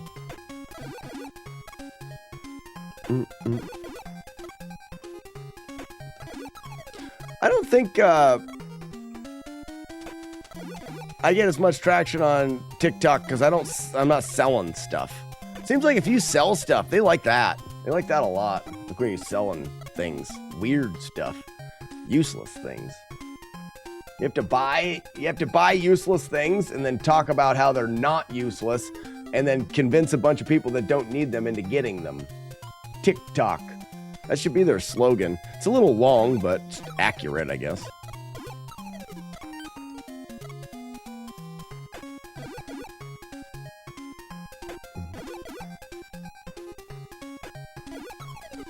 Slake. You are awesome. Who's Slake? Got it. See, that works perfect.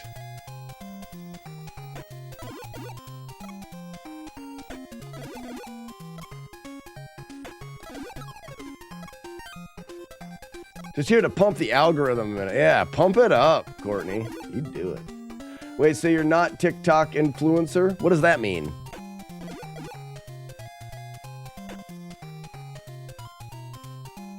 Speak it and say. Slack. Damn, speak and say. Oh, yeah, because you're using the thing. Oh, I almost got hit by that red ball.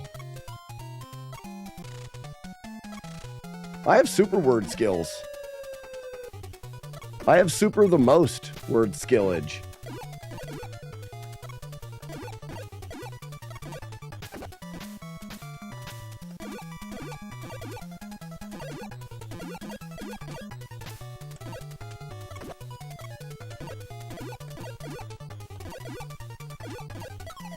Got him. Just not reading comprehensive. LOL, I kid. Mr. Sink, I also read flawlessly. Honestly, like what you said there. LOL, so you just not reading comprehension, and I know acronyms great. Load of laundry, I kid. Load of laundry.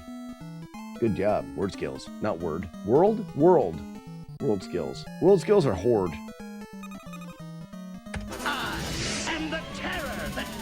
Nino, speak word well. I am the onion that stings in your eyes. Horde.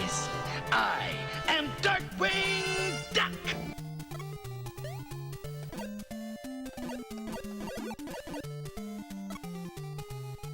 I think I'm too far forward. There we go.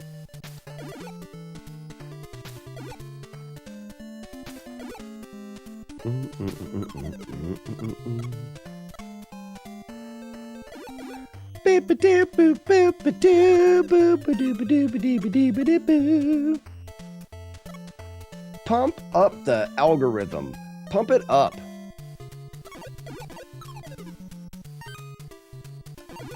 Watch out that you don't catch something while you're over there, Courtney. Piss. Almost got hit.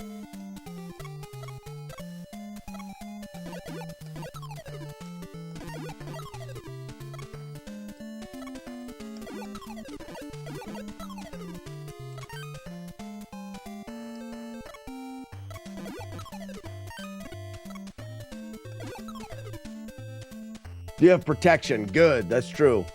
Better double bag it.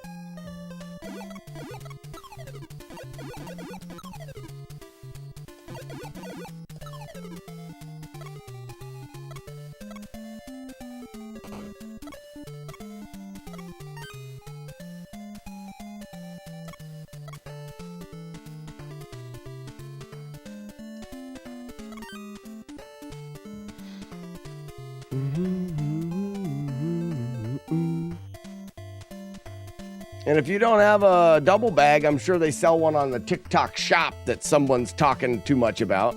Probably. You know what I mean? Look at this thing that I bought that you don't need that you should buy. Peeing your pants is cool. I'd like to go back through and watch a Adam Sandler marathon where it's just watch all of his good movies. Maybe we'll do that for movie night. I hate this boss. He's stupid and dumb.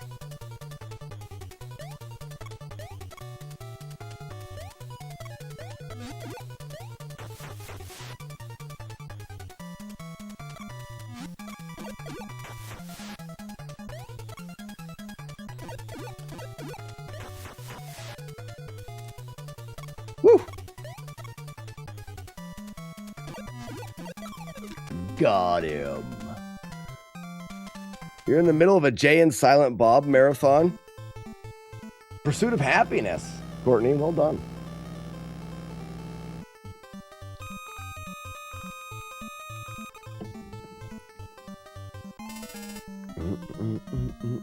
I am the terror that flaps in the night.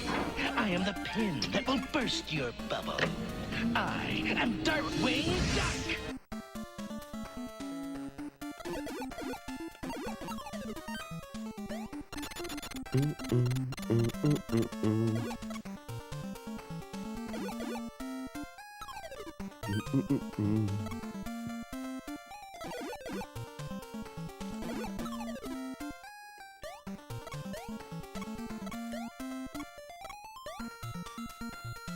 Ring, bing, bing, bing.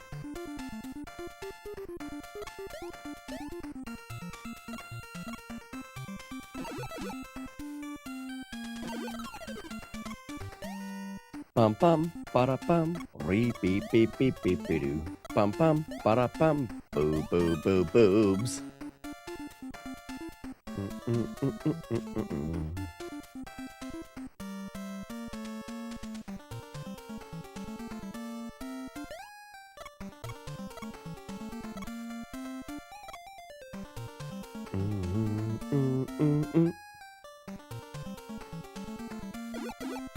Got him.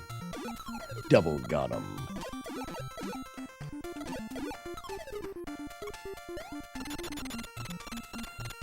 Ring, bing, bing, bing.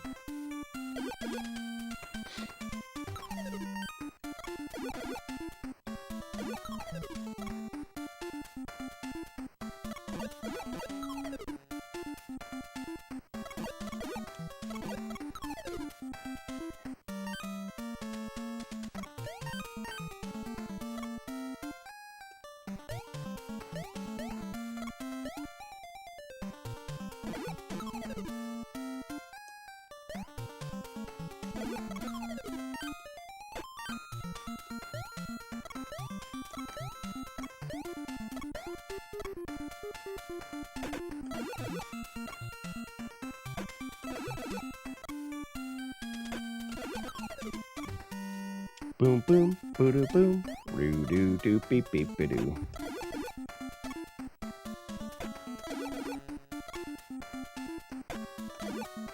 Whoops.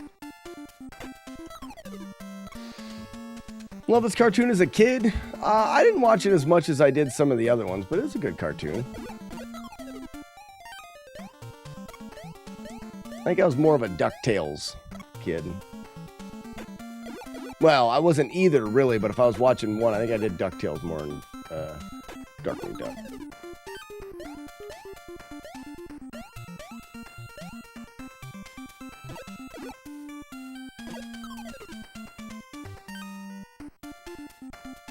Boo-doo-doo, beep-beep-be-doo. This boss is hard to do perfectly. It can be, anyways.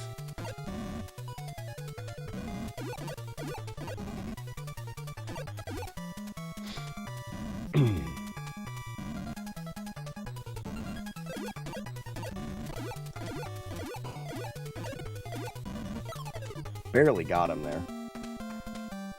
Ba-dee-ba-dee-ba-dee-boo.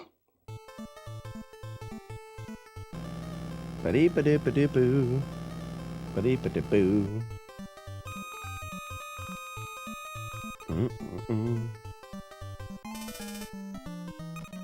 I am the terror that flaps in the night. I I am the jailer who throws away the key. I am Darkwing Duck. 1 and go. 1 and go. 1 and go. Boobs and other things. These are all the things. These are all the things. These are all the things that I like. Boobs and other things.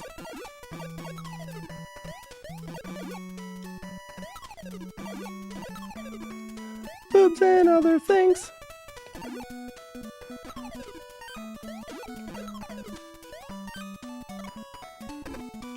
What?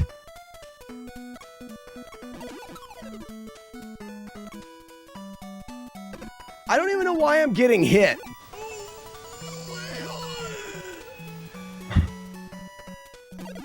I don't even know why I took either of those hits.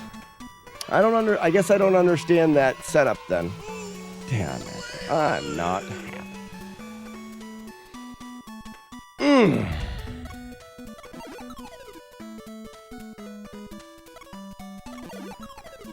Boobs and other things.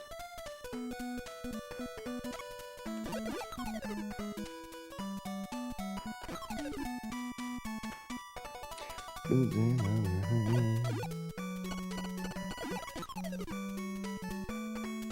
Boobs and other things.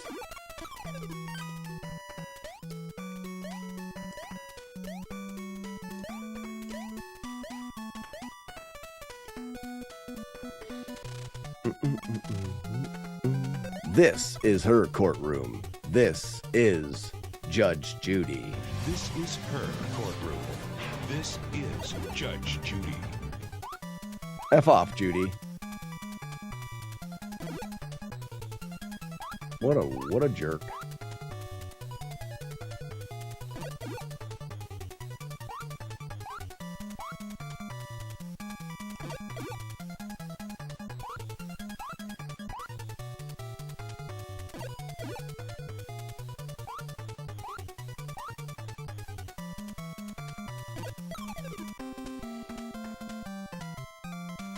All right, I have to look back at the jungle stage. I gotta look back through there and see why I messed up there.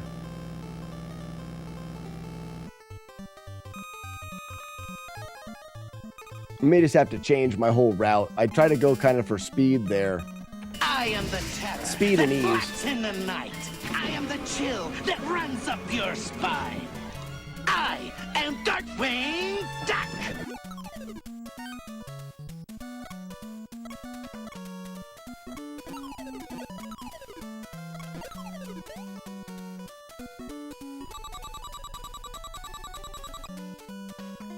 This game is cool. This game is interesting because it's such a it was such a late addition to the NES library that it wasn't played by that many people. Uh-oh, we're low on gas. Got him. And I had to do that because I'm so low on gas.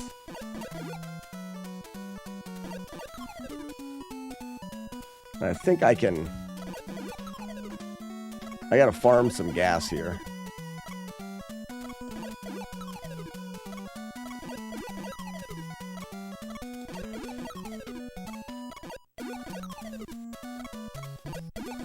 A big tank would do it.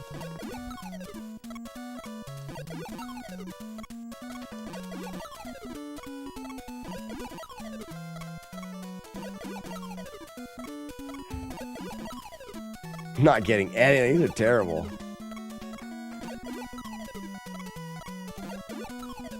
What?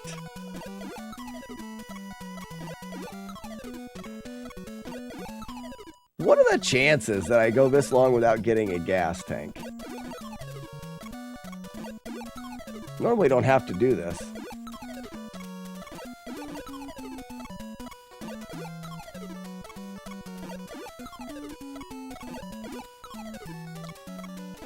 This is absurd. Oh, there it is.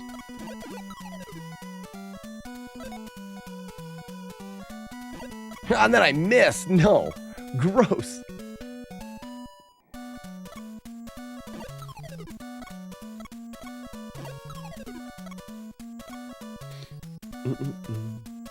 I got more here, so I kind of can refill, but I need to have 2 shots there. Don't really have to worry about it the rest of the run.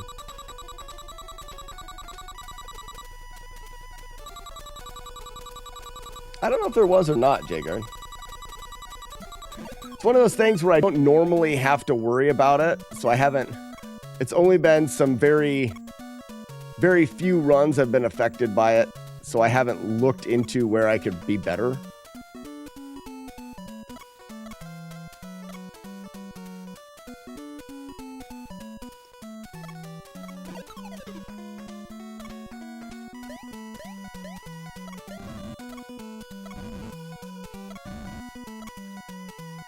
And then here, we do have to worry a little bit about it as well. For that guy. But then we get more right here. And we don't use gas on this boss.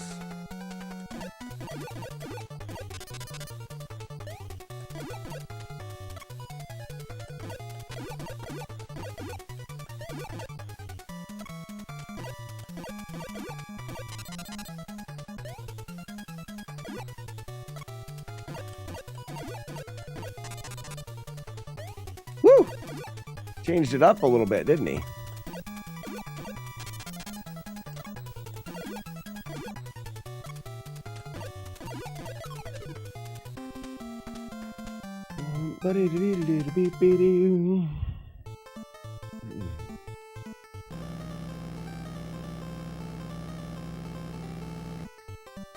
Ba-dee-ba-dee-ba-doo-boo.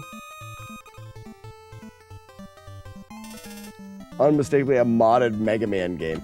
It's very similar to Mega Man. Very similar. I am the little mouse that eats your cheese. I am Darkwing. I wasted a shot there. Whoops. I normally shoot this guy in the air, so that was weird.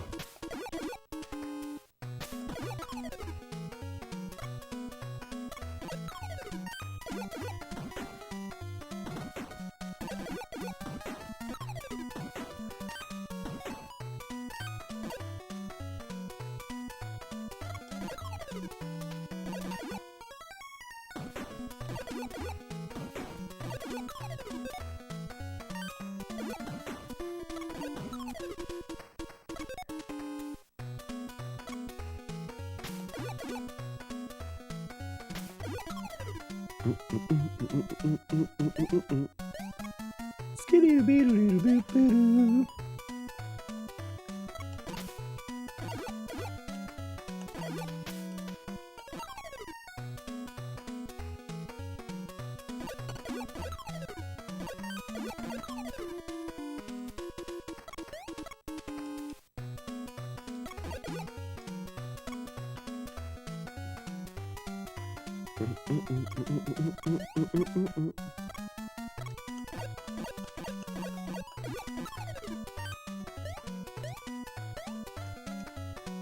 I never press right far enough there.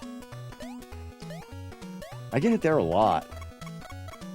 I think it's just one of the more accurate jumps in the game, but I gotta make sure that I'm pressing right enough.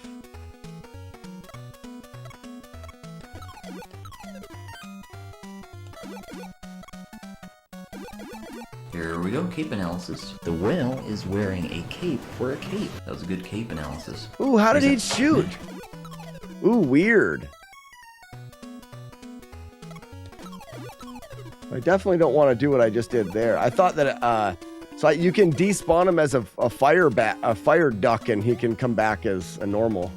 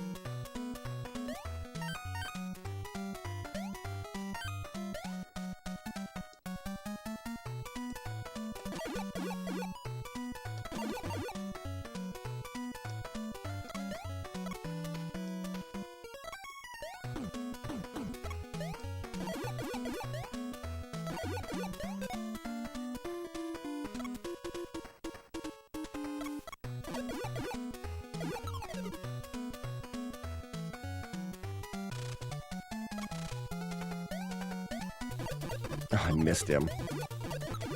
So that's gonna be something we're gonna have to deal with there too. Just the randomness of this last boss. We're gonna lose some time, potentially lose some runs there. I wish I could make this boss more guaranteed, but I don't think I can.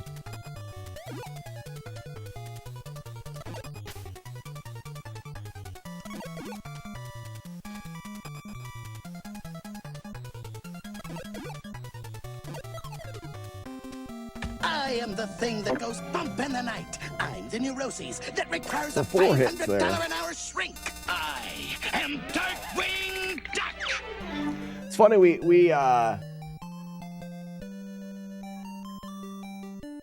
Diamond Dog, it is kind of funny. What's up, Derek? I'm gonna look at that. I need to look at the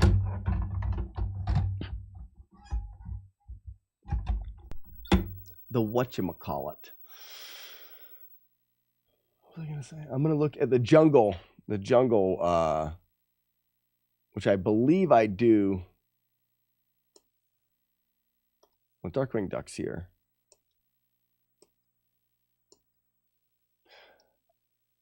We decided to do Darkwing Duck as a fun, like, easy, fun game to play. It's turning out to be less easy. Still fun to play, though.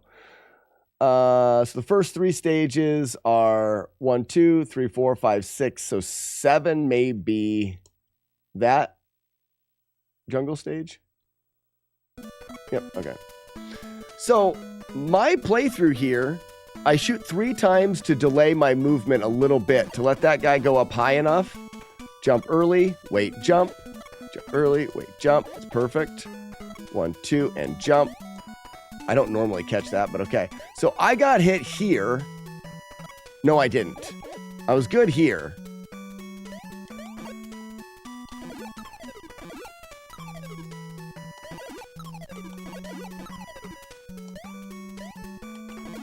Boobs and other things.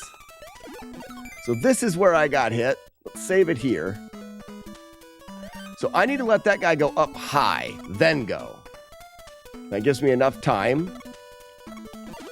And then I got hit here too.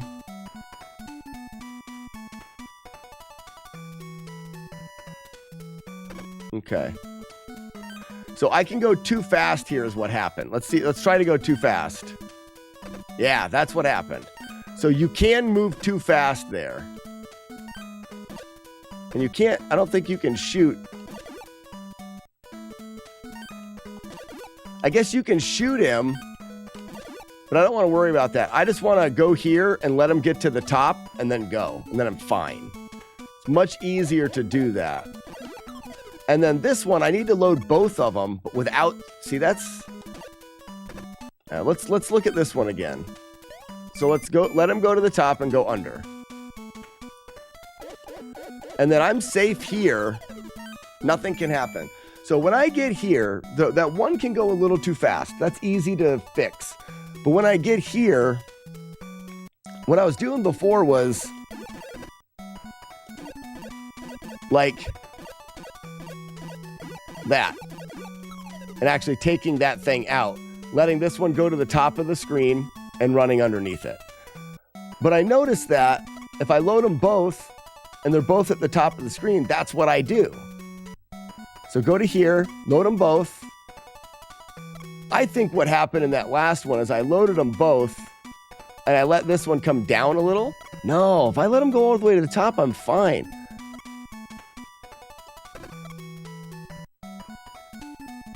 So the important thing is let them go all the way up.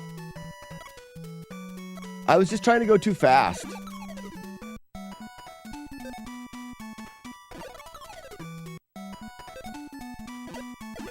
See, and then that doesn't, whoops. Attacking these guys does not do me any good. All the way to top, boom. Okay. Yeah, I was just a step too fast.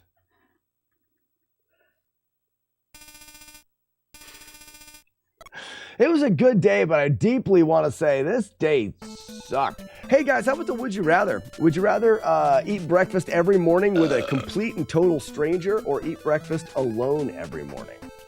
I know my answer.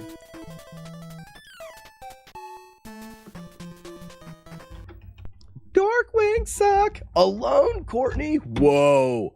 I would not have expected that. Alone? All of you guys eat... Oh, man, weird. Weird.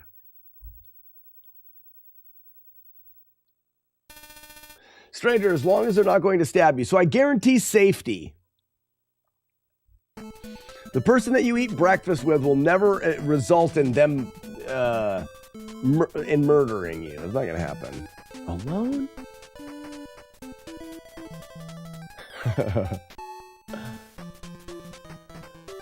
No talkie before coffee. So, Angram, I'm with you. I am with you. Thank you for stopping by as well. I think, Mick Angram, I think this is the first time I've seen you in the stream. It's been great having you in the chat. It sounds like you have a good knowledge of the NES library as well. Consider checking out my YouTube channel's got a bunch of these challenges that we've done.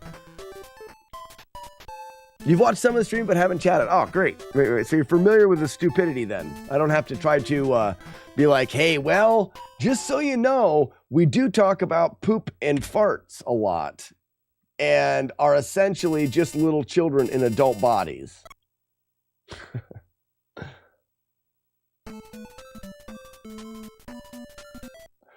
But I'm a swamp witch. I am the terror that flaps in the night. I am the tube of cadmium yellow that's impossible. It's good for you to push yourself into uncomfortable. Oh yeah, Rissa, so with me, I value meeting new people. I love meeting new people. I think that's why I like streaming. One of the reasons why I like streaming so much is I love meeting new people. I love talking. So eating breakfast with a stranger every morning would be great. That's once a day you're guaranteed to potentially meet somebody that could have such a positive effect on your life.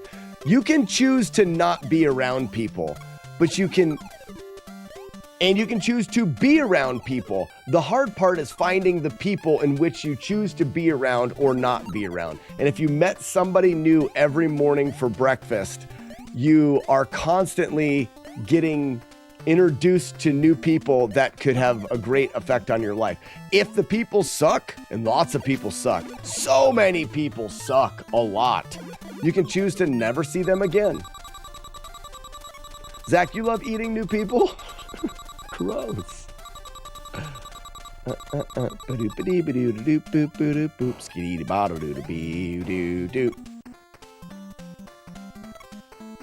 Oh, so Courtney, in your job, you already meet new people.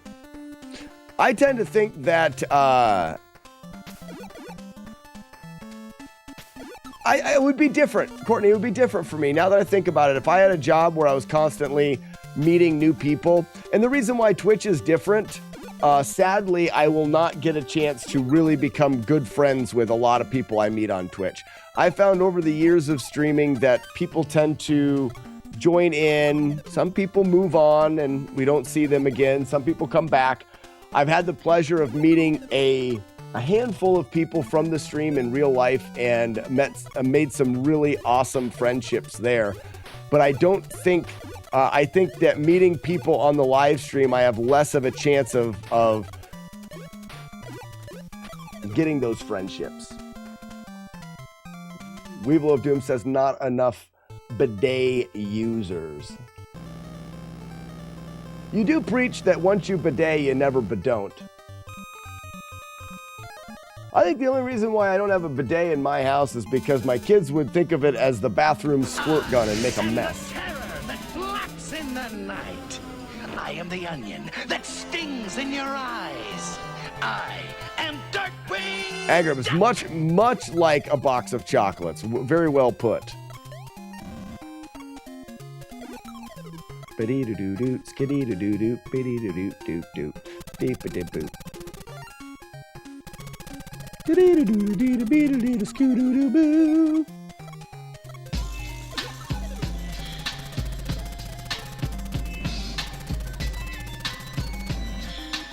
Bo, yeah.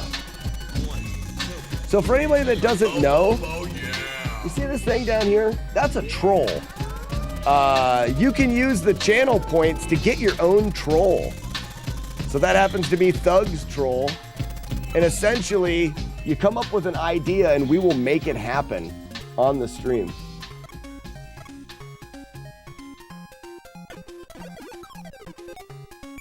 You can double shot them and kill them at once. That's great. If I ever got...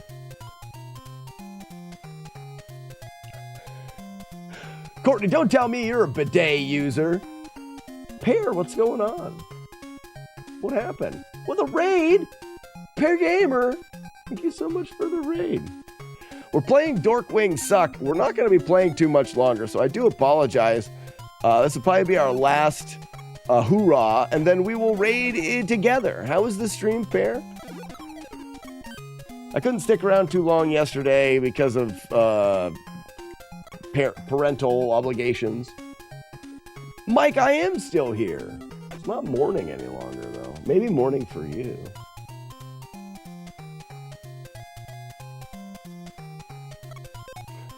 I go to my brother's house just to use his butt sprayer. Really? Well, that was a bad shot. Bad shooting, Tex. Ram pam pam pam.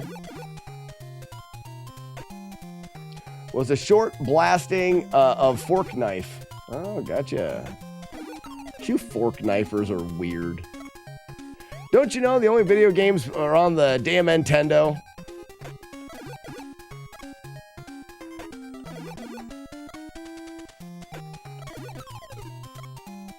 I went to bed about 10 minutes into your live, and you're already awake? How long have I been live streaming for? 5 hours. You need to sleep more, bud. Or not. You do what you want. I'm not your mom.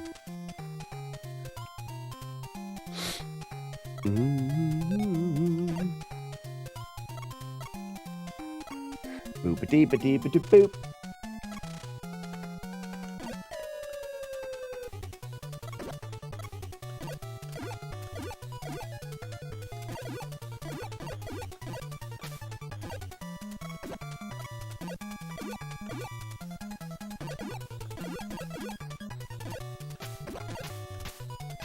You're dead.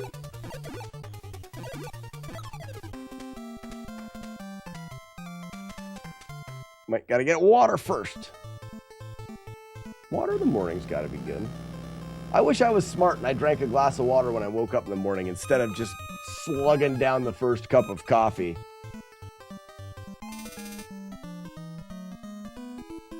You even asked for a sultry good night and I did not put out?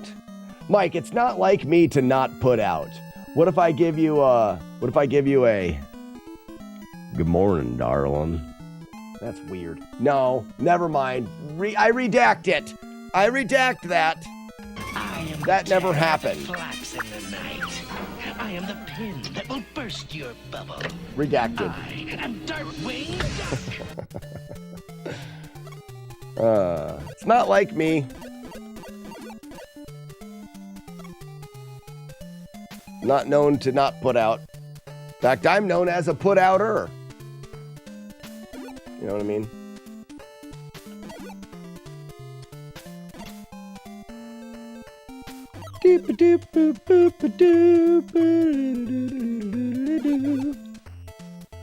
Bum-ba-bum, scooby-dooby-dee-boo, beep-a-dee-ba-dee-boo. Murder, murder. Very nice. Murder, murder. Double. Triple. Yump. Good yumping. Move to here. Wait. Shoot, shoot. Shoot and shoot. Perfect. Identify code 187MDK. Murder. Murder. Death. Kill. Kill. Murder. Death. Kill. Murder. Death. Kill. Skee-doo-doo-doo-bee-doo-doo-boo-doo-boo. Boo-doo-bee-doo-doo-bee-doo-doo-boo-doo.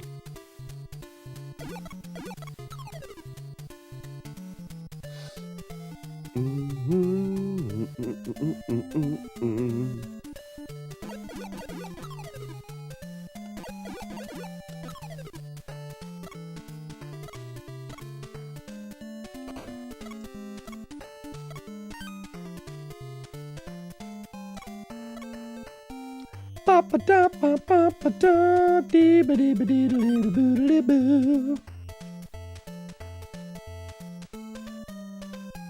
read the comment above and below.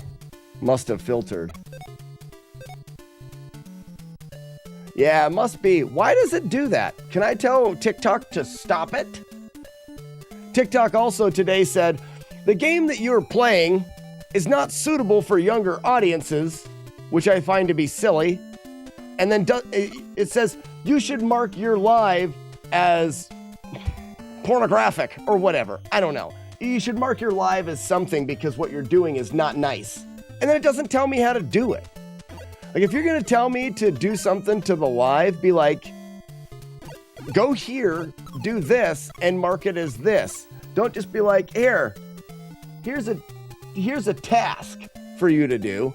Just in case you're not busy, how about a task to do that you don't understand? Stinking TikTok jerk. I'm not mad. Uh-oh.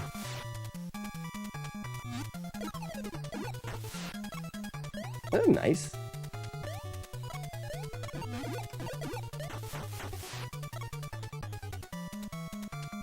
Crap. Oh, double craps. Super crappy.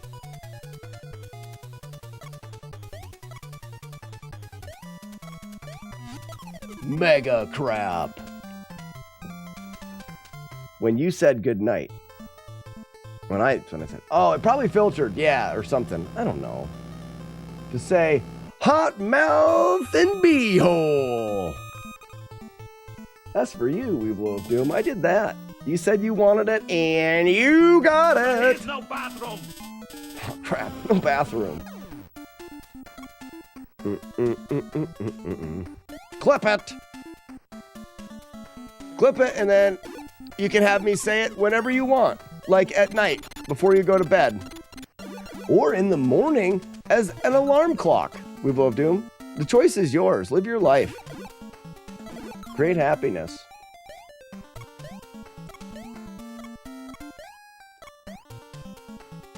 Do do do biddy biddy biddy biddy boo boo doo boo. Ree bee biddy boo. Bum bum ba da bum.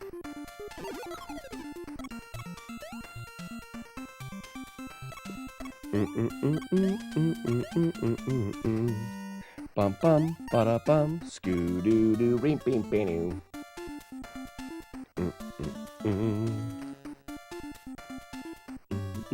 Beep beep beep doo.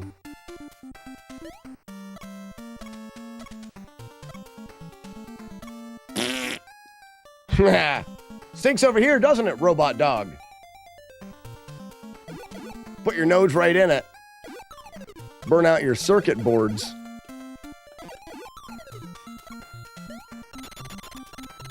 My phone make ding. I must look. My wife is talking. Everybody shut up. I'm talking to my wife. Okay. Doo doo scooter boo. Doo doo doo boo doo boo doo.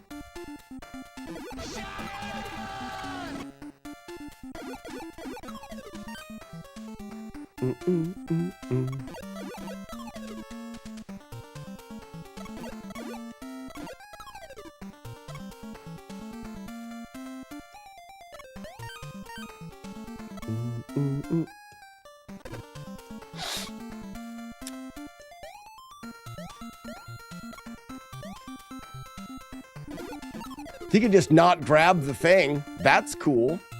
That's like my favorite. It's like my favorite ever. Oh, Billy.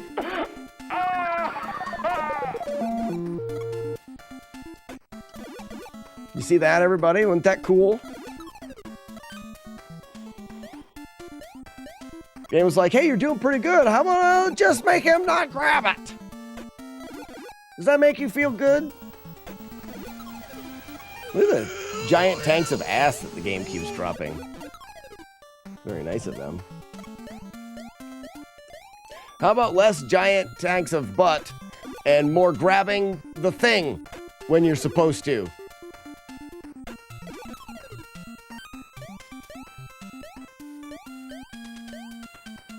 I wish it was different than it is. End statement. Like, I don't have to grab anything. You just have to, like, fall onto the thing and hope that the game says, grab it. There's no, like, pressing the button at the right time. There's no whatever. You're just like, well, I hope it works this time. And that's super dumb. LB.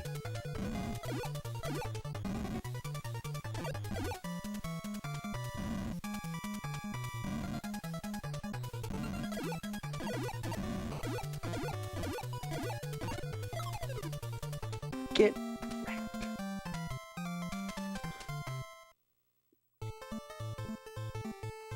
Courtney, what did you do when you didn't have any Fs left? You know, after they've all been annoyed out of you? I always wonder what people do when they're out of F. I am the thing that goes bump in the night. I'm the neuroses that requires a $500 an hour. Hey, let's see if my stuff works now. 1, 2, 3. 1 and go. 1 and go. 1 and go. Boobs and other things. 1 and go. These are all the things that I like. Boobs and other things.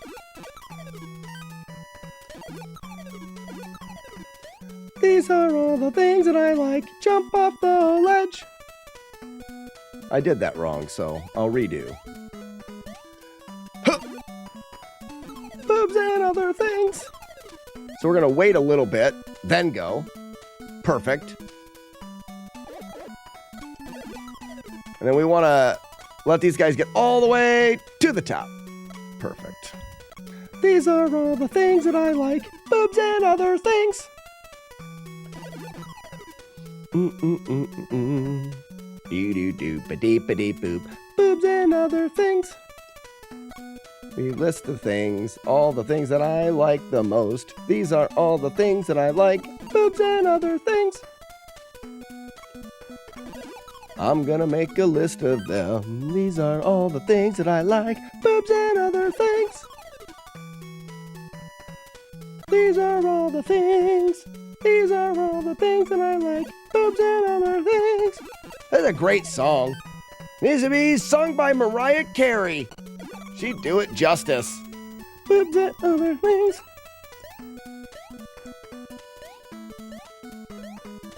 These are all the things that I like. Boobs and other things. This is her courtroom. This is Judge Judy. This is her courtroom. This is Judge Judy.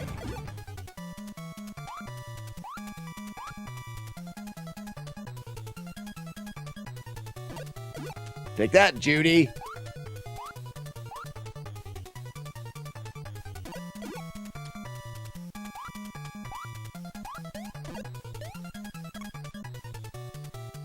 Tried to get a sneaky shot in there. All right, Judy.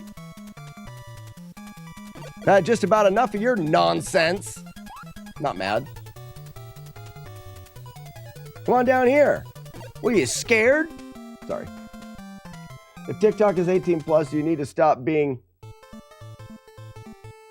feeling police. They need to stop being, oh, they do. Right. They do, Mike.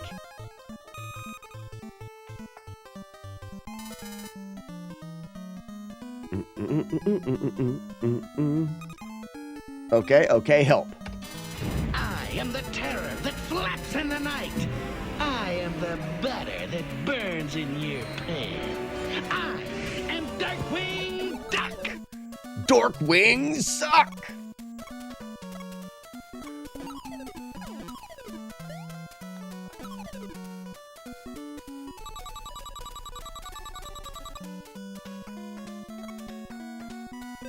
Well, I've got lots of ass in this one. Good.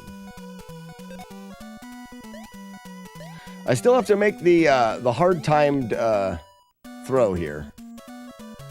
Be the game. Know the game. Feel the game. Boop. Got it. Perfectly done. I did that with perfect. You win. Perfect. I'm very proud of myself.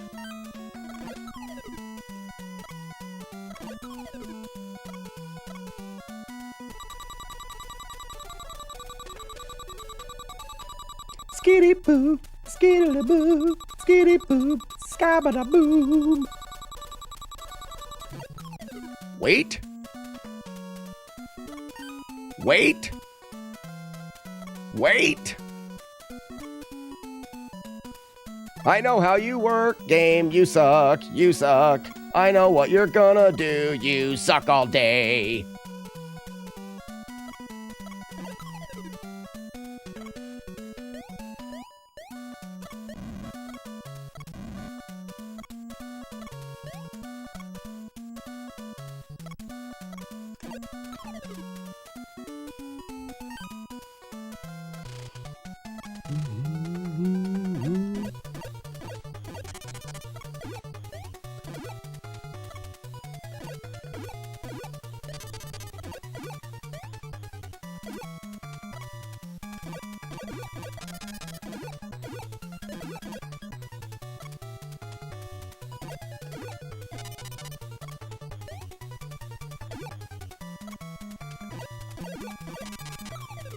Got him.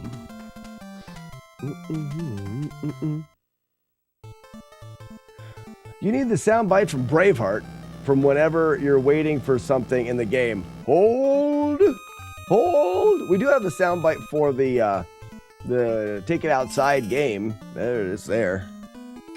I am the terror that flaps in the night. Good idea, though. I am the winged scourge that pecks at your nightmares. I am Darkwing Duck. Dorkwings suck. Look at the size of that can. Giant can of ass.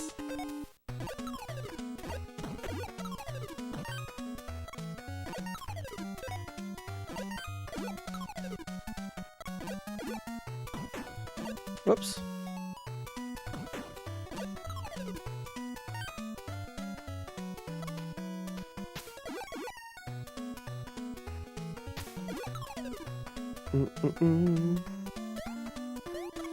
Skibidi rink ging bink. Do do do be do ba-dum ba-dum.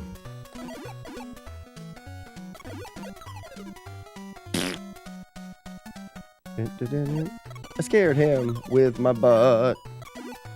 It really stinks.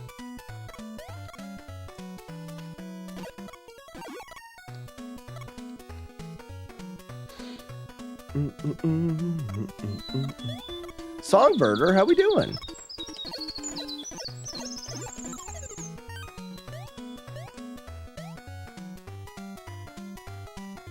Thank you for the GL. This run has one hit in it because of dumb.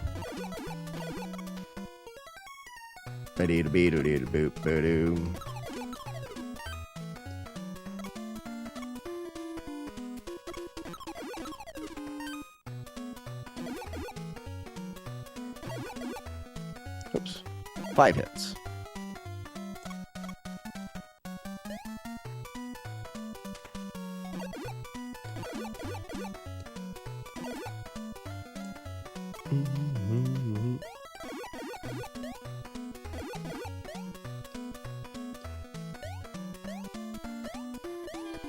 Skibidi beep beep beep.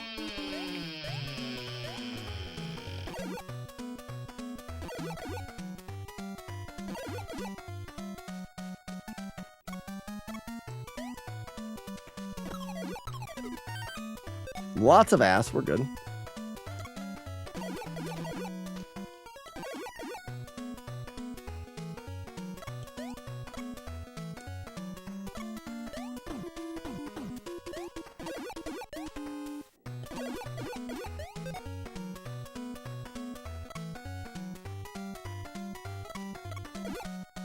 Oops. That's never happened. Wow, I'm sad. Here we go, cape analysis. The whale is wearing a cape for a cape. That was a good cape analysis. Reset. Check match.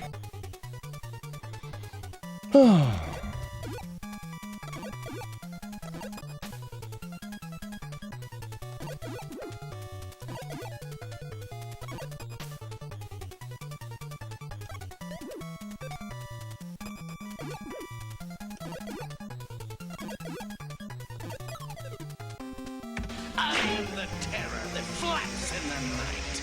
I am Why the hell did that guy do that? your cheese. And Darkwing.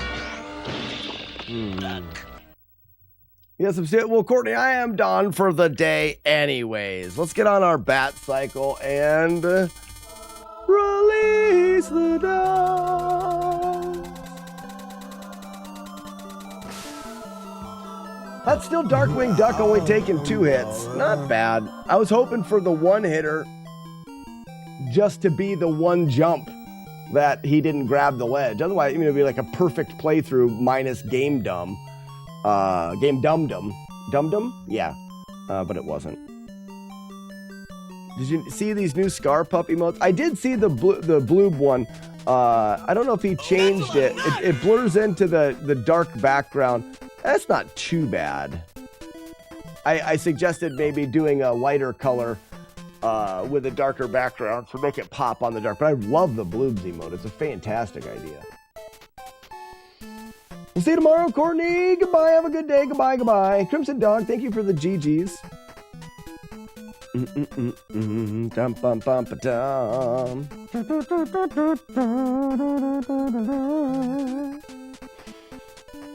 Do do do do. Darkwing suck. Darkwing suck. So, things and stuff. The walkathon. If you guys would like to support the stream, the walkathon will be January 10th, and I'm accepting mileage pledges. That's what all these fantastical human beings have done down there, is pledged an amount per mile for the walkathon as a donation. The walkathon is my one big fundraiser every year to raise money for the stream to keep us going all year long. So if you like what I do, consider making a mileage pledge. All you have to do is say to me, "Hi, I would like to do a mileage pledge of said amount." Don't put it into the chat because the chat moves very fast into chat heaven and I never see it again. So make sure you're doing a whisper on Twitch or direct message on some kind of platform and we'll get you added to it. I almost bought that treadmill you have. They tried to trick me into a $50 redeem. What does that mean? Don't let them trick you, Romeo. Dorkwing is pretty much there. The only difference was that missed handle and you hit that last enemy. You think it was I hit it with the primary weapon and that's what got him jumping out of there? You're right. It probably was. And I hit him with a primary weapon because I switched J-Guard to the arrow, but I was too close to him, so it did less damage. It wasn't the primary weapon, it was the arrow. I switch early. I was too close to him. If you're too close, the arrow doesn't count and it just gives you the normal hit.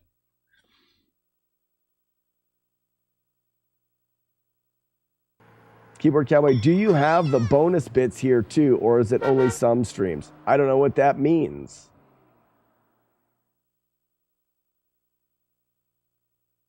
Twitch tiered 30 bits? What does that mean? Bonus bit is a Twitch event. Cheer over 300 and get a 10% bonus from Twitch for some reason. Oh, wow. Your pledges are above you on TikTok. Yeah, they are because of things and stuff, Mike. Up there, down there, around. Well, that's cool that Twitch is doing that. Because of reasons, I wonder how long. I need to be telling people to give me their money so we can get some of Twitch's stale money. And 25% off all subs until January 2nd. For Christmas, of course. Everybody, now's the time to do things and stuff. You know what? Oh, hold up. Hold up. We may bump the walkathon.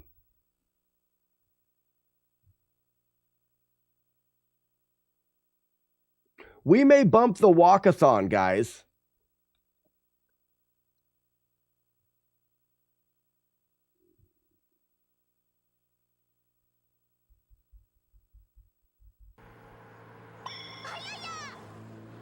Jaguar's going to get the upgraded tier 3.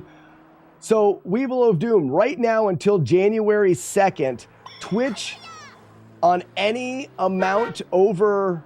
Rissa just did it too, right? Yeah. So, on any amount over 300 bits, Twitch is dumping in 10%. That looks like more than 10. 10% of 400. They're doing 20%. Isn't 80 20% of 400?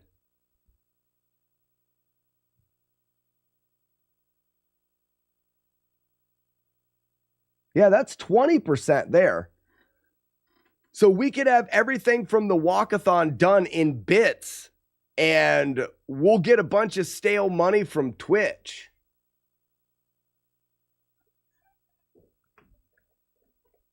I'll need to move it into, but is that going to work for people though? And I've been telling everyone January 6th.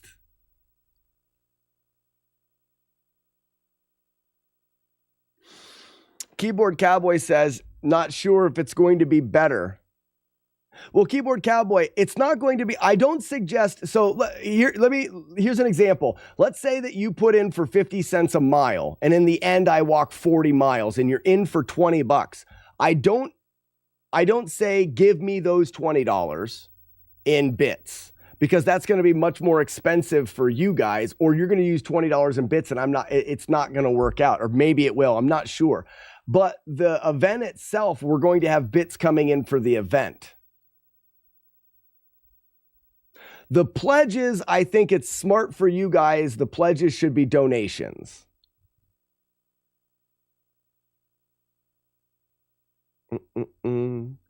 What do I need to do a pledge?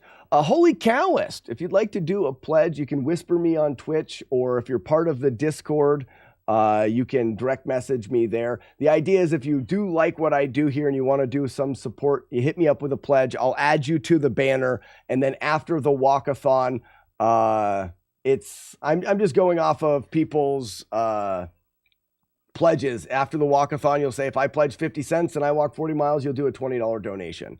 But it's still up to you at that point.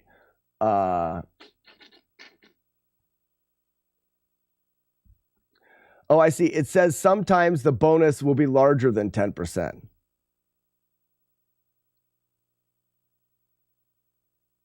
And even larger special prize bonuses from time to time. So it's 10%, but randomly can be more. Guys, how much does Twitch take? Mechanic Mike says breakfast with a stranger. I would too. So when you're doing bits, what's the percentage? So if you want to get 100 bits, which is $1, what does that cost? Is it cost more than $1.10? I think it is. I think it's more than 10% goes to Twitch out of bits anyways. It's a buck. Yeah, see, that right there is a bit tricky. So Twitch is basically saying, we'll give you a little bit better.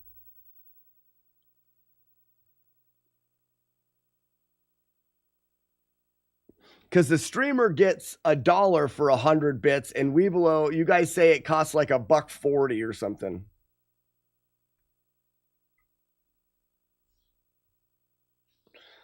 So it's a better cut, but it's not better than donations.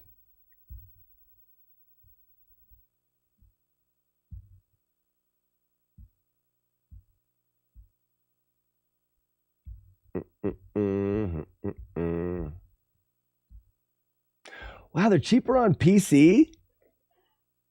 That's crazy.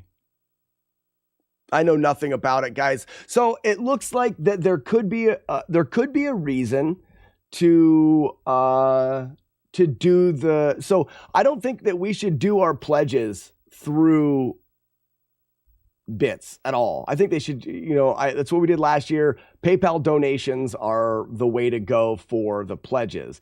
But the event is going to be 16 hours of streaming. We're going to have a lot of bits because I've got different things for getting into the giveaways and stuff like that. We might as well do it early.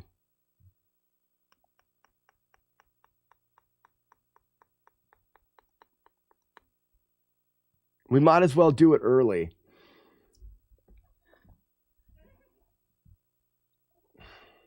When do we do it, though? I don't know if it's smart to do it between Christmas. Oh, maybe it is. When is Christmas? Because a lot of people have work off. Oh, not everybody, but, some people have work off around there. Christmas is the 26th, so we could do it the 30th.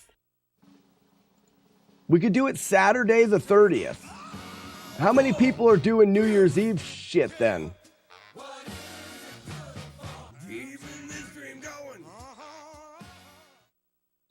Probably more viewers during the weekend.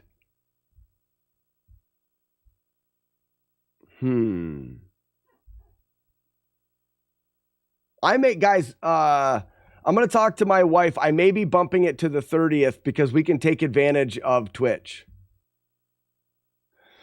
I will not be able to make it if you do it before January 2nd. Boo. Boo on that.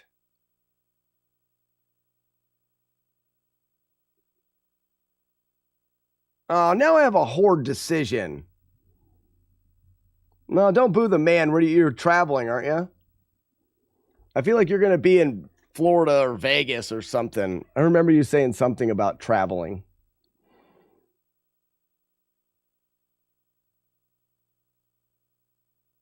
Could maybe do the 30th? Okay. Ugly Owl, if people ain't going, I ain't going. Ugly Owl, what are you doing right now? We need to talk GDQ. What are you doing right now? I'm going to take all these people and dump them on some other poor, unfortunate soul. Speaking of poor, unfortunate souls, I got to say goodbye to Tic Tac. Tic Tac, goodbye. End live. There. That's the ending the Tic Tac gets.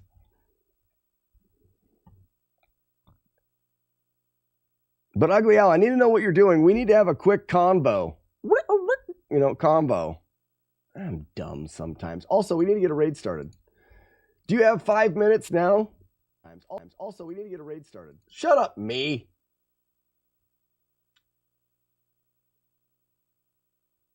Junkyard Dave.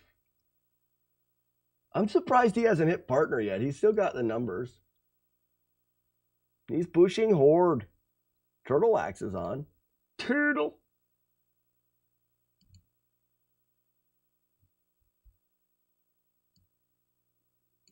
I know where we can go. Just do 2 treadmill streams.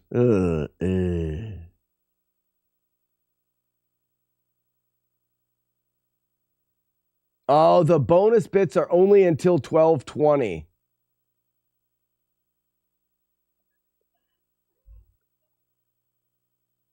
It may not make sense to move it up.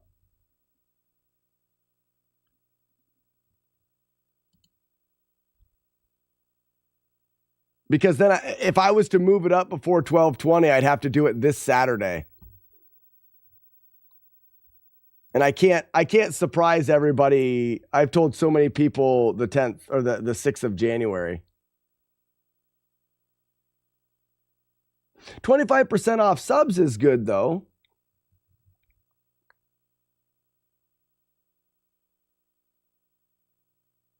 Here's the thing. If this is something that Twitch potentially is going to do, we need to look into it for next year. And the walkathon won't be held on my birthday. We can do a birthday stream or something like that. But the walkathon will be like early December.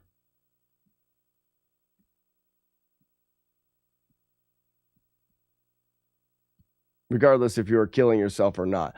Yeah, I don't think there's any reason to move it up for gift subs, even though I'm going to do some incentives and stuff like that on the walkathon.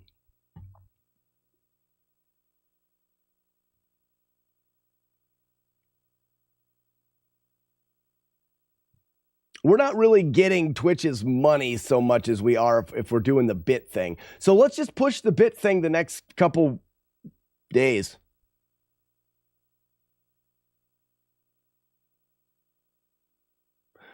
I would avoid doing anything between Thanksgiving and Christmas. People are usually tied on cash then.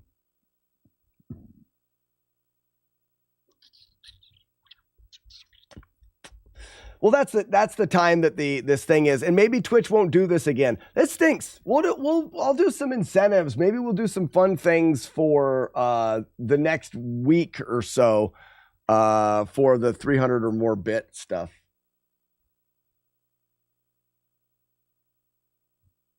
I'm with you, Ugly Owl. Also, you didn't answer me. You free?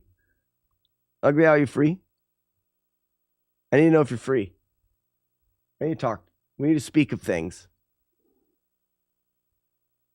I am free. Good. All right, let's have a quick chat. Let me get rid of all these other losers, okay? Yeah, that'll be good. Hey, losers. We're going to raid some fantastic human being. Are you guys ready? I hope you guys like chili, because this man doesn't see a problem with everything being covered in chili. I fail to see the problem with everything being covered in chili. We're going to head on over to American Dream. He's playing some fun games and having some fun times, and he's a real nice gentleman. Ladies and gentlemen, thank you so much for a fantastic day. I was a bit upset today, but we did have look on the bright side, a really good run of Zelda 1, a really good run of Darkwing Duck. Like, we did really good things. I have no reason to be upset other than Zelda 1 makes my soul hurt. I may focus on Darkwing, get that done, and we may take a little break from Zelda 1. I haven't decided yet. We'll talk more about that. In the next few days. All right. Ladies and gentlemen, thank you so much for all that you do. I wouldn't be able to do it without you, and we'll see you tomorrow. Bye-bye. Goodbye. Go on.